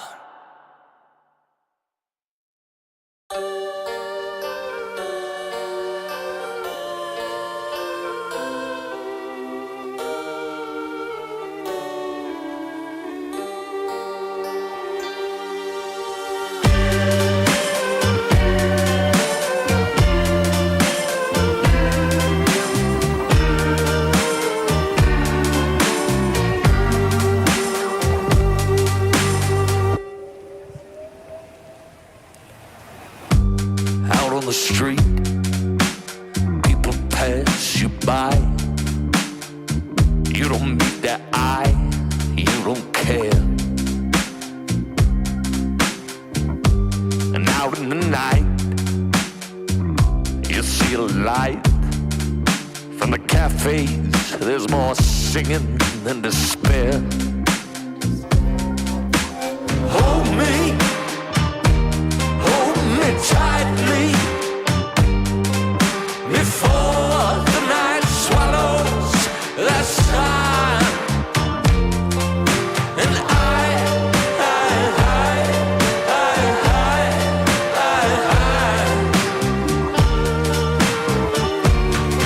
I'm done.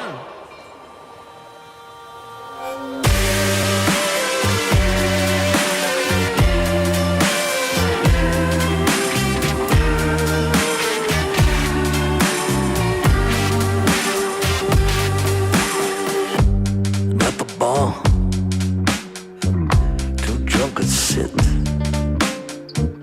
They're talking shit of what's been before. And the dancing girls, they twist and twirl.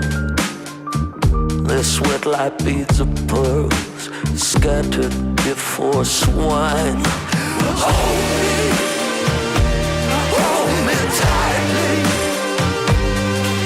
before the night swallows.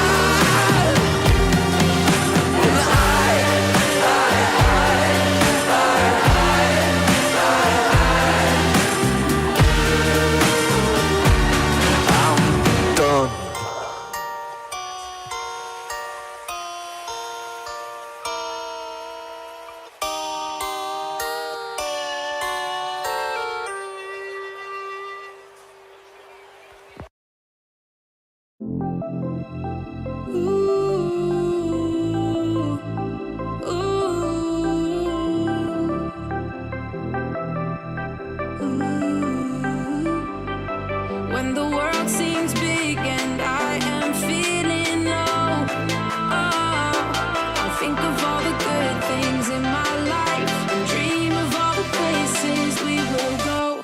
No matter where we end up, we're gonna have a good time.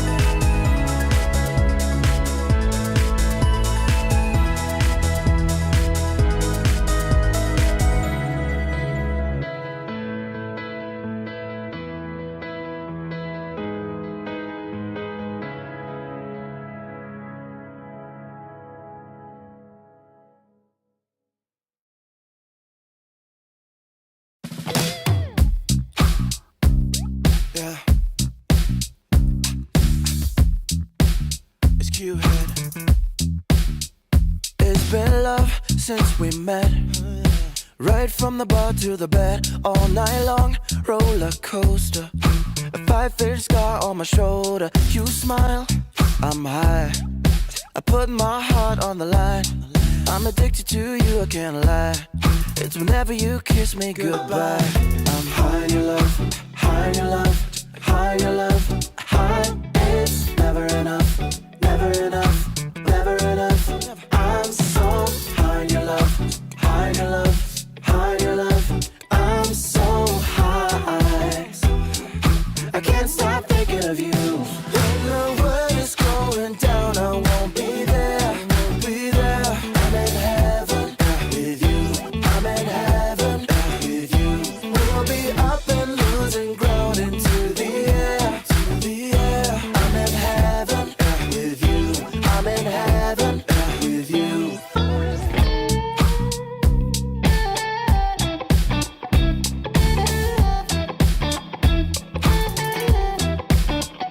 And we faced harder times when sweet words turned into lies. We got caught in our nest, yeah. I put our love on a rest. Hit the brake, I turn over. And never ever say that you know her. Got a flame to fuel every night. Keep her safe and hold her tight. High in your love, high in your love, high in your love, high. It's never enough, never enough, never enough. I'm so high in your love, high in your love, high in your love. I'm so high, I can't stop thinking of you. When the world is going down, I won't be there, I won't be there. I'm in heaven with you, I'm in heaven with you. We'll be up and losing ground into the air, to the air. I'm in heaven with you, I'm in heaven with you.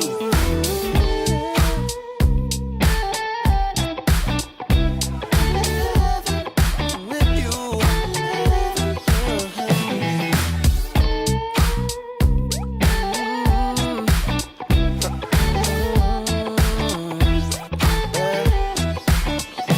When the world is going down, I won't be there.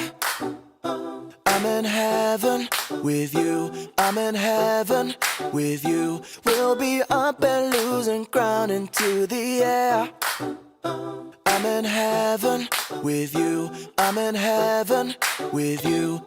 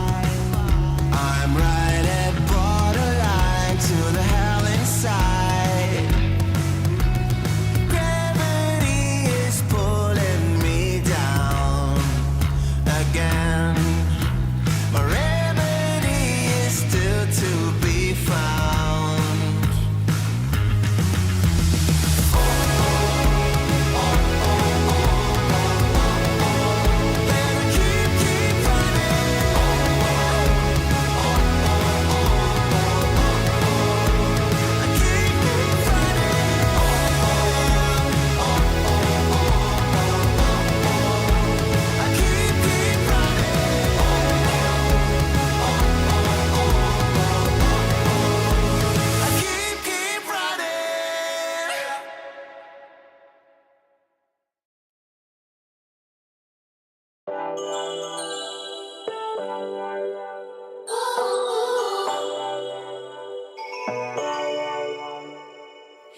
me up, dark brown with Marty McFly. The future's back, DeLorean style. This is my time. Got my Ray-Bans on, my acid wash jeans. Pull pedal to the metal, flashback to the beat. Step into my time machine. On a rooftop in electric Times Square, with the wind in my face and a scrunchie in my hair. Pulled out my rolling D50. Gonna bring back the vibe, moonwalk back to 85. Yeah, you know I got my A-team, Hennessy pop loop drum machine. This is my 80s fluorescent pink dream. Yeah, you know I got my A-team, Hennessy pop loop drum machine. Better believe, still want my MTV. Better believe. Oh, yeah. Hit me up, dark brown with Marty McFly. The future's back, DeLorean style. This is my time. Got my Ray-Bans on, my acid wash jeans. Pull pedal to the metal, flashback to the beat. Step into my time machine. Through the vortex, crank up the reverb. Back from the future, haven't you heard? 85 is where it's at. Let's revive the whole world. Let's revive the whole world. Hey, y'all ready? You ain't seen nothing yet. Yeah, hop in my DeLorean, get ready, get set. Where I'm taking you now is on my own road. I pick my own path, bringing 80s recode. Put my hand on the throttle, best to buckle up. Rev up the gigawatts, hang on to your butts. I'm just a 90s kid. I just need a time machine to fly away. Hit me up, top brown with Marty McFly. The future's back, DeLorean style. This is my time. Got my Ray-Bans on, my acid wash jeans. Pull metal to the pedal, flashback to the beat. Step into my time machine. Through the vortex, crank up the reverb. Back from the future, haven't you heard? 85 is where it's at. Let's revive the whole world. Let's revive the whole world.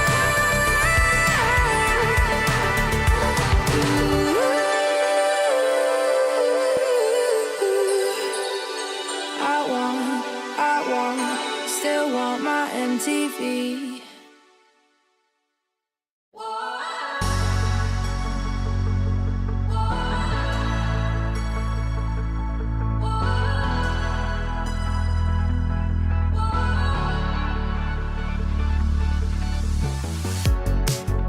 The city lights a neon aglow.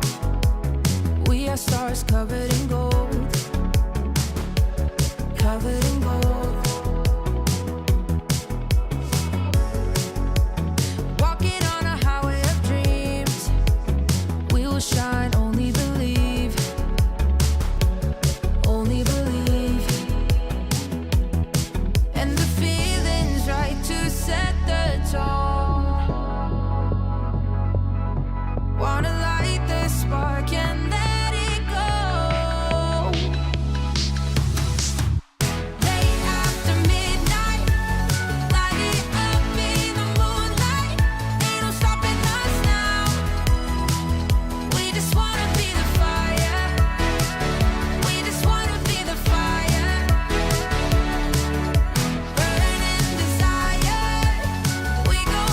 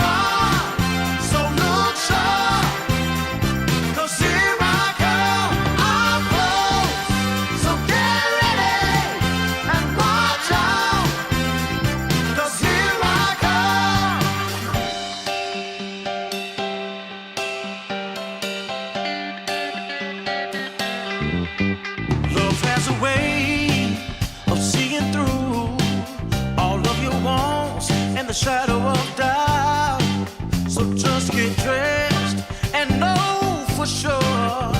I'm on my way to take you out, and I know where you are. So look sharp, 'cause here I come. I'm close, so get ready and watch out, 'cause here I come.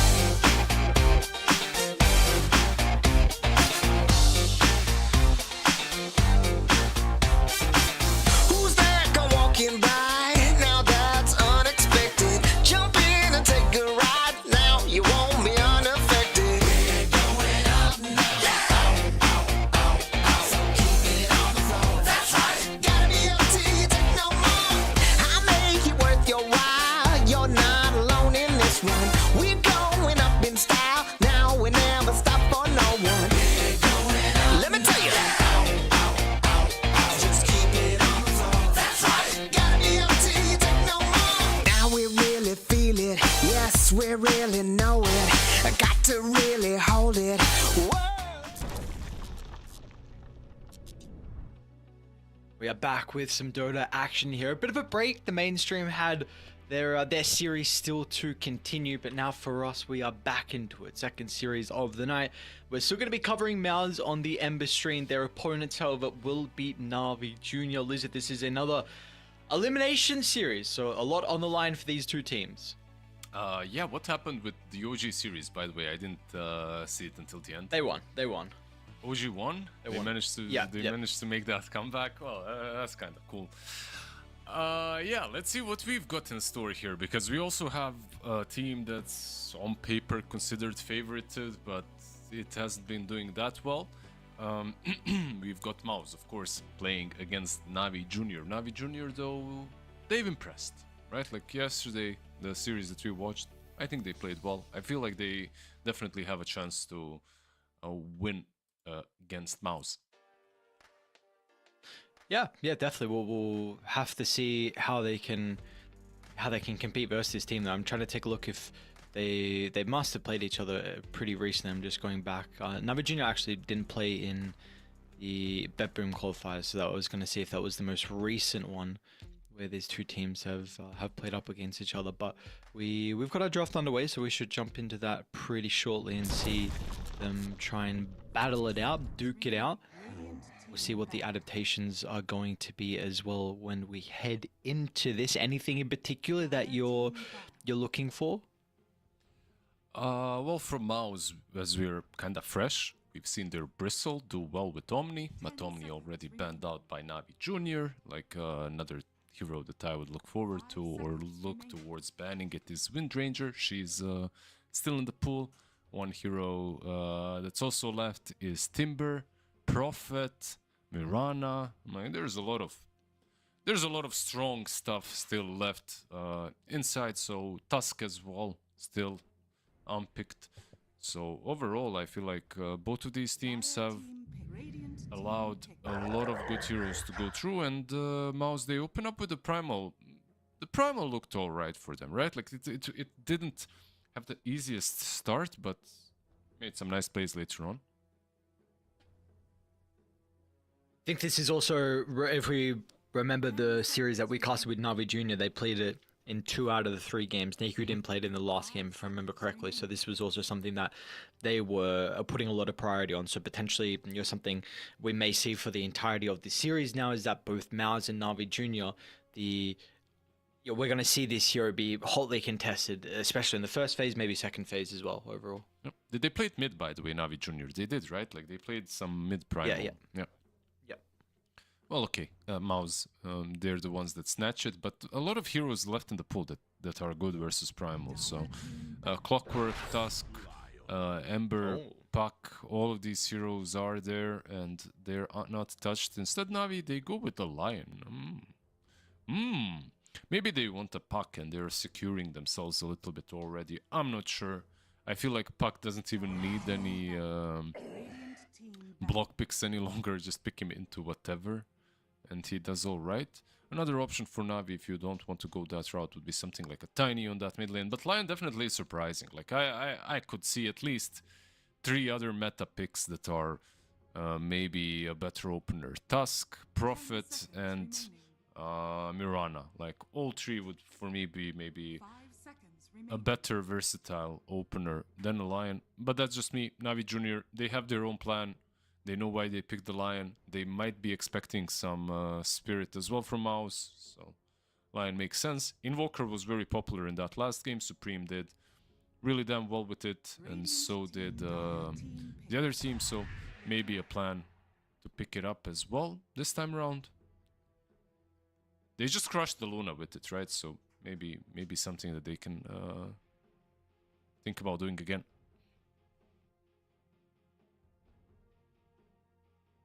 10 seconds remaining. 5 seconds remaining. Let's see what they go for. Right now, Primal Beast chilling all alone on Mouz's side. And they get the Tusk. So they are the ones that get the Tusk. And I'm all down for this. Like, they get some good position 4 or 5 Windranger banned, they won't be able to play that. But honestly, even I know it's a bit out there. It isn't really out there. Like a Mirana or SF here would be very solid for that. Position 1 right clicker into the Luna. Another option would be something like a Morphling, but they banned it out, so they can't pick it. Just a lot of these heroes left in the pool that on paper should do fine. Luna, however, I feel like she just outfarms a lot of heroes if she's left alone.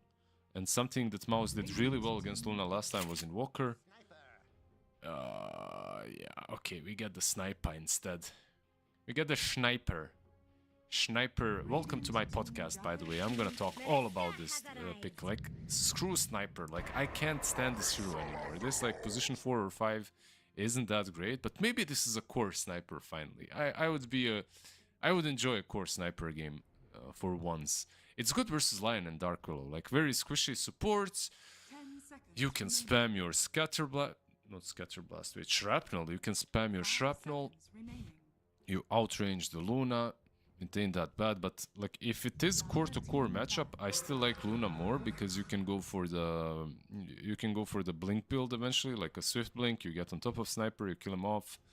But it looks like a core, most likely core Sniper. It still could be Rubik mid. Like, it's a really, really, really, really good Rubik game. Like stealing anything from Underlord is just game winning. Well, not game winning, but it's really strong. Stealing Lucent Beam from Luna actually sounds kinda whatever, but Luna is maxing out Lucent Beam every single game now, and then on Rubik you get bonus amplify damage on that Lucent Beam together with Fate Bolt, like you're zapping heroes down. And I think I have my boy back. Do I have my boy back? Dude, I've absolutely no idea what happened. I don't think my computer is frozen in... That's been a long time since my computer froze. I was so confused what was going on. I was speaking and I was getting no response. I'm like, hey, hello? Yeah, you gotta make sure that the websites you're visiting aren't compromising your PC health. Friend, Reese. come on. Just needs the rats, I think, could get into it. Just needs I a little see, bit of a clean out. Come on. Yeah, So for this sure. is an old boy here. He's got a needs an upgrade. Needs an upgrade. He does. What's going on? Talk me through. I've missed everything. What have I missed? Well, you missed everything, but the chat didn't. Like, chat doesn't want to hear me harp all over sorry, again. chat. Well, who's the core? Who's the carry on Mouz, by the way? Is this Sniper mid Gyro safe lane, or is it Rubik mid and Sniper 10 support? seconds remaining. How are they laning? What do you think? Like, I'm like these last 3 picks. 5 Like, seconds on paper, Rubik would be the easiest to play, right? Like, you play Rubik 4, Primal offlane, Sniper 5 with like, or Sniper 4, whatever, with Primal, and then Rubik plus Gyro safe lane. But I wouldn't mind something funkier, like a Rubik mid and Sniper being a support. But I've been calling for a Sniper core for way too long, so I'm supposed to get it now, I think. How are we in the position where Gyrocopter got picked up as well? I feel like this is... I have no idea, yeah. Yeah. Don't know. This here is...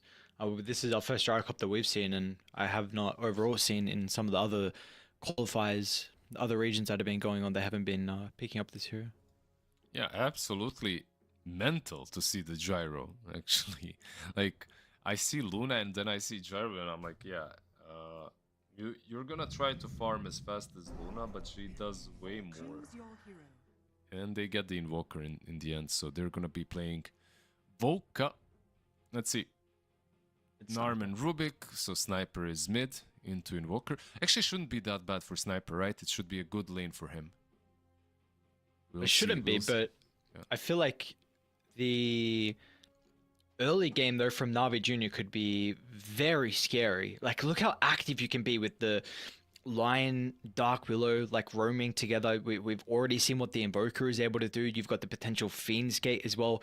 Not even that, it's like even the Luna, I feel like, can also be mentioned because this is a hero, like if they try and gank her, you can bring heroes to protect her and like turn it with Eclipse. So 10 I seconds think I remaining. prefer Navi Junior's lineup. Yeah, I'm not sure. I can see where you're coming from, and for sure value Luna over these other heroes on Mouz, but I think Mouz have cooked something nice as well. Like if Sniper has a really good lane, Primal Beast gets like a Blade Mail early on, Primal Beast can rotate and be super annoying. Gyro can join these fights a bit earlier too.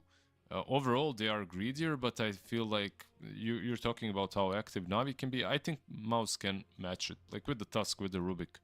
It's possible. It isn't as great, and Underlord will have more auras. Like this is a game in which you don't have to go for anything like an Atos. You don't need that extra catch. You have more than plenty on your side, so you can fully go for something like a Pipe and then Greaves, Crimson, whatever. Yeah, I'm not sure which draft I like a bit more. I really love the Rubik pick. I feel like it can do quite a lot here. But maybe valuing the Luna and Invoker over the cores of Radiant. What specifically with the Rubik do you just feel like the abilities this game for Armand to steal, or even some other things? No, just the abilities. It looks like a solid game for him. Like you steal anything from Underlord, you're feeling good. You steal anything from Lion, you feel good. From Dark Willow, so just Lucent Beam, decent. There's just so many spells that you can steal. But overall, yeah, we'll see how well he does in the lane. That's one place where that can go very badly for Rubik right now. Like he is decent in lane, but not crazy strong. Yep. So Invoker wings are freaking sick. I don't know. I have not seen this before. Is this new? You seen this? I have no idea what this is. Yeah. Let me check. Let me see. They've removed it, right? Where you can't look at the items. You can. Dark Artistry Throwback Cape. So he's a kid. He's got like the kid thing, but he's not a kid. So these are the. Yeah, I don't get it as well. Okay, wait. No man, I did find it. You can do it. Yeah, you can do it over the list of all the players scoreboard. Yeah, I'm not sure. I'm not sure what these wings are. Like even now when I opened it. Yeah, same. It doesn't show. It doesn't show the wings, yeah. Yeah, okay. Anyway. What do we got? Defensive smoke, nothing too crazy. Mounds don't want to leave their half of the map.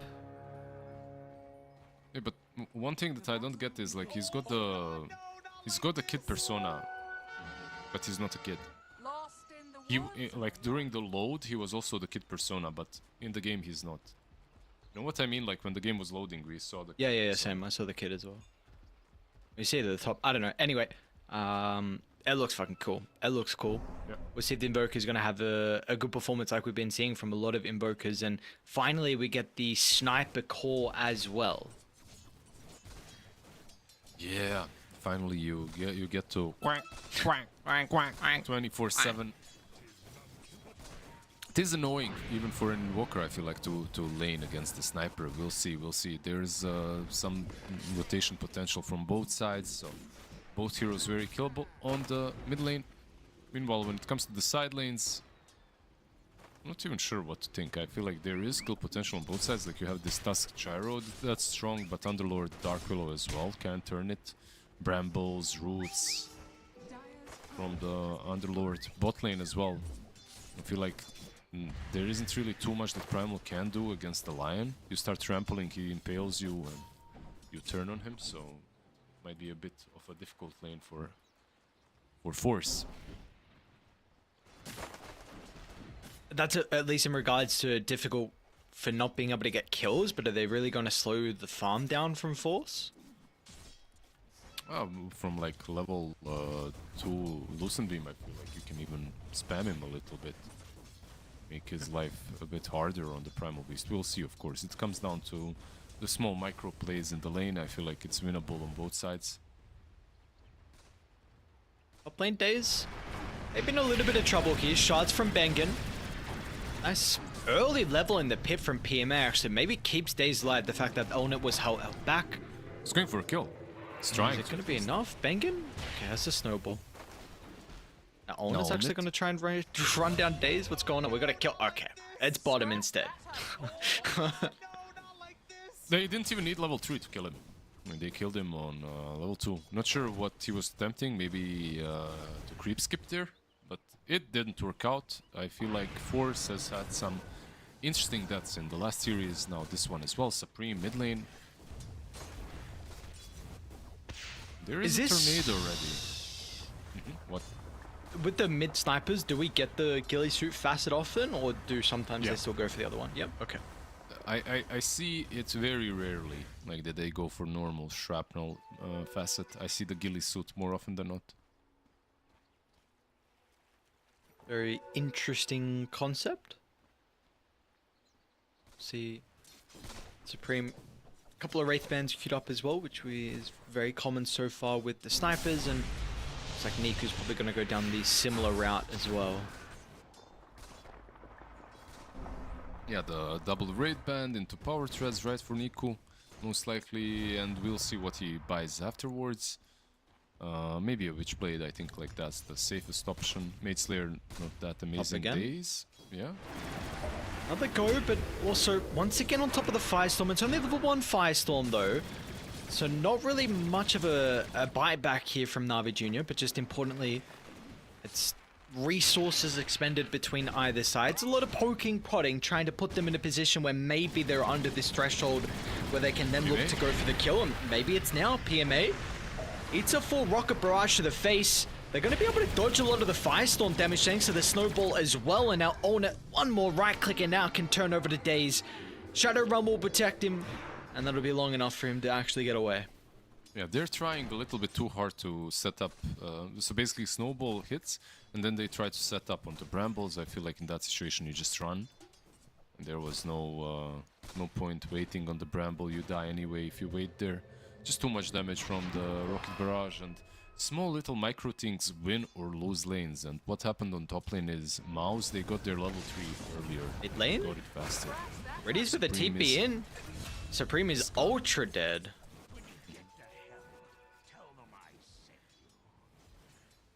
I guess yeah, a little bit started over with the tornado? Yeah, a little bit too far over the river. Dire's structures are fortified.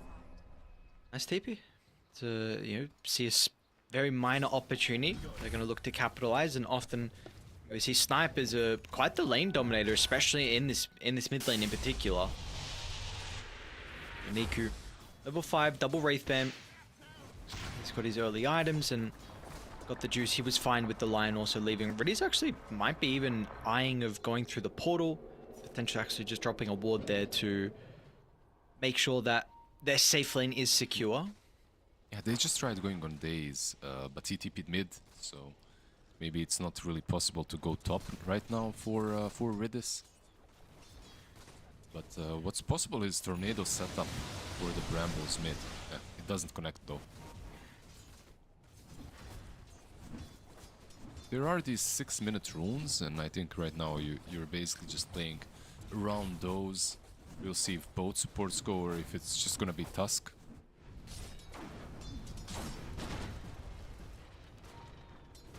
Ben can hang around the mid lane at the moment. Definitely either side have a lot of potential to be able to get these kills on the heroes, and if Niku steps into the river, he's going to be vulnerable.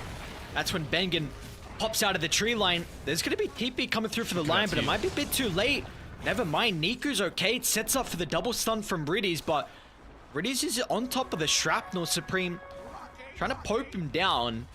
Now we'll run into a regen onto Niku, so Niku is back in fighting shape, ready to go with the cold snap in a couple of seconds. Daze as well flies in. Bramble along with the control from the Lion. That's going to be a kill onto Narman's Rubik, so a lot of pressure being put on the mid lane. Supports from either side forced to come to help out their mid laners. Yeah, I'm surprised they didn't secure the rune first and then went for the kill, but the opportunity presented itself, and yeah, they attempted on the Invoker, but we've harped on this for quite some length already now. Like, Invoker heals too much. Like, you think you got him, but you really don't. Like, 2 Raid Bands and this Cold Snap, and he heals. PMA top. So much damage now with that extra points in the Rocket Barrage. It is going to do a good job to hold him back, but it... On it. Well, actually tanked up with the creep, so looks like PMA is going to be fine. A bottom lane force. Taking temp onto the Primal Beast. Niku a little bit off the mark there. Had the tornado, but feeling like that was not going to be a kill to be had. It was a nice rotation because it's a 7-minute rotation. Like, you know that the support is probably going for the wisdom runes, so you rotate with your mid at that point. Nice idea, but the execution wasn't there. The idea was good, the execution not so much. Is under attack. I just took a look at the net worth in the losses. Niku's really struggling at the moment. And bottom net worth 4. I mean, compared to the sniper, not as much. I know Luna's really far up, but not a lot of loss hits for Niku at the moment. It's the sniper effect. He's got 12 denies. He makes your life much harder when it comes to last hitting. But also Invoker is a hero that just rotates constantly now anyways. So. Speaking of rotations, Reddy's got the juice actually coming through the rift. Got the juice. Eclipse at the ready, and we were speaking about, you know, Navi Jr. got the Lion along with the Dark Willow, potentially the Invoker to be making plays on the side lanes, but, you know, got the juice and Eclipse early on, and now mid lane as well. Niku is going to be the first point of contact, finding Supreme. Are they going to be able to get the finishing blow to the sniper? They really want this hero. I mean, meanwhile, the right side too, Daze, well, he'll be able to secure the kill, but you don't get that prime target in Supreme, who will turn with the Assassinate. Have they still got damage in the tank? Force's got the Pulverize ready to go. They're even going to TP and own it to the outpost. And own it with that extra little bit of damage required will find a double kill in the end. So a very, like, greedy play. If that works out, that's great. Maybe you get these stacks at the outpost, but if it doesn't, you are stuck in Dire's territory, and they will be able to bring the forces to defend. Yeah, but that was a good play. It's just the I mean, the idea, once again, pretty good. Execution, pretty bad. Like, they go through, and instead of going on Sniper with all their forces, Invoker is trying to solo the Sniper. Meanwhile, Underlord is going for Rubik. And yeah, Rubik dies, but Sniper lives, and your mid laner dies because of that. So, yeah, just not prioritizing the proper targets properly. That's a lot of words right there. But in any case, yeah, unfortunate for Niku, because he's making all these right movements, but they're leaving him very underfarmed.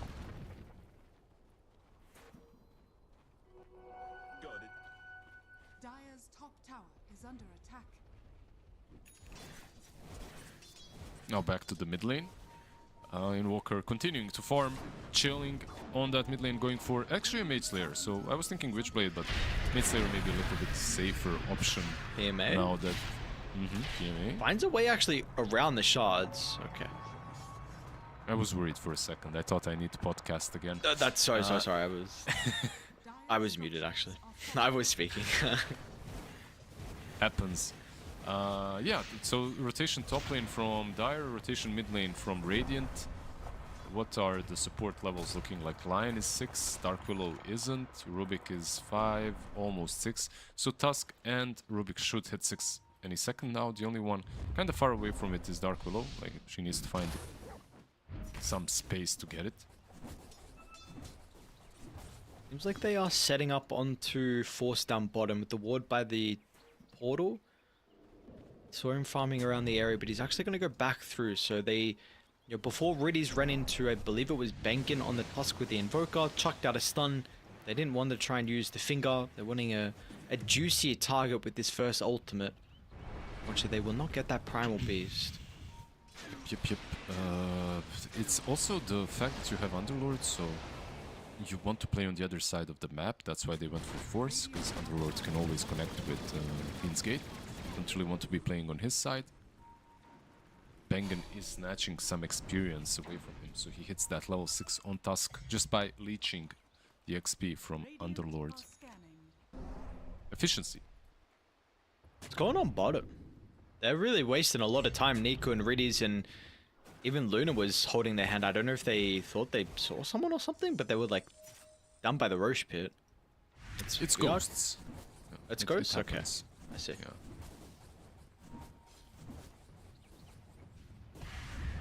Definitely questions on how the Invoker is going to be able to enter the mid game, because this is not one of those games we've seen so far where the Invoker has been able to get involved in a lot of kills. Sniper, mid.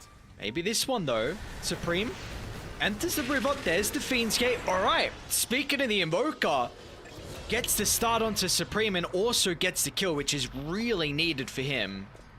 Yeah. One really nice thing that Invoker has in his skill set is long distance initiation and the purge. Dispel that is, so he just starts off with Tornado, dispels the Arcane Rune away from Sniper, and then they just finish him off easily afterwards. Daze wasn't even close, but he had enough time to close that distance and use his Bramble Maze.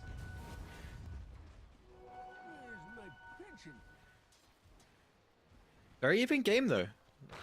Very even indeed. Alternate top net worth, crystals completed. Bottom we got some, both kind of supports are setting up. Rubik playing around with Force, Daze Middle tower is under also playing with PMA.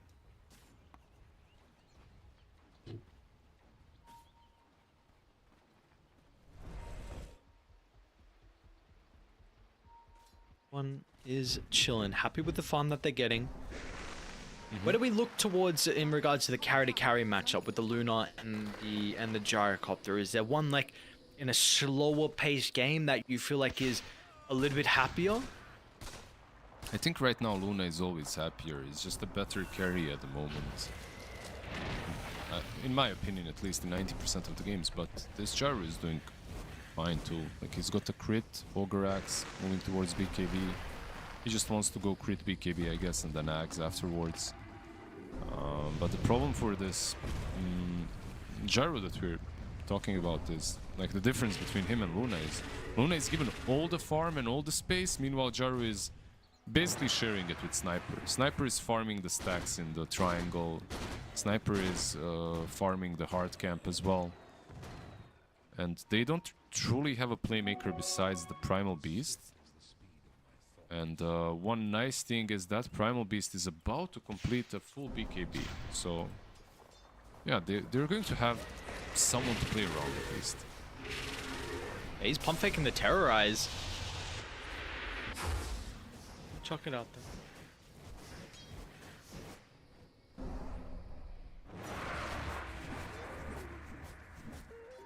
Oh, we'll see. We'll see when they get to that stage when they're feeling content to make the plays. Top lane onto Naaman. A little bit awkward though. This is your Luna trying to set up onto a Rubik and got the juice now, has to go to the tower. Eclipse are going to be stolen from Naaman and they blow up Got the Juice. This Luna evaporates with the health pool now. Ornet's going to be here. The damage that they were missing now onto some of the supports. Ornet should be able to provide. It's a good disruption over the Tornado. It's not enough though to keep the Dark Willow alive. So nonetheless, Mouz will be able to find two very, very awkward. With the Luna starting for the Fiend's Gate, you instead of the, honestly, all three other heroes.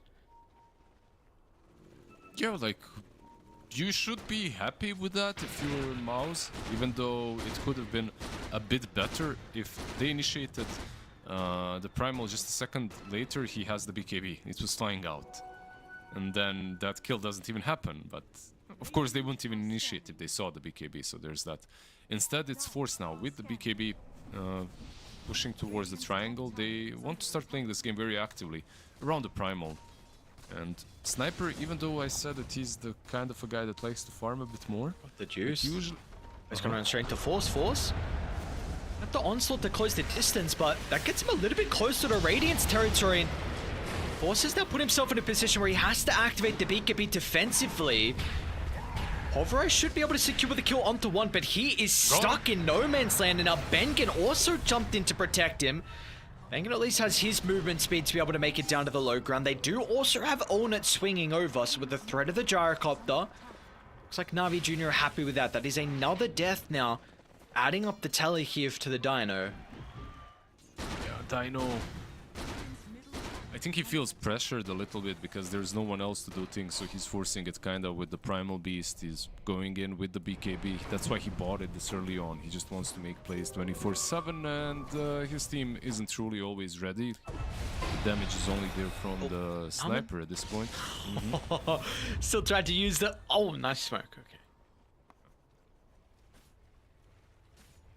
Very close. That Eclipse second round of it. Almost was able to get a kill there for Naaman. Unfortunately, not going to be enough though. Yeah, smokes saving lives. especially versus Sniper and Zeus. Always have one.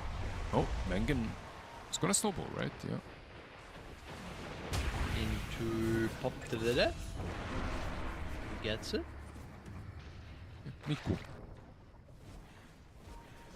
Link as well is now completed for Riddies importantly, so see you have a little bit easier of a time to be able to get these setups onto the side lanes or even inside some of the team fights as well.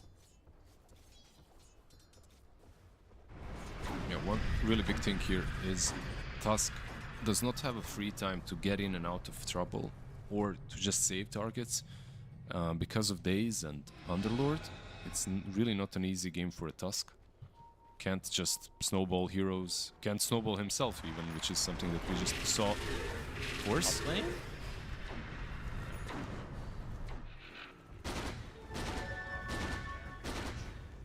So you were saying?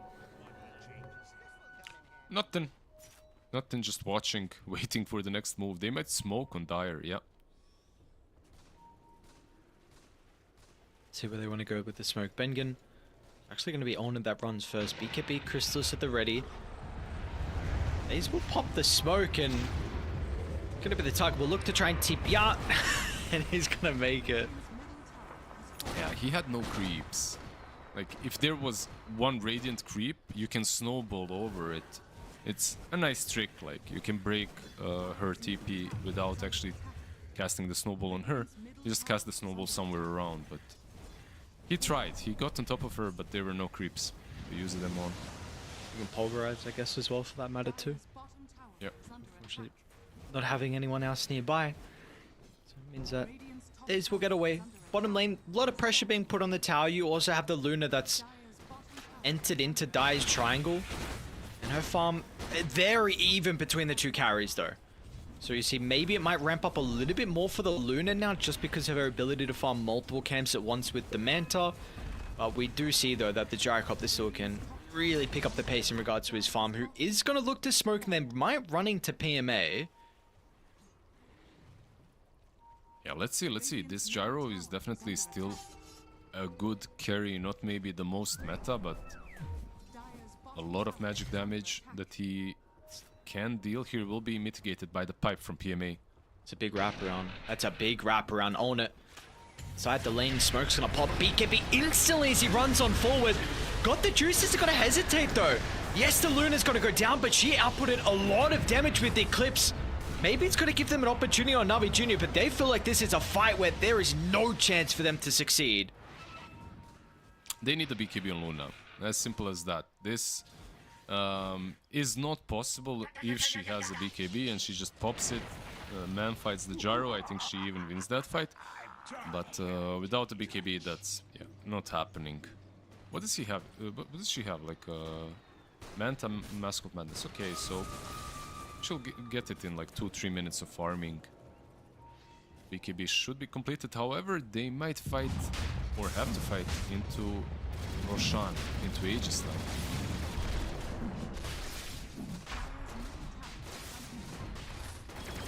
Straight into the pit. How's Sniper looking, by the way? Supreme, Maelstrom, Dragonlance. Yeah. Does he have a shard? Yes, he does. And what else is flying out? Nothing. For now, nothing else. For now, though, but we'll see what his next item is going to be. They're going to give the Aegis actually over to Owner. So Supreme feeling like he, with the grenade and Grobo, definitely got a bit lucky there. So his positioning is going to be okay, and it's going to be Owner that is the one leading in. Who's going to be kind of tanky with the Scepter. More health, in fact, over the Underlord at the moment. Who's away from the team, but not required by the looks of it for them to try and deal with a Tormentor. With the Ag Shard, that goes to Daze. So a pretty nice one. Yeah, it's incredibly strong, I would say. I just love it on Cursed Crown. Can change the way the team fights are fought. If you are fighting around some clutch places, extra brambles and that AoE stun feels good. How much? Like 200 gold away from the BKB. as I'm saying it, got the juice, is completing the BKB. Or Niku. You got a glimpse of the Invoker on their territory, and Mouz. Oh, they are ready to be able to punish him. Top tower is under Observer Sentry combo, very important against his Invis heroes. This is, I believe, the first time we're seeing Invoker in this kind of a situation. Like, where he didn't really connect on a lot of his rotations, and now he's still trying to move, but nah, you can't. Like, if you don't have map control, this is the most likely outcome. Yeah, the enemy team playing from ahead, which means it's much easier for them to de-ward. Radiant's top tower has fallen. Have the map to play with. You don't have lanes shoved out to be ghost walking and ganking with. Radiant's top And now, I mean, let's see Rubik's ult ghost walk. So this is going to be interesting. Narman, he's going to run into Got the Juice, who has BKB. So we're potentially looking to pulverize here from the Primal Beast.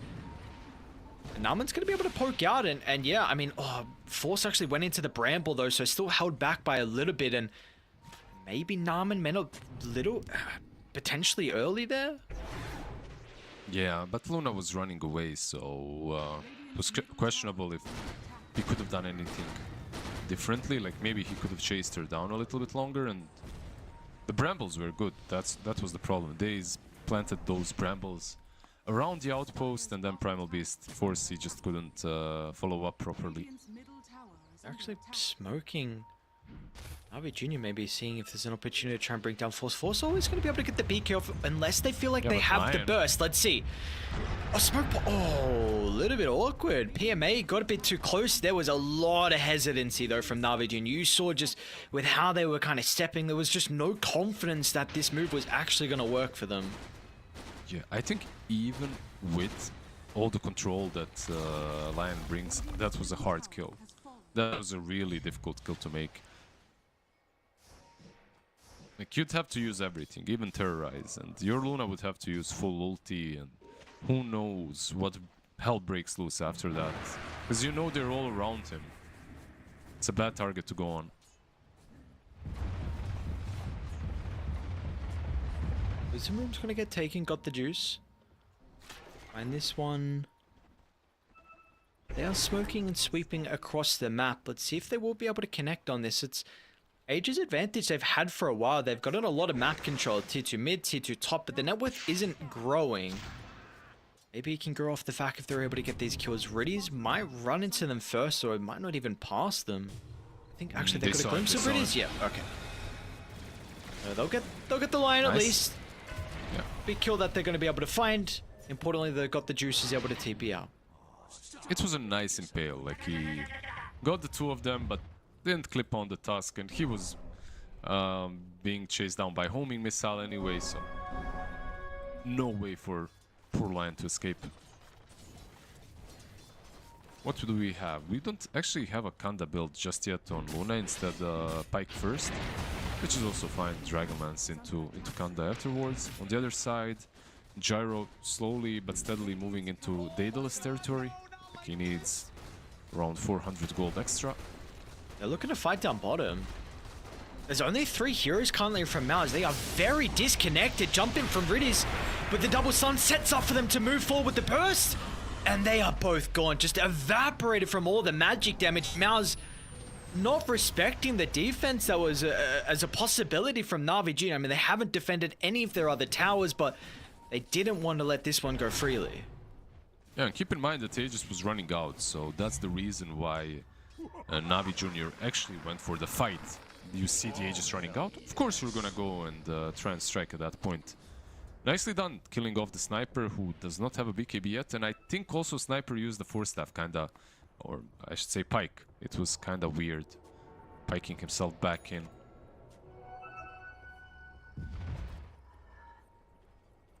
I'm so surprised at the net worth lead not growing from that Aegis. I felt like Mouz were really getting a lot out of it. I mean, out of towers.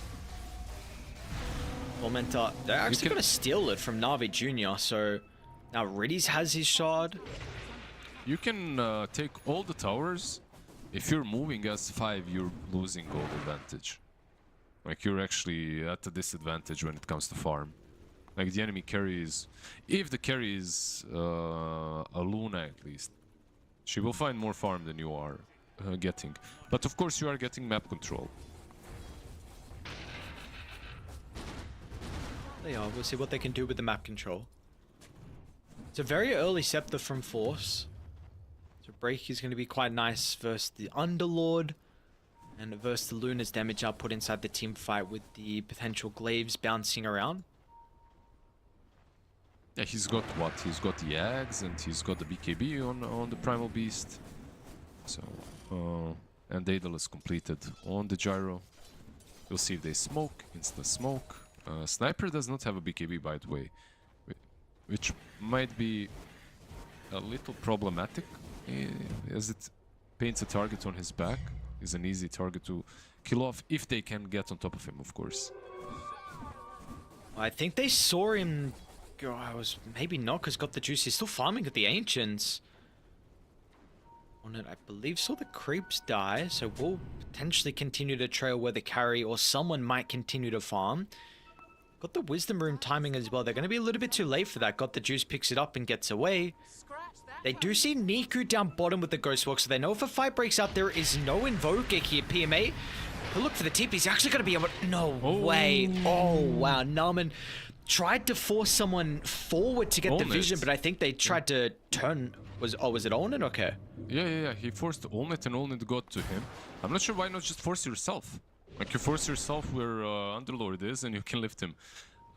Like, very, very fortunate for PMA to get away, but also nicely done with a Pit of Malice. Like, the casting was on point, he was faster, deserved to live this time.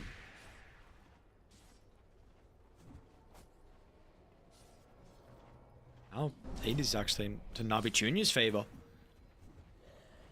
Got the juice, he's getting incredibly huge. Farming up a Storm. And also, it's given a little bit of time for Niku too, who has been bottom net worth out of the cause for quite some time, but he's taken over PMA, very close to usurping Force's net worth, but I'm actually trying to poke the high ground a bit, of maybe trying to force some reactions.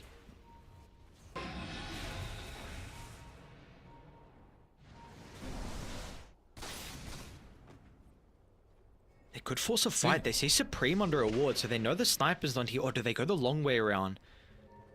He's a hard catch, but look at this. They're going to the twin gate. Oh, wow, I like this. They feel like it's maybe a little bit too slow for them to run straight towards a sniper, so they could intercept him, and it's the minute mark as well, so he might stick around for this next spawn of the neutrals. They're not going to go through, though. Yeah. I think their plan was to wait for him, because it's daytime, and he might go to secure Rosh with his teammates, but... Now they see him still under the ward. He's so close to that BKB. It's always like this, isn't it? You need 100 It's much gold. closer to the tower. That's it, they're probably going to have the burst damage. The TPs will come out. Yeah, they'll blow him up. Will there be a fight that happens afterwards? One TP's going to get cancelled. And yeah, you're 100% right. Doesn't matter at all of him getting back towards the T2 tower. So Roshan is now up if they want to go back through the portal and take it. A lot of damage on Rubik, by the way. He's got that level 2 finger to work with, so nice little burst together with Arcane Supremacy, 26% spell amp. It's gonna hurt whoever gets this finger. It's not gonna be very pleasant. But yeah, can they contest Rosh? It seems like they can't. Be too late, even if they go for the attempt. Rosh is down. They're grouping up like they want to try and force a fight. It's going to be 4v5 and into the ages as well. Given over towards got the juice, so the Luna second lap, but they want to go. Force, he's got the vision, they're all clumped up. Force is going to charge straight on top of great timing. PMA, he's going to be able to jump the pit. And now Chaos breaks out as Ona is going to charge on forward with the flat cannon, trying to run down Niku, but Niku steps in the tree line. Meanwhile, Force is gone. They've been able to address the Dino issue. Now Niku's able to taunt as well. Onit's BKB's on cooldown. Wasn't able to get enough value out of it. They took the fight into the ages without the sniper. And it's not going to pay off in the end. Narman will TP out Bengen. It's going to be the long escape. Nice side step of the Tornado. Will try and TP to force stuff up, and they'll get the vision. Toss TP going to be cut short. Niku with a double. And the fight goes the way of Navi Jr. Yeah, that's super valuable because they don't even lose the Aegis. The only hero they lost was the Lion. Keep in mind that this fight started off as a 4v5, so they willingly initiated without the sniper, thinking sniper can connect fast enough, TP top, move through the twin gate. By the time he did that, your Primal Beast was already gone. He's already dead. And Sniper is probably the only one that can actually dish out some real damage versus BKBs. Gyro, at this point, he can as well, but it wasn't enough, obviously. Double damage on Luna, 3 minutes on that Aegis. Not sure that you can push high ground yet. There are still 2 tier 2s for them to claim, and probably that's the call right now.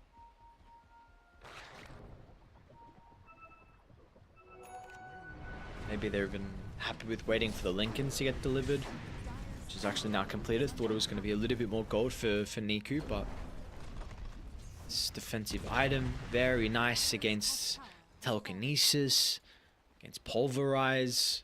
It's a lot you're going to be able to stop here to potentially help out with this high ground siege for God the Juice if that's something he wants to go down. Yeah, it's really cool. Most likely against the Primal Beast and the Lift Right. We'll see. The next couple of fights, or the next fight might be the decisive one.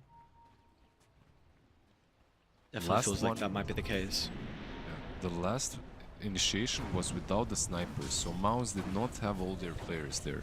It might be a little bit different now when the fight actually becomes 5v5, but I just don't see these big items. They need, what, a Satanic on Omnit? The problem is, I feel like they burst him down. Even with that Satanic, I feel like he gets bursted. Tengen? They got him. Nice hit on Niku. Sunstrike for the vision. See him inside and Freddy just says goodbye. Back? Well, that's... Finn's Gate wasn't too far away. Yeah, they could have literally ran back to, to where it was, but it's okay.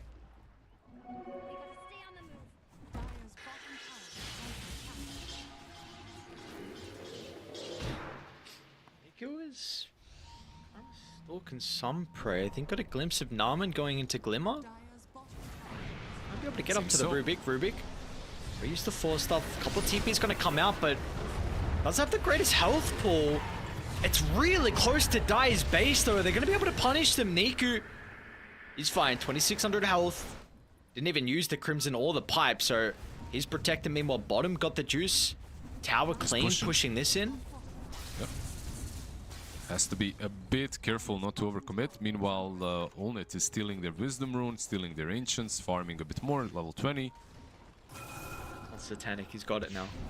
Secret chop, and then he'll come back to try and hold the base. It's going to be 4v5 fight once again, though. Yeah, Luna has Satanic though too. Like God the Juice has got his own, and basically the rule of thumb with the Luna is if you lose the tier 3, you're losing the Raxes as well.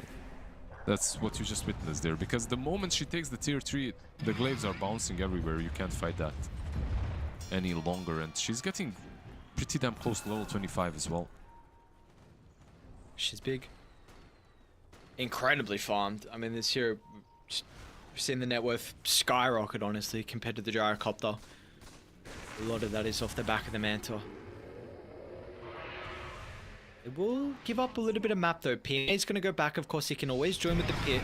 There's a double damage rune that spawns down bottom as well, so we'll see if they actually give this to Luna to maybe enable another high ground siege. It will be without the Aegis, though, that is about to tick out.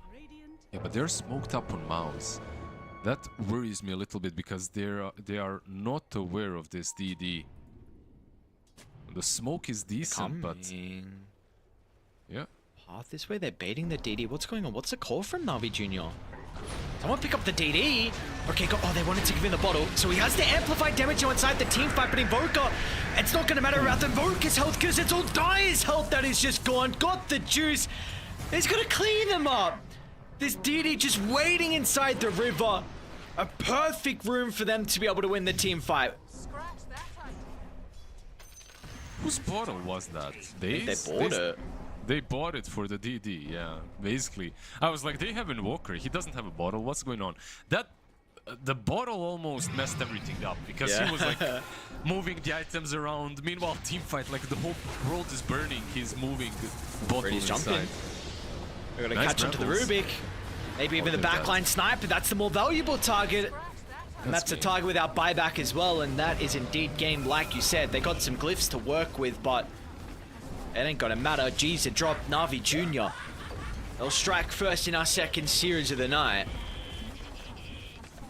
Yeah, Mouz, so far they haven't been strangers to a full stretch when it comes to these series. Like, they've played multiple 3-game series. We'll see if they manage to get back into this one. Like, they do have a lot of very interesting drafts where they can pick something nasty like Omni and Bristleback, so maybe I expect something like that from Mouz. But what I want to see from Mouz is a hero that's a bit more active from the mid lane.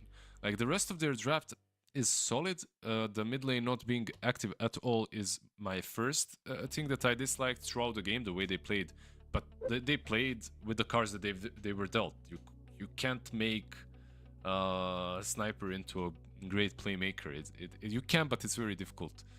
And another thing is, it blows my mind still that people are going for like a carry such as Gyro when just pick a broken carry before. I know this sounds too simple, but okay, you at some point they didn't have too many options, but Wind Ranger, Mirana, I find these heroes, SF even, I find them a bit easier to execute with than with the Gyro, just because of the power levels of the heroes right now. They feel stronger. The items are better for them. They feel stronger. Also, like, is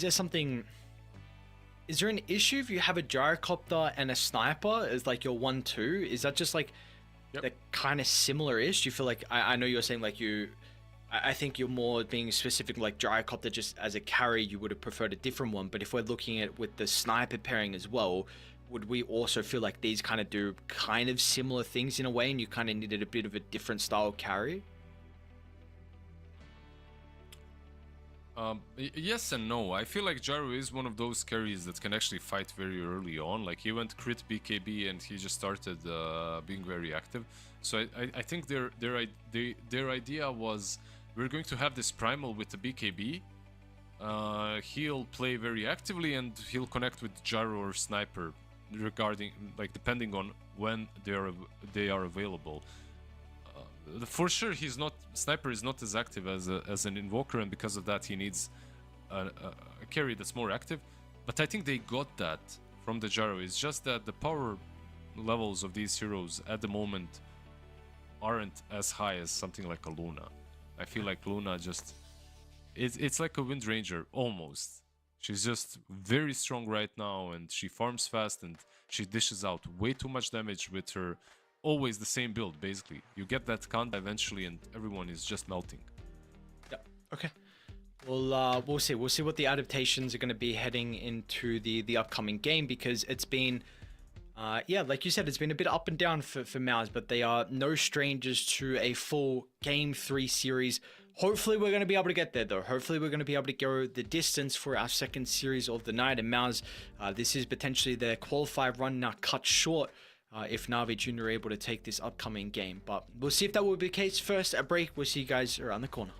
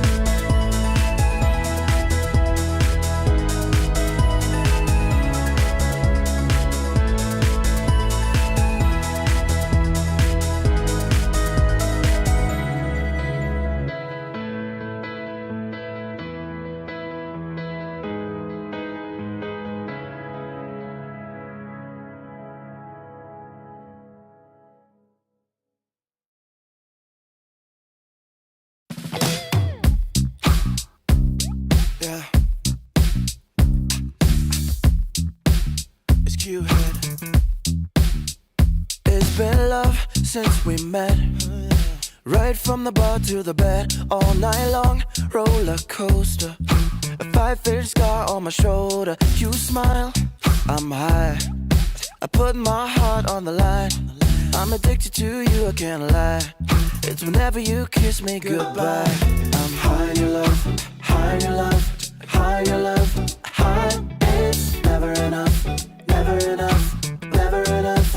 I'm so high in your love, high in your love, high in your love. I'm so high, I can't stop thinking of you. When the world is going down, I won't be there, won't be there. I'm in heaven with you, I'm in heaven with you. We'll be up and losing ground into the air, to the air. I'm in heaven with you, I'm in heaven with you.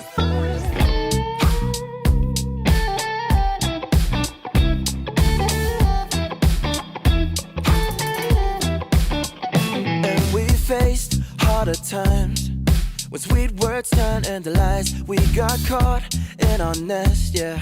I put our love on a rest. Hit the brake, I'll turn over.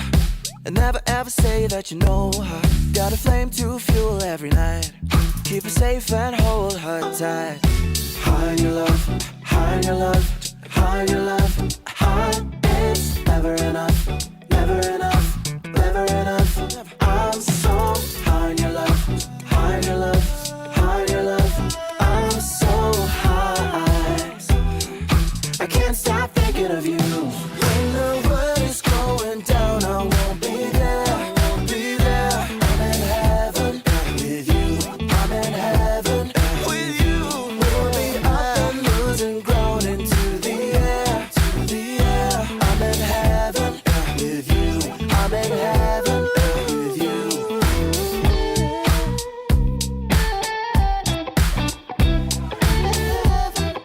With you.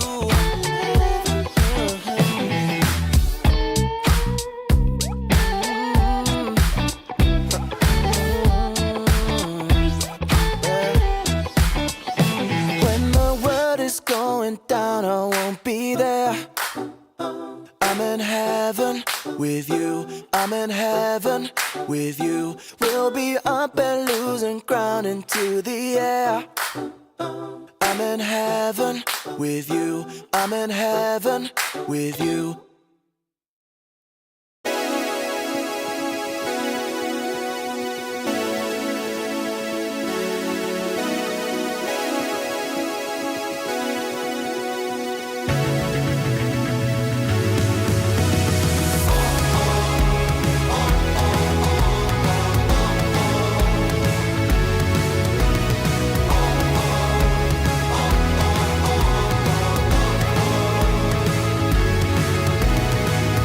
I'm running out of breath with 100 miles. I crawl over shaky ground to escape from life. Gravity is pulling me down again. A remedy is still to be found.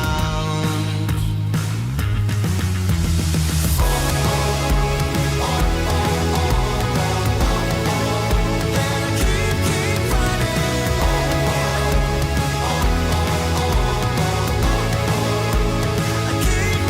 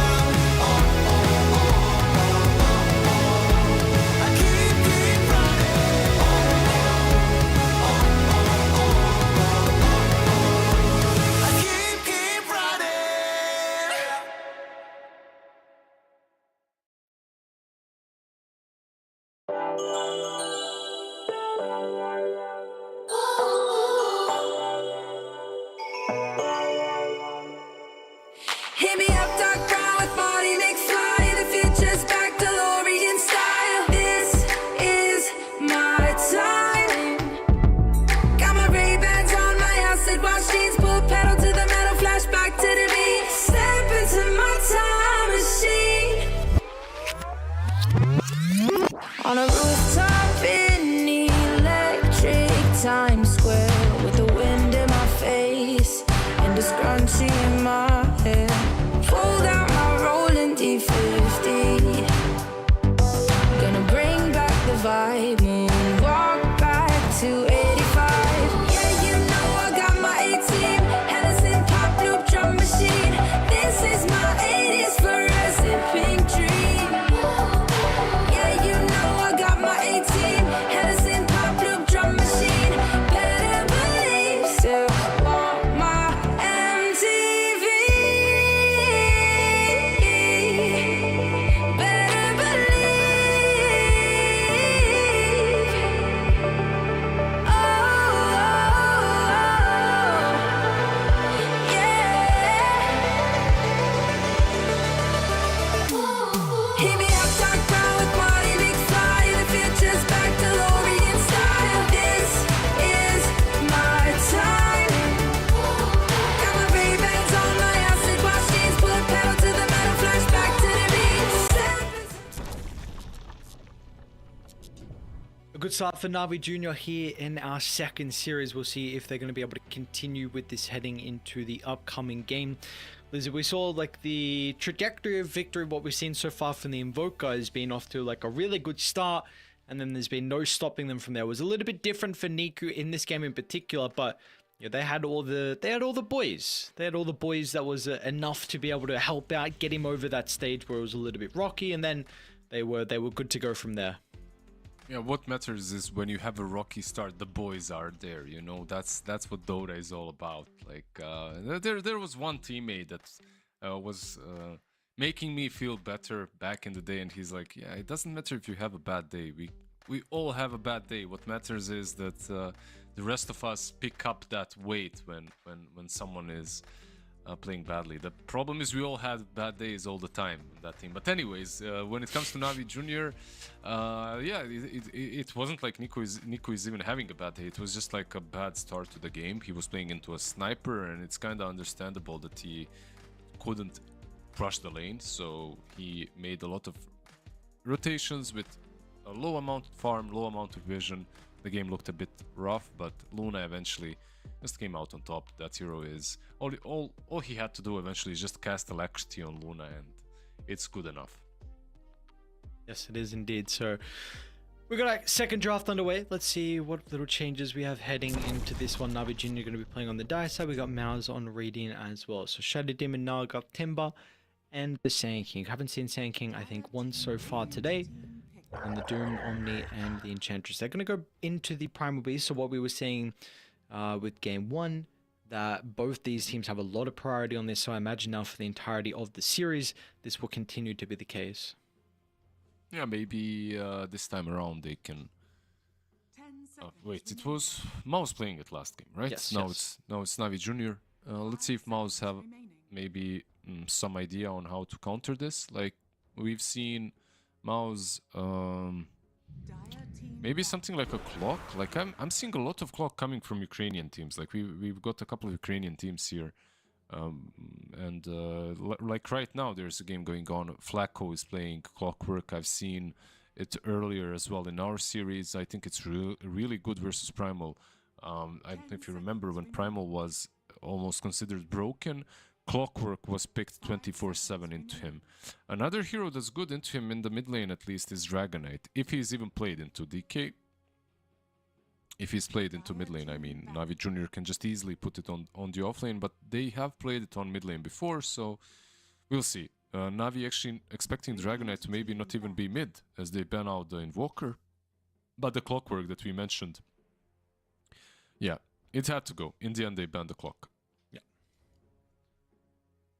So it had to go indeed. Definitely, like you say, I'm also hoping we get a little bit more Clockwork, because that hero has been looking pretty good in some of the games that we have been covering. So, as what else they need to remove? I mean, of course, you're going to have the pick heading in. We've seen a lot of the Witch Doctors, the Rubiks, the Dark Willows, Hoodwink as well. Some of these supports that we've been getting from the Mouz duo. Yeah, I wouldn't mind something like that, like Hoodwink, Dragonite, standard combination of heroes, a long stun together with the ulti. If you lane them together on the off lane, that's also good. Like you get the stun into Bushwhack. Later on, of course, you got the stun into Hoodwink's Sharpshooter. Just overall, not too bad.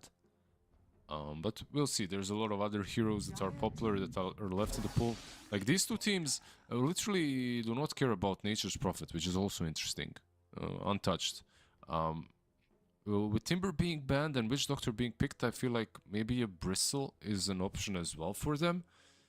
Maybe a little bit too strengthy out of their cores, but I still think it's playable and actually strong. Witch Doctor into Primal Beast as well. Maledict feels good into the big boy. And let's see what Navi Jr. go for.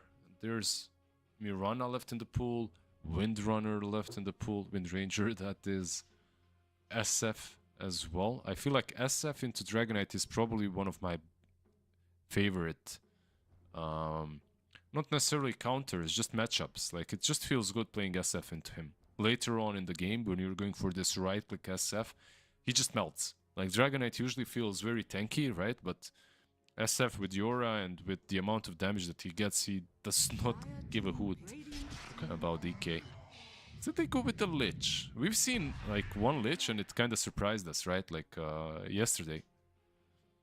I don't remember if it was Navi Jr. or Mouz. I believe it was one of these teams though. Yeah. Not sure. So okay, let's see. I'm already looking in. Never mind, Invoker's banned. Okay, so this Luna pick is a little bit interesting to me, considering you have to know that Mouz are a Darkseer team, and you have the 16th, 17th where you still get to show your offlane plus your support. So, I mean, we've seen Darkseer has been a very big counter to the Luna. Like, you're one of the best heroes to get an illusion over. So maybe they feel like they have an answer to the Darkseer. That's why I was kind of looking at the Invoker for some of the rotations. You know, Coswex, the Tornado can be great versus him. But I am a little bit intrigued at them going the Luna route, knowing that this is, your Mouz really like Darkseer. Okay, like I get you, and I agree absolutely. Like Darkseer is solid into her.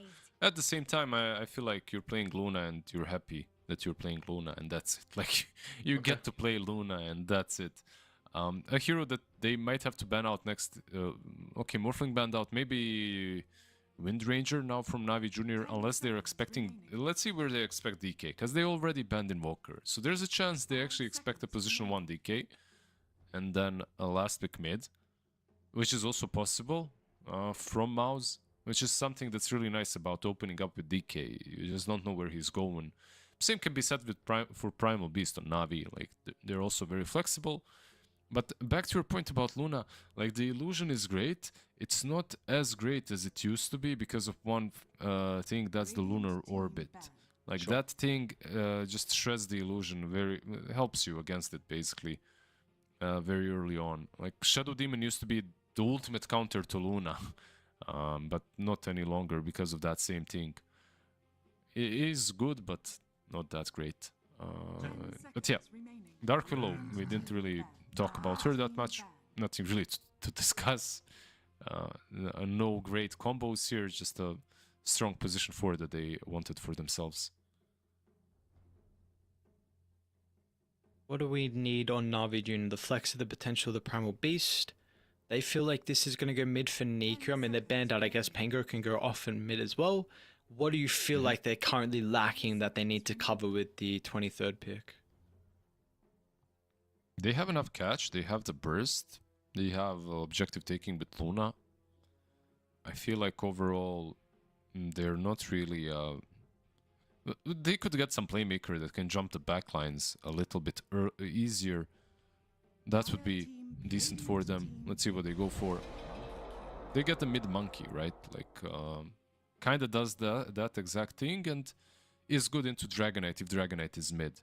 Now Mouz could fake hype the Dragonite, put the Dragonite on the safe lane, and get something that's good versus Monkey mid. If there is anything that really crushes Monkey mid, like a Bat Rider, you get a Bat mid here, and you just crush the game with it. I feel like it's a very solid option. Supreme most likely is a Bat player. I feel like, yeah, if there was a game for it, this could be it.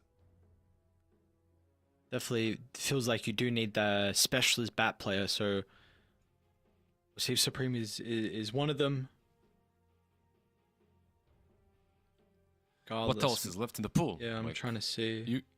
If not for that, like you can go back to your gyro safely and good luck, you know, or something else. Wind Ranger is still left in the pool, by the way. Like you could put her mid as well, like into Monkey, but your draft is a bit slow, but not much slower than Navi's, so it's playable. I feel like you can go Wind Ranger as well. She's strong. Like, yeah, you're playing into Lich's armor, but eventually you don't really care that much.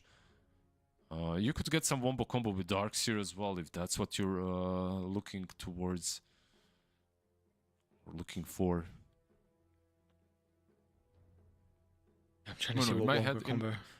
In my head, I'm just seeing Bat, and then for some reason Venomancer. Like this game, I know it's not gonna get picked. I know it's not. I'm having some crazy ideas recently. Don't mind me. Just don't mind me. Let's see. Razor. Actually, okay. This also makes sense. Although I have seen monkeys do all right into Razor mid lane. Like recently, I've seen monkeys not really care too much about the Razor. Later on, you get that boundless strike jump as well, which isn't bad. What? Oh, boundless strike jump. Okay, I thought you said like bomber jump or something. I'm like, bum. Yeah, my English is not getting better day by day. It seems like. No, okay, boundless jump. Okay. Bumble jumble. Bomber jump. So no, Niku doesn't. He doesn't have the bomber jump, but we will see. I think with the Monkey King. Also, I just feel like people with the changes to Simeon Stride, like a lot of mid laners were having to play the monkey, so they were practicing a lot, and I feel like they're just really learning like the little cute mischief plays and to be able to like pop mischief and then quickly tree dance away. Like I've seen that against the Razor, so you can, or like some of these similar heroes, so you can try and avoid some of the damage, and just like you also can just kind of spam boundless strike as well. Like it's not that much mana. I think it's like 90 and your mana pool's okay, so like if you really have a bad lane, you can kind of do that. So I've honestly been kind of impressed by Monkey Kings eking out just like a little bit of farm in lanes where they really shouldn't be getting any. So we'll see how comfortable Niku is on the monkey. Yeah. Haven't really seen him on monkey, right? Just yet. I don't think so in any of our games. This looks like a pretty solid monkey game. The Razor is a problem, but it's a problem for anything. It's just the nature of the hero. And Mouz, they've put themselves in this, how to put it, like their draft is very dull, if that makes sense. Like, just dull. Like you have the Sand Shell and these big cores and you're running in and that's it. On the other side you have a lot of burst potential, a lot of outplay potential. It's like you need to buy a blink on someone to be able to initiate on Radiant. So on it, we'll see. Right now when I click on him, he's queuing up armlets, so he's not doing anything like Blink Orchid or something similar. He just wants to tank up, be the true position 1. And with Razor mid, I feel like it's not a bad option, it's just that they might be stuck in the mid game. They're chilling. Are they? 30 seconds. Well, for now they are. Both sides of 4-1 split. I'm trying to see who this favors actually if a fight breaks out. They feel like Mouz, it'll favor them. Yeah, but the ward, there's a dire ward. If this smoke runs out, Still has a little bit of time. What an angle for them to be able to have a backstab maneuver. Riddies is going to see the tusk pop out from behind, and oh, what do you do now? Shards connected onto it. What a perfect location. The bounce of the cask as well. That is such a crafty smoke from Mouz, and everything you need to be able to strike back straight away. And that's a huge combo at the start. Like, you just lost game 1. You want to build so much momentum, and you make a play like that. Yeah, and the 2 cores that get those kills, like them getting the kills is massive. Like, it's for a Darkseer to get a kill that early on is really massive. Like, it completely changes the way he plays the lane. Suddenly you don't really have to worry about all the economy around your mana. You can just spam it out because you know you're gonna have a Ring of Basilisk instantly, or maybe a magic wand, whatever you're going for. And of course Razor is already supposed to dominate the lane. Now he starts with the first blood and an assist. This is going to be much easier for him than expected. Interesting that they decided to start with a tri-lane for a little bit of time. I don't know if this was maybe because of what happened with the kill, because Riddies had to TP back in, but it meant that PMA got a full wave of experience by himself down bottom, and Bengen is going to go down. So honestly, potentially the fact that PMA got that level 2, maybe I'm making something off. Maybe they would have still been 2 already by now. I agree with you, my friend. No matter Okay, what you thank say, it's right. Like, maybe that was the case, maybe not. Mid lane Supreme always giving Goose over, but got close enough to the tower. Yeah, Niku actually winning the lasted battle right now. I guess Razor becomes nasty on level 3, which is right now, as he's able to suck out some more damage. Top lane, Armin. Where you... friend, that is not your base. You can't park there, Narman. He TP'd? What? You can't park there. If he at least tried to Ice Shard block himself mid lane, Lich TPing in, Supreme. Actually, Supreme! What are you doing? You were the chosen one. You're supposed to win this lane. Get us to game 3. Oh. Wait, I'm so confused. What was the TP top? What just happened mid?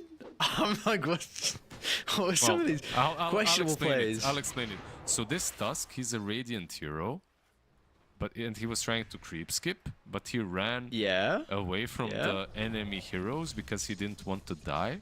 Okay. But he didn't run to his base. He was running to the enemy base. I see. Yeah.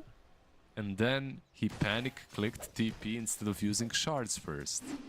And now he's not securing the Lotus, but it's okay because Darkseer is doing it. It's all good. That was quite the panic, though. It's a good word. It's good use of that. I agree. It was a bit panicky. It happens. It's okay. No stress.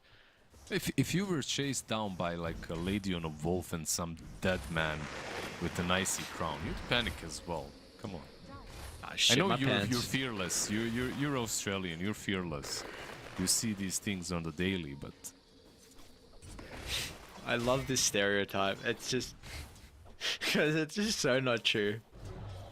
Maybe again, like maybe other states are a bit different, but it's just so not true. Niku is making his first rotation down to bottom, and he's coming quick as well. Riddies as well. So they really want to try and slow down on it. Gonna be cautious about the cast, but Bengen hasn't used it just yet, and it's gonna be a double kill. Great movement. Niku not gonna tick out to the Maledict. This is everything you need, and this is how the Monkey Kings can really get away sometimes with these bad mid lanes, where they just look to try and rotate to a side lane, get involved, and that's gonna be a full wave that dies under the tower. Yeah, this might be a tower that dies under the tower. It's not even a full wave. This Dragonite will not be there on time. He's level 3, he can TP, but you're not gonna TP into these 3. Meanwhile, got the Juice, like he's not having the best time of his life as well, but he's a Luna. I think he's happier with this than the DK. Rid is back top. Hello, welcome. Might not be the best idea. Probably not. Days. Okay, maybe that's also not the best idea from him, but he does have some TPs. PMA come through. Looks like should be able to get the kill onto Force. They got anything more though? Narman. Okay, he's gonna be okay. They got the most important one, and now maybe Twin Gate back bottom. Yeah, they are doing exactly that, but DK is not killable without extra units. Like just the Dark Willow and PMA, it's not enough, so they can go back to farming. Back to farming they will go. So net worth lead is going to favor Mouz at this stage. But very impressed with some of the movements that we've gotten out of Navi Jr. We'll continue to see if they will make these plays time and time again. I mean, a lot of them, the catalyst is going to be Niku on the Monkey King, and also kind of the levels as well from the supports. We'll see where Daze is able to find his experience and how PMA, how active he wants to be. Power runes up in a couple of seconds. We see the support starting to move over for that. Banking and Daze down to bottom. This top rune, Supreme. They're going to fight over Niku. Nuku's in some danger. Looks to try and activate the ultimate with the bonus armor. Is it really going to matter out in the end? Turns with the Boundless Strike. Niku almost going down the plasma field. It's actually not enough. Niku will live, even though he stole all the damage from the static link. It didn't matter in the end. Yeah, that was kind of nicely done by both sides, but maybe disrespecting the amount of work that Lich is doing there.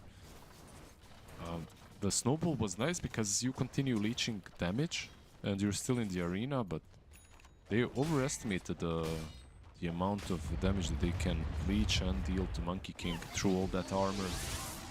It did matter in the end, the armor that you mentioned. Nicely done once again by Navi Jr. And now it's minute 7. Let's see who's gonna get the Wisdom runes. Lich on one side, Tusk most likely on the other.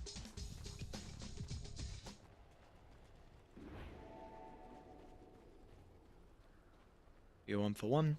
Force is incredibly happy with the start of this game. Top net worth 311. His Darkseid's going to be rushing pipe, and he is going to be the person to keep our eye out for. And how important to the success of Mouz is it if you have like a really good Darkseid game, or do you feel like you would have preferred someone else to be in the net worth that the Darkseid has? No, I think I'd prefer Darkseid to be this fat. Only this hero can completely change the way the game is played, and especially once you get level 7, level 4 Iron Shell, like you can cast it on Tusk, you can bully the Luna even further out of the lane, or you can maybe connect somewhere else. Let's see. They want to go and got the juice. Instant turnaround with the Eclipse. Got the juice. But it's more of a zoning ultimate, but it also does a lot of damage to give them a potential opportunity to chase him down. Nice vacuum. But it ain't gonna matter.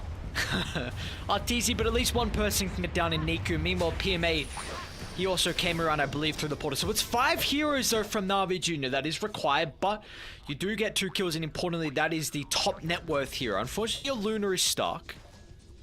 For now. He's got the TP flying out to her. Luckily, it's not on cooldown, so he's just deciding where to TP, actually. TP's to the Mighty Mines, not too far away. Yeah, I actually thought they might have enough damage, but no level 6 on Tusk, not even level 5 on Tusk. So you're making that play with a level 4 Iron Shell, which is great, but you're doing it under a tier 2, and your Tusk doesn't have ulti. If Tusk has ulti, then I think that's doable. Without it, very unlikely. Which is another move that they made on Radiant that got punished. Couple now that moves they've attempted to make across the map and not working out. Force is farming a pretty big stack. It's a lot of it is going down towards a triangle, but they're continuing to try and dump every little gold they can into him. Supreme, potentially the target of Niku and Daze. Maybe without the 6 on Daze, it might be tricky. Actually happy with getting a TP instant response out of Bengen.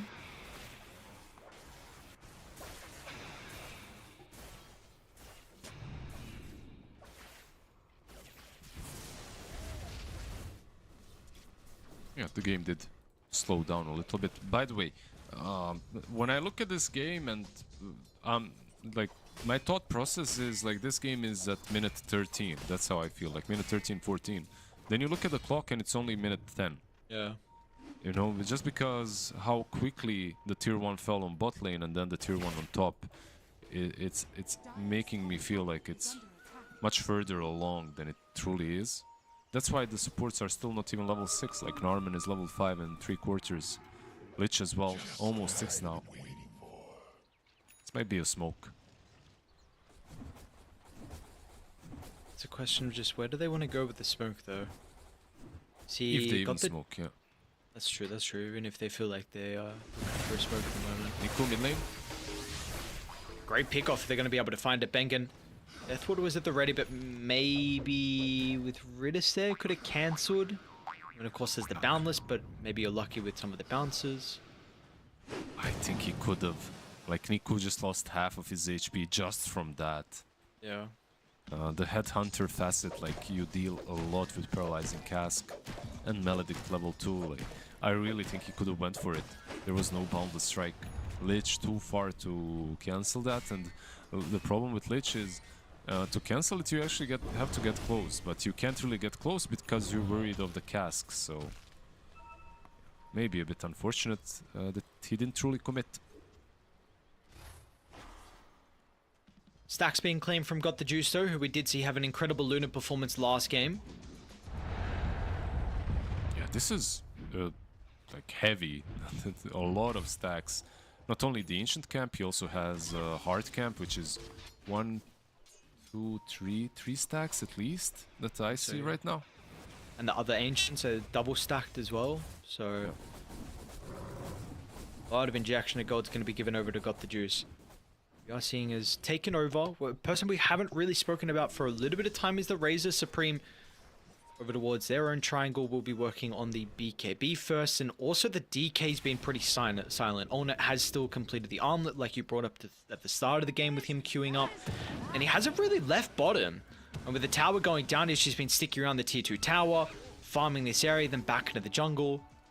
So really, everyone's getting their farm. It's a pretty even game. The only person is the Monkey King, Niku, still without his farming accelerant. Yeah, he's the mid lane monkey, so it's not really the end of the world that he doesn't have that Maelstrom yet.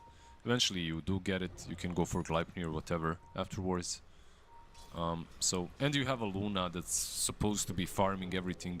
Like, you get the Maelstrom, but then you have nowhere to farm anyway with it. This early on you're supposed to be making moves, and this is the move, right? Like, they smoke up, top towards the Dark Willow, maybe Daze can bait something out. Oh, he's force though. Pipe still yet to be completed. Niku with a jump over the top. Boundless as well during the surge timing, so they're not really going to be able to escape. And they're ready with the Terrorize as well. Perfect timing into the Chain Frost. That is a hell of a combo from NAVI Jr. Yeah, sometimes you feel like one of those spells wasn't even that necessary, but... but it's okay, it looked cool. But it's okay, it looked too good, you know? You just throw everything on them, and there you go, that's your accelerant more or less on Monkey King. He's 1400 gold, 200 away from Mithril Hammer. We'll have the Maelstrom, we'll be able to farm a bit quicker, but then again, it really is on the Luna to be the main farming hero. On the other side, like, how many auras do we have? We're gonna have this pipe on Darks here, which is pretty big. I'm still worried about the... You know, I mentioned how dull their team feels and the draft that is. And you can really feel it here, like, they don't have any plays on the map. Is this where, like... Do you want to blink on DK? Would you like him not having blink because of the type of heroes that they have on their team? It's... Like, if he had the blink, maybe they'd be able to make plays on the map. Then again, like, you look at Navi Jr. and you see that they're all kind of really tanky. And it's scary to jump into a Lich, into a Dark Willow. Like, these kind of heroes love playing on the counter. They love doing these counter plays. So, okay. I'm not sure. Just play without the blink, I guess, and hope for the best. Oh no, he's got a couple of heroes behind him, but Diet, they've got the numbers advantage. He should know. With the Cyclone going off, it signals there's enemies nearby. And PMA wants the Disrupt Force. Pipe's going to be activated. That's a big Nice, combo from bro. Force as well. A lot of illusions that they're going to be able to clean off thanks to the Lunar Orbit. Niku's protected with the Wukongs though, but where are the extra heroes from Mouz? They're going to funnel in late to the fight. They're to the right side, and Supreme, he's going to come towards the end. Like, maybe it's enough. Supreme, they brought some of the heroes low on Navi Jr. Are they going to be able to finish them though is the question. And it's just days they get. 1 for 1. Unbelievable. There were no buybacks, right? No, just 1 for 1 in the end. And you know, this kind of situation makes me glad for the DK, at least that he bought the armlet. Like, without an armlet, he probably just dies there if he went for something like Blink Orchid or whatever. So, yeah, like, cool pipe coming into play as well from the Darkseer. Without that pipe, they just get wiped. So, massive, massive. Nice wall as well. Just a nice team fight overall. Just funny that only 2 supports died. 1 on each side. Maybe they are feeling some strength now to be able to group up. First time we've really seen, I mean, that fight down bottom, they were still kind of split before the fight happened, but now they're actually combined together and brought down the T1 tower mid lane. So maybe it was the items on Force that you were waiting for. See what they're going to be able to do with this extra objective, because this is the advantage that Mouz are playing with now, where Dai is still yet to find this T1 tower mid, so it might give you a little bit easier of a time to enter into the triangle and slow down the Luna's farm, because we do see Bengen currently has an observer ward set up around the outpost area. They'd love to control this area. Yeah, and they have haste. Nice illusion bait. Yep. Haste. No more haste. Baited out. Still has a BKB though, so they have to be careful about fighting this Razor. It's taking a lot of damage though. Can they bait the BKB out? I mean, his haste is almost done, so he needs to get out. Yeah, just a nice attempt by the Razor, but got baited as well by the nice illusion by Luna. That's the Manta, right? Like, of course, Manta, Mask of Madness, going for the BKB on Got the Juice next. What's Monkey King building for us? Maelstrom BKB, so he just wants to be able to stand his ground, fight. Meanwhile, they're in the pit. It's gonna be pretty slow. Dai scan does go red, so they are aware. Looks like maybe they just want the T1 tower, feeling like this is not a location that they're happy with fighting into.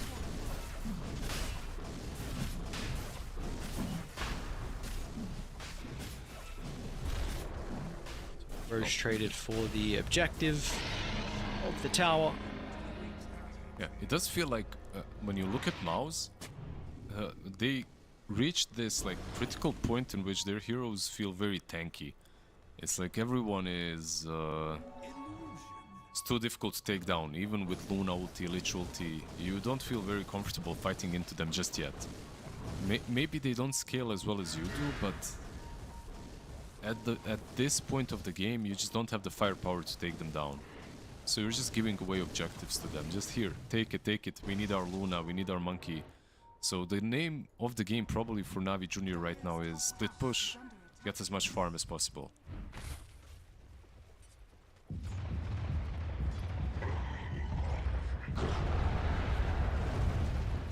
See if they're going to be able to avoid this and continue with the split push, because they are smoking up and ready to go on Mouz.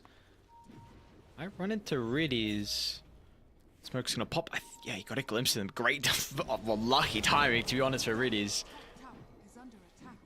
Just Be a kill, there's no D-wall, though. luck. No luck yes. for Master Riddick. Master Lich player with Solar Crest. I swear, man, like, it's the easiest time ever to play a support. Just buy 2 bracers and Solar Crest. No matter what you're playing. This item, it's a crazy item. It's so crazy. It doesn't even matter, like, you can be playing some Rubik or Pudge. If you go 2 bracers, Solar Crest, you're fine. Like, you're doing enough. Can this Got smoke? the juice? They really want this fight? Oh, that Like, eclipse is what? Shot is perfect location, but it's an even better terrorizer team for us again. Like we saw up top, it's gonna happen a second time in a row. Back-to-back fights where Supreme's gonna enter towards the tail end. He'll be fighting inside the Wukong command, and Supreme was going to try and do whatever he can. He's also got the help of Onet nearby. Nice boundless strike's going to be able to cancel Bank and They're wiping Death them. Water. Now they are just running them down. Got the juice. Needs one more right click. That's going to come through from the Dark Willow. What a perfect team fight from Dire. This Change Frost terrorized multiple times now we've seen it. Yeah, I was worried about their firepower, but they have enough when the fights are like this. Basically, the way fights are going is first they fight two, only Tusk and Darks is here. Then they fight one more Witch Doctor. Then the Dragonite and the Razor. It's not really one by one, but almost like that. Meanwhile, Navi Junior, they're moving on the map much better, much more coordinated. So they're able to connect to one another if a fight happens. They just feel more prepared, just more ready for these engagements. Yep. Yeah, I don't know if it's just like a disconnection on Radiant, whether some of them want to fight and some of them don't. Because again, it's 2 times where Supreme has come towards the tail end. And I really wonder how different these fights would have looked if he was there at the very start. Look at Ulnit. Look at that item build, by the way. Yeah. He's queuing He's got up. blink Like at least. it does have a blink flying out, which is really solid. But queuing out and queuing up a nullifier this early on is telling. Like, I cannot kill anyone through the Lich armor, through the Solar Crest. I see. Yes. I need this. I need this. Even the Crimson from Primal, right? Like, these things just add up.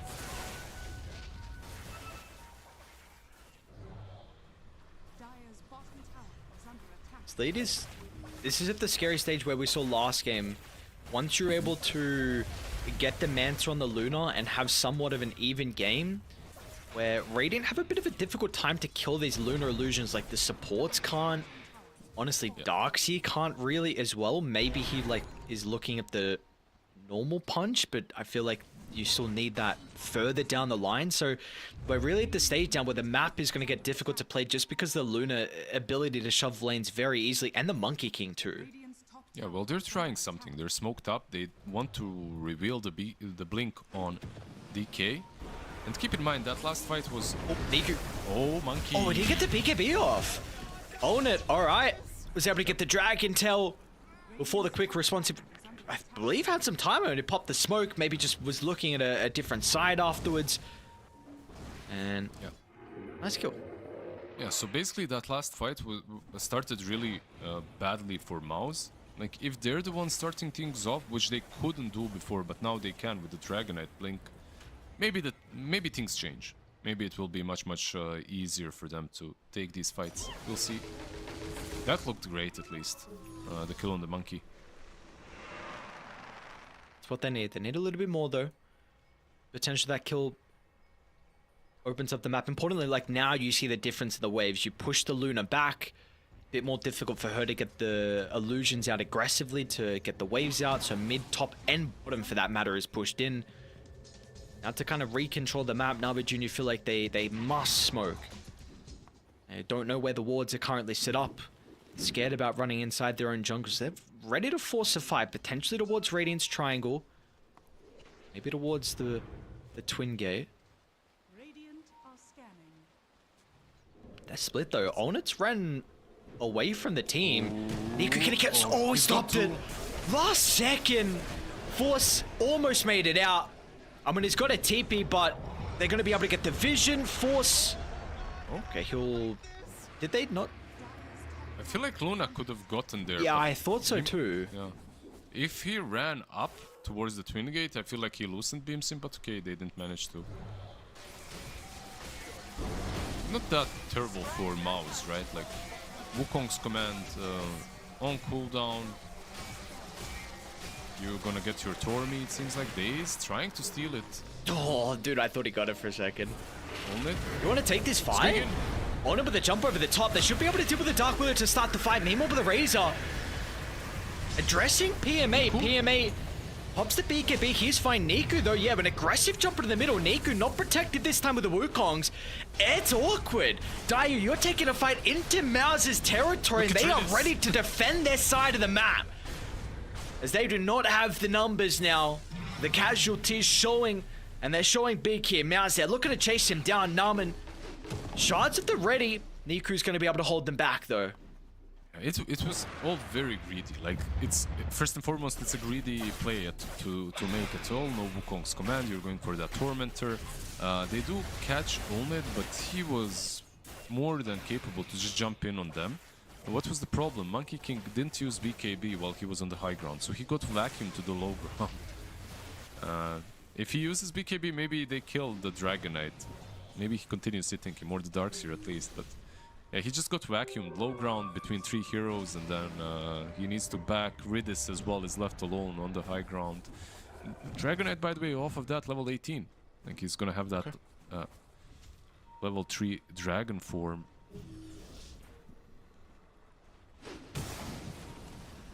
And Force has had a... Sorry, go. No, I just wanted to conclude, like, even though Dragonite is getting bigger, I still find Luna the ultimate win condition in this game. Okay. Let's see. Got the juices, top net worth, and showcasing. These items are getting picked up at a pretty rapid rate. They're gonna walk up high ground, and Radiant, they're not set up. We know what happens when the tower goes. You can maybe glyph to stop it from falling. Fall? Okay. They got the Luna though, at least. Nice Manta dodge. Do you... Do you like them backing? Maybe they have to deal with top, but can you not force the issue now out of Dragon Form Wall on cooldown? I think Luna has a full item flying out, like a pike. I see. She's got the pike, so she TP'd, she got the pike, and now they can fight around this high ground. Are they maybe. forcing it?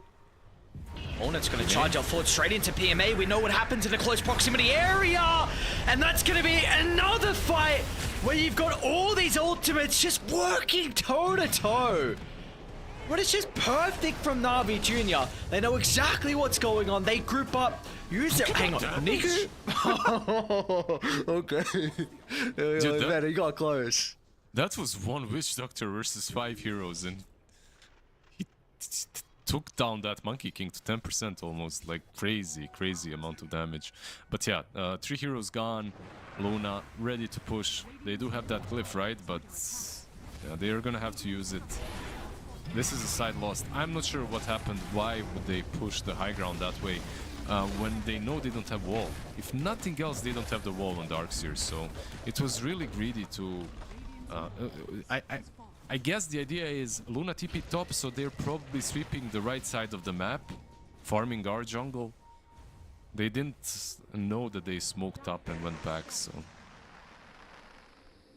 Very nicely done by Navi Jr. Once again, strategically outplaying them. Yeah, their read so far this game has been really on point. Very impressive.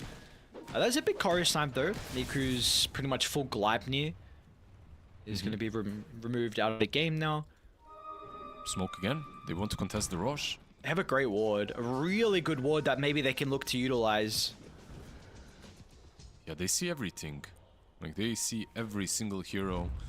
And they know about the smoke, of course. He's just going to charge on forward. Gets a start onto the Luna. They've got the wall as well. So the Lunar Illusion they can look to now use against them.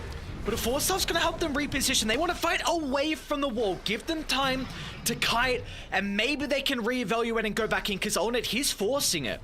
He's got the blink ready. Wants to go over the jump over the top once again onto the Luna. Got the juice. There's an ability for him to turn BKB. But he doesn't have anything like the Satanic. Not enough life. Still Force Staff down in the low ground. Got the juice. They got him. Bengen. The Luna's gone. Bengen snipes him with the Death Ward. And maybe this is the recipe for success inside the team fight. Or maybe it's not. Supreme. Jump over the right side. Niku will hunt him down with the Boundless. It's still not looking good though for Dire. The damage is lacking. Without the Luna and without the ultimates to pay dividends here, Dire, they're going to lose their first fight in quite some time. Daze will TP out. Supreme's got him at the buzzer though. That's a big fight victory. Mouz might be able to get another PMA. Under the ward, Olnet finds him. I mean, Mouz, this is a fight that brings you back into this game. You've got Roche now to take. won't make it through the portal. That's 4 heroes that go down. Now Roche So- as well for the cherry on top. Yeah, only Mastermind Ridis on the Lich surviving. 4-man vibe by Mouz. Very nicely done. They're gonna go bot, yeah, and they can't finish it up top. But I guess, yeah, like you said, that's the recipe for success. Just it's a bit easier said than done, but they jump straight on top of Luna twice in a row. This Dragonite owned it. He knew exactly where Got the Juice was moving, and he was following him. And they just weren't ready to fight. Like, if Luna is dead, they just don't have the damage. And another thing that you mentioned was the Gleipnir, right? Like, it got killed off a bit earlier, so Monkey King had -1 item basically to work with in that whole fight. Very nicely done by Mouz. This just might have been the comeback they needed.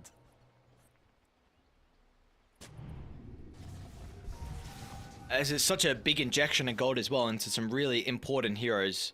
3,700 gold in the bank, so pretty much almost a full BKB for Ulnet. Supreme can buy out for the shard if he wants to, gives him the Aegis.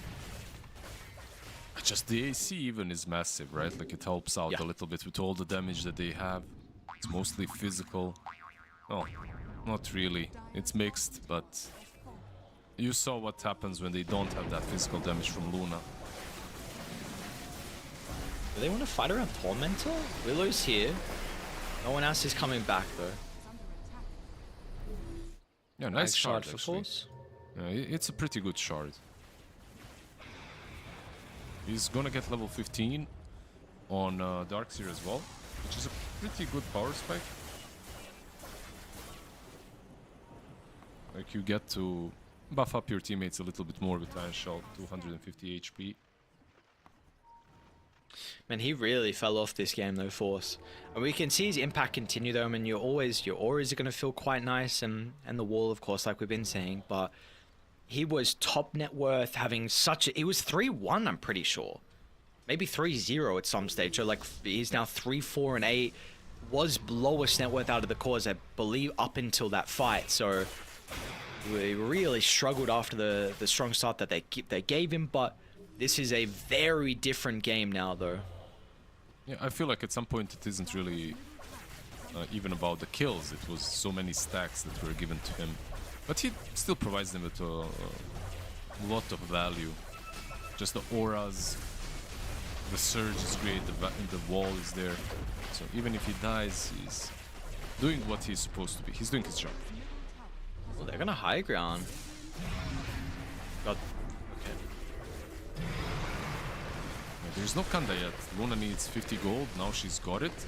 I think with the Kanda, Dire might even fight. Right now they're pretending, they're faking that they're weak, but with the Kanda being delivered, it might be different. DD on Supreme. Look at that damage. Yeah. So the siege, it's gonna work out in the end, own it. Crimson's going to be activated, trying to do whatever poking they can to give a potential window of opportunity to jump, but it's not easy. They may well start with the Pulverize, they're going to chuck up the Chain Frost as well, but really, what is that doing? The Crown was good, the Terrorize, they're thinking about it, but Luna is slowly losing all the mana. She won't even be able to dish out too many more Lucent Beams. Yeah, so they do have the damage, but perhaps not enough, especially versus Aegis. And that double damage on Razor was scary, so maybe wait out the Aegis is the more proper course of action. The Lich's ulti as well wasn't really that great. Bengen managed to take it away and stopped hitting the DK.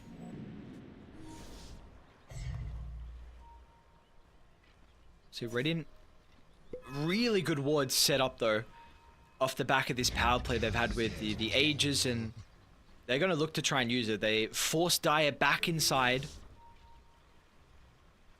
Luckily enough for them, if they were out inside any of their jungle areas, it would be underneath some of the Mau's vision.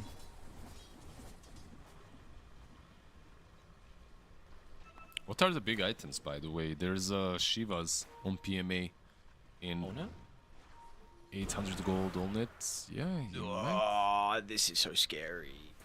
Only on Luna, I guess. Right? Like, only initiate on Luna if possible. PMA though. PMA's away from the team. Oh, he broke it. I love how he's playing right on the edge, you know, like he's not getting any closer to them. Supreme has to be 30 careful. seconds, yeah. Yeah. Dire's middle barracks. Well, they're pinging bottom. I think they can fight now. If you're Dire, maybe this is... Do they have a smoke? Maybe this is the time. The problem is like... Yeah, they do. Yeah, they have it on Lich and it's ready, like he's got it in the... But the problem is, maybe on the right side they can fight. On the left side they know it's most likely under vision. 4-man smoke. PMA is the bait. He's the one that's basically saying, we're not smoked, we're just hiding in our base. Should know That's how a the dis- Dragon Form's gonna inspire. Onit's actually gonna show in the lane. Only 4100 health they have to go through.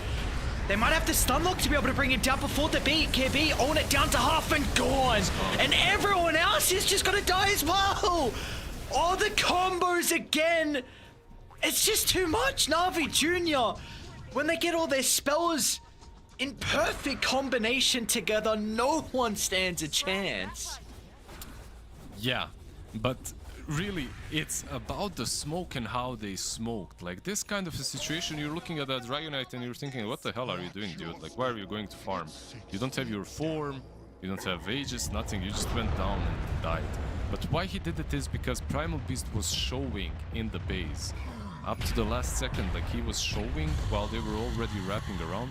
And then in the last moment he got smoked up, so they got on top of him, used literally everything they had, but they killed the DK. And as long as Luna has a target to hit, she will be probably wiping your whole team. As long as she can hit, which is what happened. In the next fight, she shouldn't be too worried or scared about Razor now that she's got full Linkens. Like no more static link or jump stuns from DK available. What's the note? Tier 4 neutrals are up and available. Luna still not deciding. Okay, she's got some extra mobility. Ogre Seal Totem. It's crazy that this item was a tier 3, by the way. Yeah, yeah. it was dumb.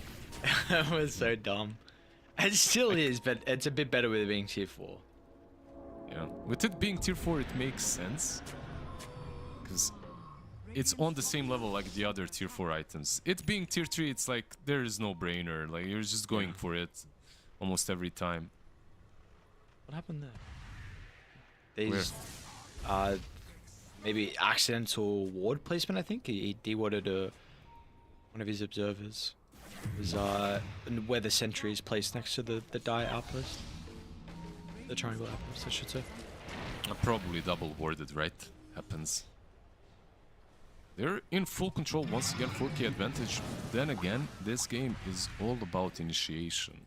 Like, you can't feel too happy and relax at any point, even though this monkey is really big. He's got his Skadi.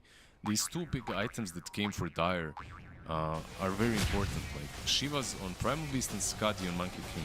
Suddenly the Dragonite does not get healed by Bengen. He's not as big. The Worm's Rat isn't as crazy.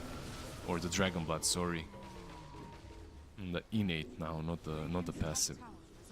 If you feel like this game is a lot off the back of initiation, would you want that on it?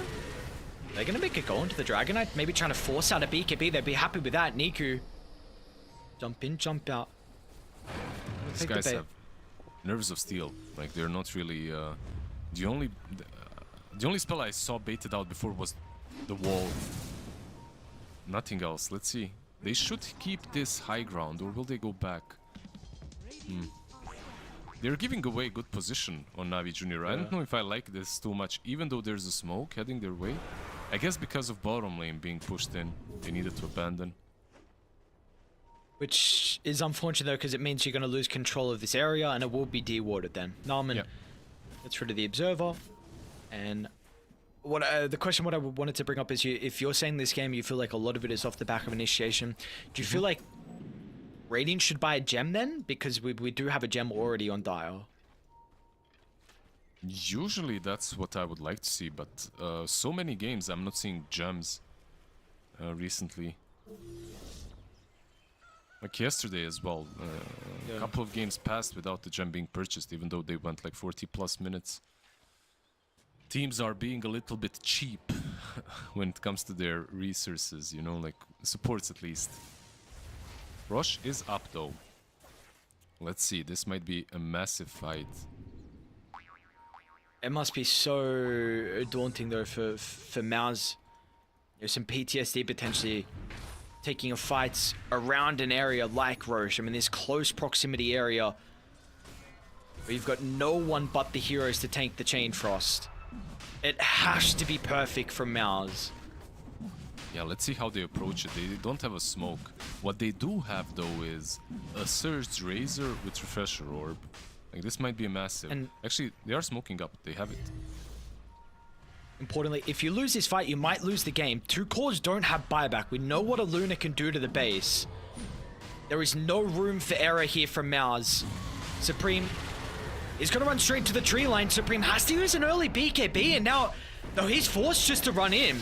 Might be able to deal with Daze. Daze is a freebie, but he gets some separation. Static Link's going to get broken. Oh, look at the damage. Supreme, Refresher pop. Another round of the BKB. He's going to be okay, but with the Chain Frost damage, that's the thing to keep our eyes out for. The Pipe is mitigating a lot of it, but they are stuck inside the Wukong's command. They'll try and get some separation. Niku jumps over to the high ground, but Niku, he had no one there to follow up with. Then Dire, they lost two heroes. Yeah, the Illusion's got the juice. He's going to try and Ogre Steel turn over the right side. It's not going to matter. He is stuck. That is an ambitious TP out. Somehow he makes it out, but what was looking disastrous, the ultimates, they just weren't enough. The bigger ultimate was the Darkseer Wall. I feel like the Darkseer Wall, and it's not only the Darkseer Wall, it's like how they fought this fight. This is the first time that NAVI Jr. aren't committing. Like they're kind of poking and prodding, like yeah, you bait out the BKB of Razor, but who cares? Like you're not committing all your heroes on one target and blowing it up. Like Luna isn't hitting anyone. She's too afraid to jump over the wall, so he's kind of, when they initiated, Luna went on the other side of the Rosh pit, which prevented her from actually hitting anyone or getting there on time. Yeah, that was kind of a disaster. Static Link actually, she's giving damage to this Razor. That also isn't that great with the illusions. Plus 200 on Supreme. Yeah, like a rough fight. Very nicely done by Mouz. And not really optimal from NAVI Jr. Not at all. Giving them big advantage now. Melee barracks down bottom. Still have all the components of Roshan to work with. Refresher Shard in the backpack of Force, who has a Scepter now completed. I don't believe he had that, right? In that fight. Not sure. I don't think so as well. Yeah, he had the blink and that's it. Yeah, in any case, they're back. Mouz is so back. We might see a game 3. After all, there is a cheese on Dragonite together with the Daedalus. Like, this man hits extremely hard. Meanwhile, Luna is saving for the buyback, but at this point, I feel like you just need to win this next fight. Not sure if the buyback is. It is very important, and he should keep it, but if you don't kill the DK instantly, he's just gonna region up. I mean, he's got that cheese as well to work with. It's a hard call to make, right? Holding buyback or not. Every hero currently on Dire have it. Okay, he actually queued it up, alright. Yeah. He queued up the Rapier. I think this is like he was even queuing up Swift Blink. I think Rapier is probably the way to go at this point. Which is crazy because the game isn't like you're only 3k behind. You know, it's not like an impossible game, but Rapier is actually really strong on her anyway. Power Treads are sold. Oh, he's gonna move like a snail. They will see though. Got a glimpse of the Luna. This Rapier will not catch them by surprise. They are going to be ready. Let's see if they actually get a fight though with the Aegis in their hands. Radiant are scanning. Supreme is also holding a haste in the bottle too, which could be quite impactful for the Razor to continue to lock onto a target inside some of these fights. Also close to 25, that's another big thing. Only Luna 25 at the moment. Yeah, they bought this rapier and now they're probably just gonna chill, right? Like there is no reason to force a fight against Aegis and that cheese on DK. We can maybe get this next Tormentor as well. Do they need a shard on anyone? I feel like they all have one, right? No, actually, Primal Beast does not, so...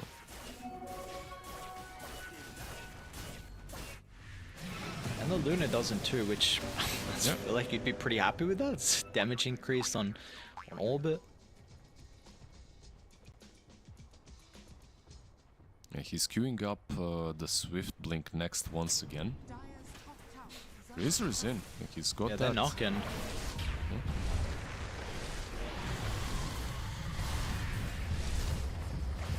Gonna lay it down, see if they're gonna put themselves in a compromised position to try and deal with it. Got the Juice is thinking about it, but again, he's got Rapier. It's a lot of damage on the Razor. Just from one single loosened beam. They're pinging it out, now they know. Dragonite is kind of ready to jump on the left side. Look at this, Dragon form. And he's gonna jump. Over they go towards the Luna. Got the Juice, has to pop the BKB and Ogre Seal, turn him down to the low ground. It's a beautiful Wukongs. Again, the damage, it's gonna be too much. The team fight will reign supreme for the boys on Dire. Now, can they also catch up to the Razor? At least the Aegis died far away from them where they were not expecting the respawn. Unfortunately, Niku as well is not going to be able to sniff out Force inside the tree line. So once again, we go back to the side of the other team that was not leading. They've got the advantage now being Navi Jr. Yeah, they got the advantage, but the real advantage is the high ground advantage, right? Like now that you've got the lead, now that you've taken that Aegis away, what do you do? Like, like I'm not sure. Like as Dire, you have to wait for the BKB on Luna, and then somehow find a fight outside of their base. Like why that fight was so easy, because they're on a ramp, they're next to your tier 3. Like Luna as well is hitting everyone. And DD, yeah, DD is there. The They bottle. bought a bottle again. Yeah, it's coming. They bought it. Yeah, PMA got it. She's got refresher as well, by the way. Oh wow. So, Okay. Yeah. So double BKB. Is this a game ender? They just bought out. Satanic bought from the Razor. A BKB, I believe, bought from Force. They're expecting it. And both sides are expecting a game ender. Smoke. One thing that Navi Jr. they have been very precise with their movements, and they kinda strike when needed. Let's see if this is it. Their team fights haven't been the best around the pit, but yeah. Tusk isn't there. Razor is running over, but it might be too late. Look at Monkey. He's gonna pop. They get the jump. He just completed the BKB though, so they weren't ready for it. Force was able to protect himself, but they're onto the Dragonite. He's in some trouble. DK needs help, and he's not gonna get it. On it's gone. At least these two heroes do have a buyback. But what can they force out here? With a double damage rune used from Got the Juice, they would love to siege. Yeah, let's see if they take down the tier 2. Radiant's top tower. Or if they back out, I'm not sure.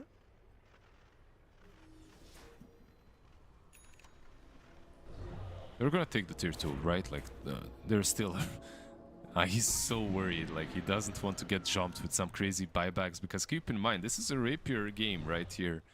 If you die, the buyback is not good enough anymore. You're losing the rapier. Oh, they're gonna force it. This is kinda dangerous. A lot of big spells have been used. No BKB is available for PMA per se. Monkey King isn't even there. He's on the other side of the map. Are you sure you want to do this? Yeah, I guess he wanted the wisdom for the level 25. So has the ring He's now. Back. He's back now. Refreshers in the backpack for Got the Juice too, so we're just got to keep that in mind. It could be a bit messy. It's got to be pretty on point with all these little micro and macro things Luna is out. It's a They full need set to of back. barracks top. Which is What a kind of game. massive. Yeah, the game. We're blessed with good games. Maybe not in the last series. Like last series was kind of quick, but most of the DreamLeague series we watched so far have been very good dotes. Or at least fun dotes. Yeah. This one is not short of that at all. We are getting a hell of a game here. Mouz potentially... Again, I mean, this is the team who last qualifiers very recently beat everyone in Western Europe, but NAVI Junior, they did not play in those qualifiers. Even with that being said, though, Mouz have a great track record over NAVI Junior. The last 4 series Mouz have won.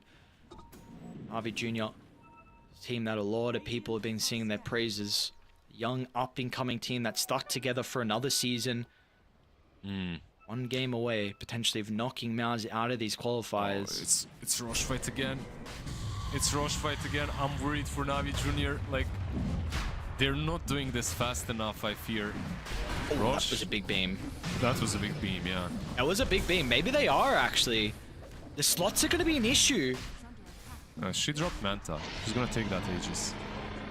Okay, now they can Are they going to fight probably- into it? Let's see. Mouz, they're thinking about it. They still want to initiate if they find the right target. Own it. He Stays the lost target to be smoke. C? He's like, where is Roche? Maybe we're seeing if they left anything. Yeah. Okay, so what do we got? Aegis onto Got the Juice. There is a Refresher Shard on Niku. And Cheese in the backpack of the Primal Beast as well. So many things got to keep track of now. Yeah, the 2 clarities on Luna. I swear, just drop them and kill them. They're just going to make more mess. At this point. Yeah, he drops them. He drops them. He's like, yes. He needs the slot after all. He's gonna get the Swift Blink. His Luna is 7 slotted. Right? Like 7 slots. No, 8 slotted. Even. Is this shard really that bad to buy? Am I missing something? I don't think so. I don't think it's bad.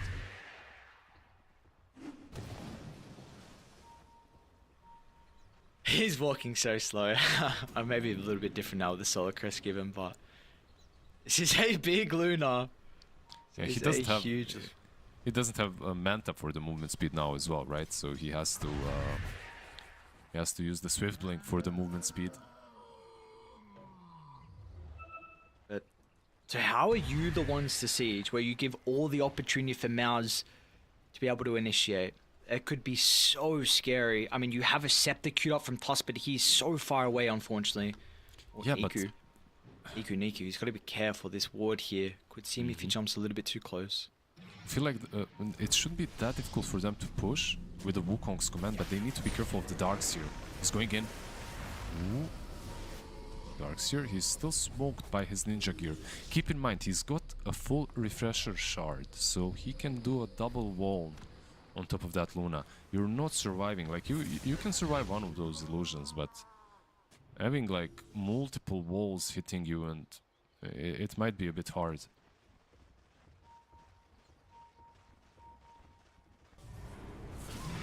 Just an aggressive jump in. Shards will make it a little bit awkward, but I guess he's got the sealed totem. And you gotta be so Razor. careful. He's satanic. Satanic early on. Now with the jump in. Okay, there's the initiation. All or nothing onto Luna. Luna's gone.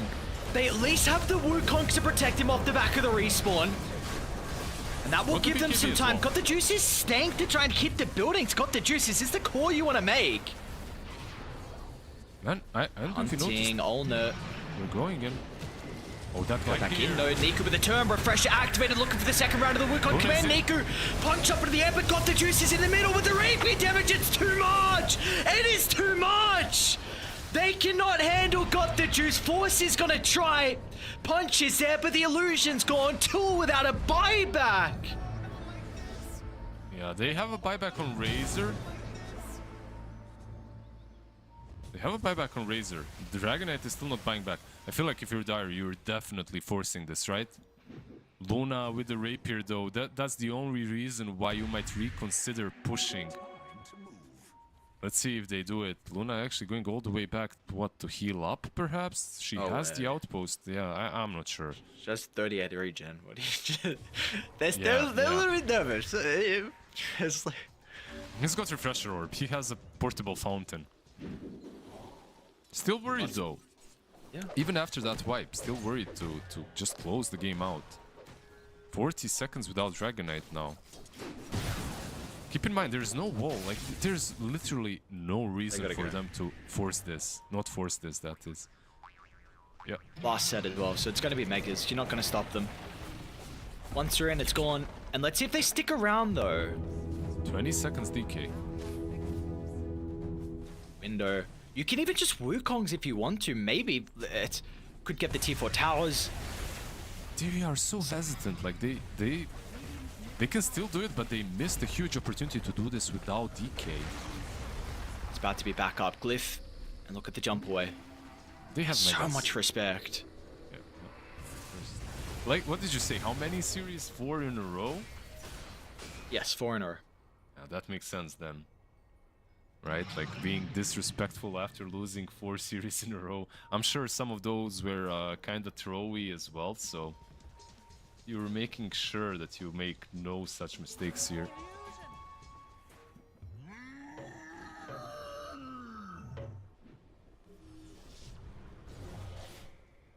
Mistakes.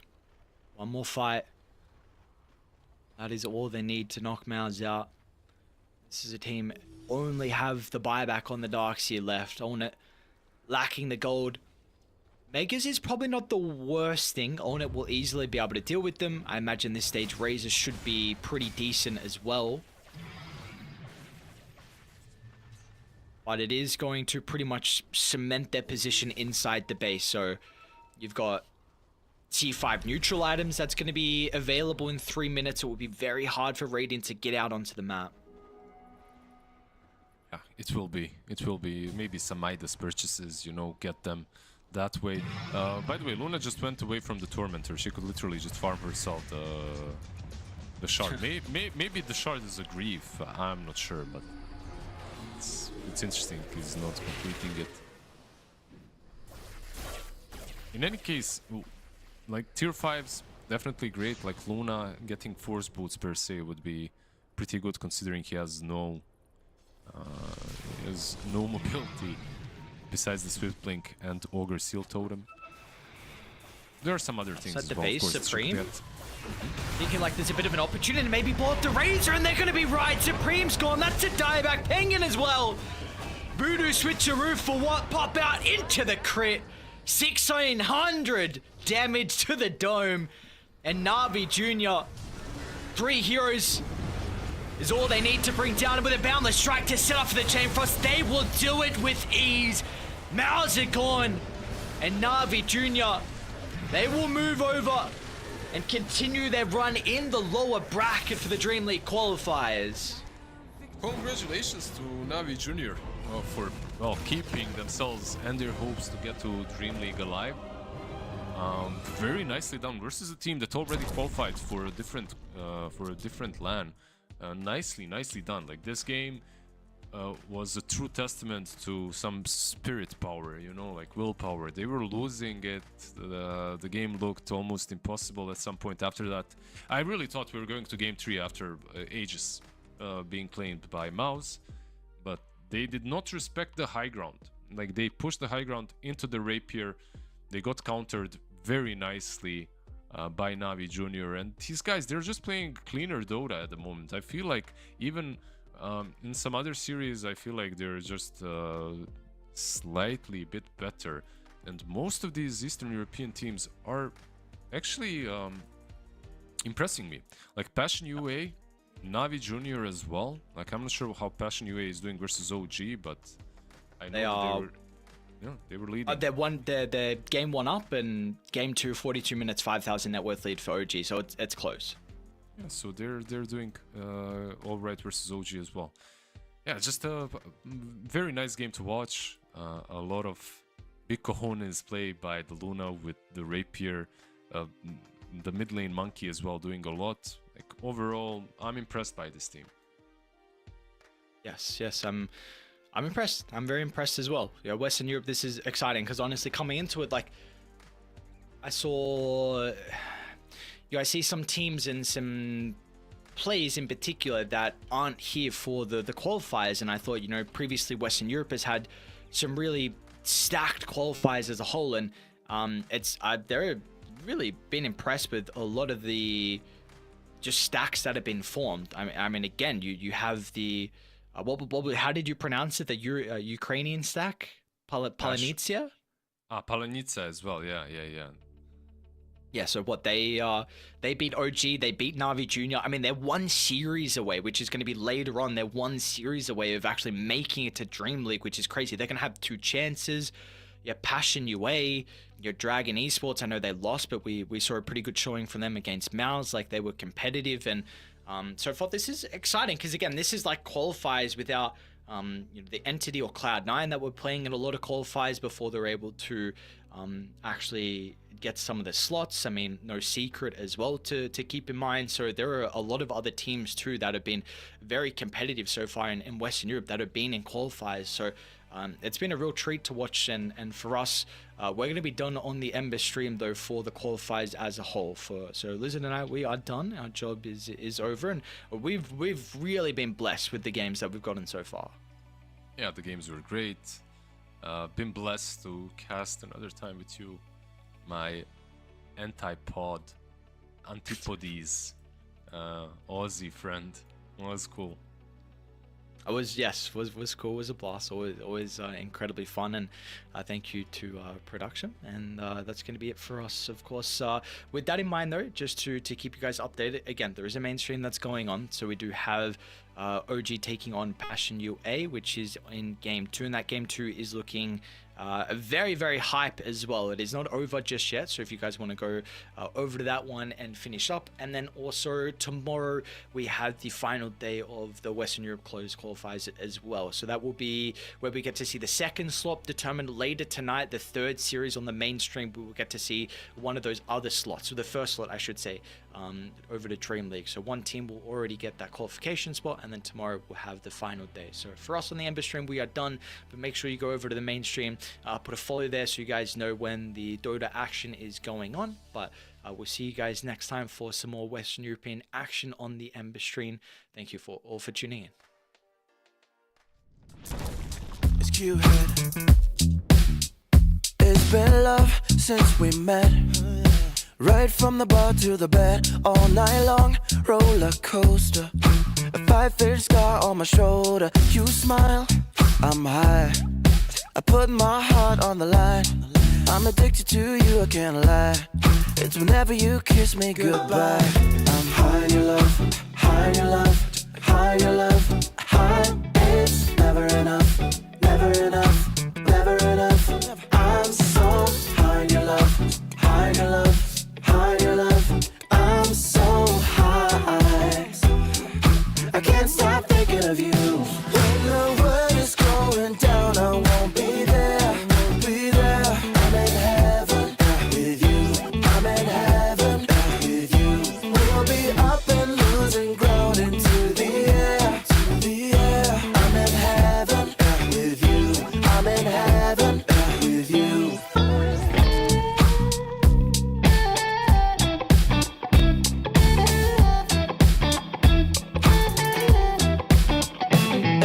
Faced harder times when sweet words turn into lies. We got caught in our nest, yeah. I put our love on a rest. Hit the brake, I'll turn over. And never ever say that you know her. Got a flame to fuel every night. Keep her safe and hold her tight. High in your love, high in your love, high in your love, high. It's never enough, never enough, never enough. I'm so high in your love, high in your love, high in your love. I'm so high. I can't stop thinking of you. When the world is going down, I won't be there. I won't be there. I'm in heaven with you. I'm in heaven with you. We'll be up and losing ground into the air. The air. I'm in heaven with you. I'm in heaven with you.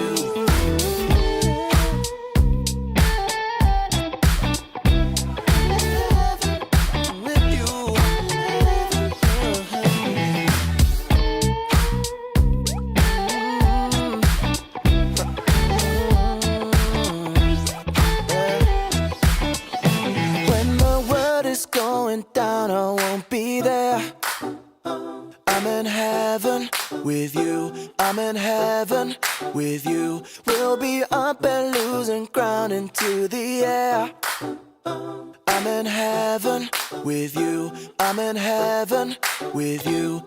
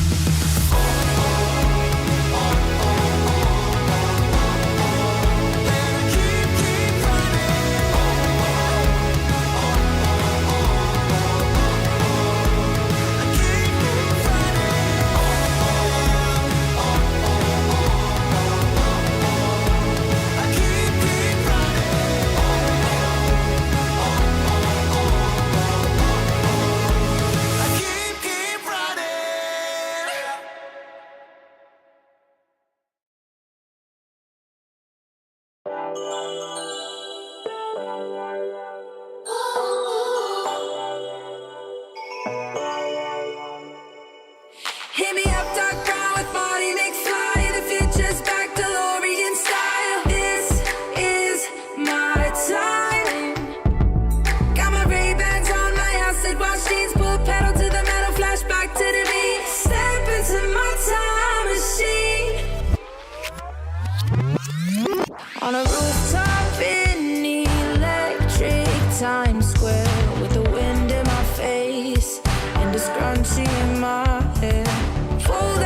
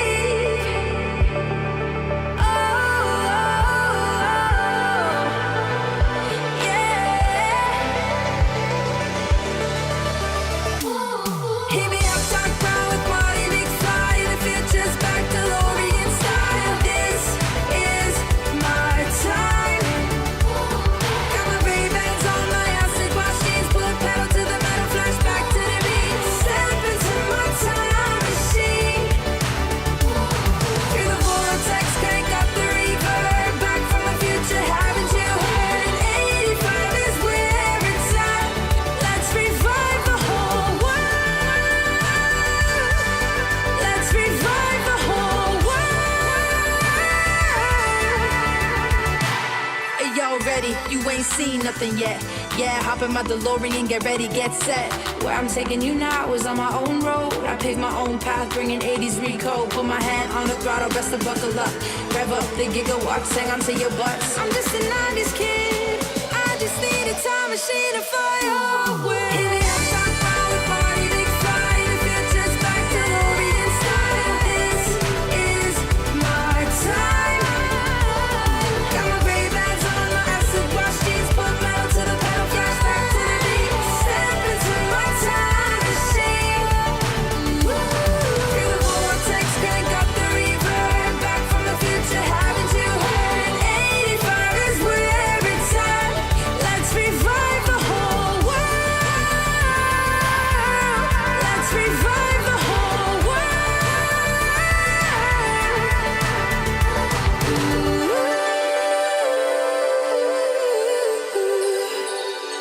I want, still want my MTV.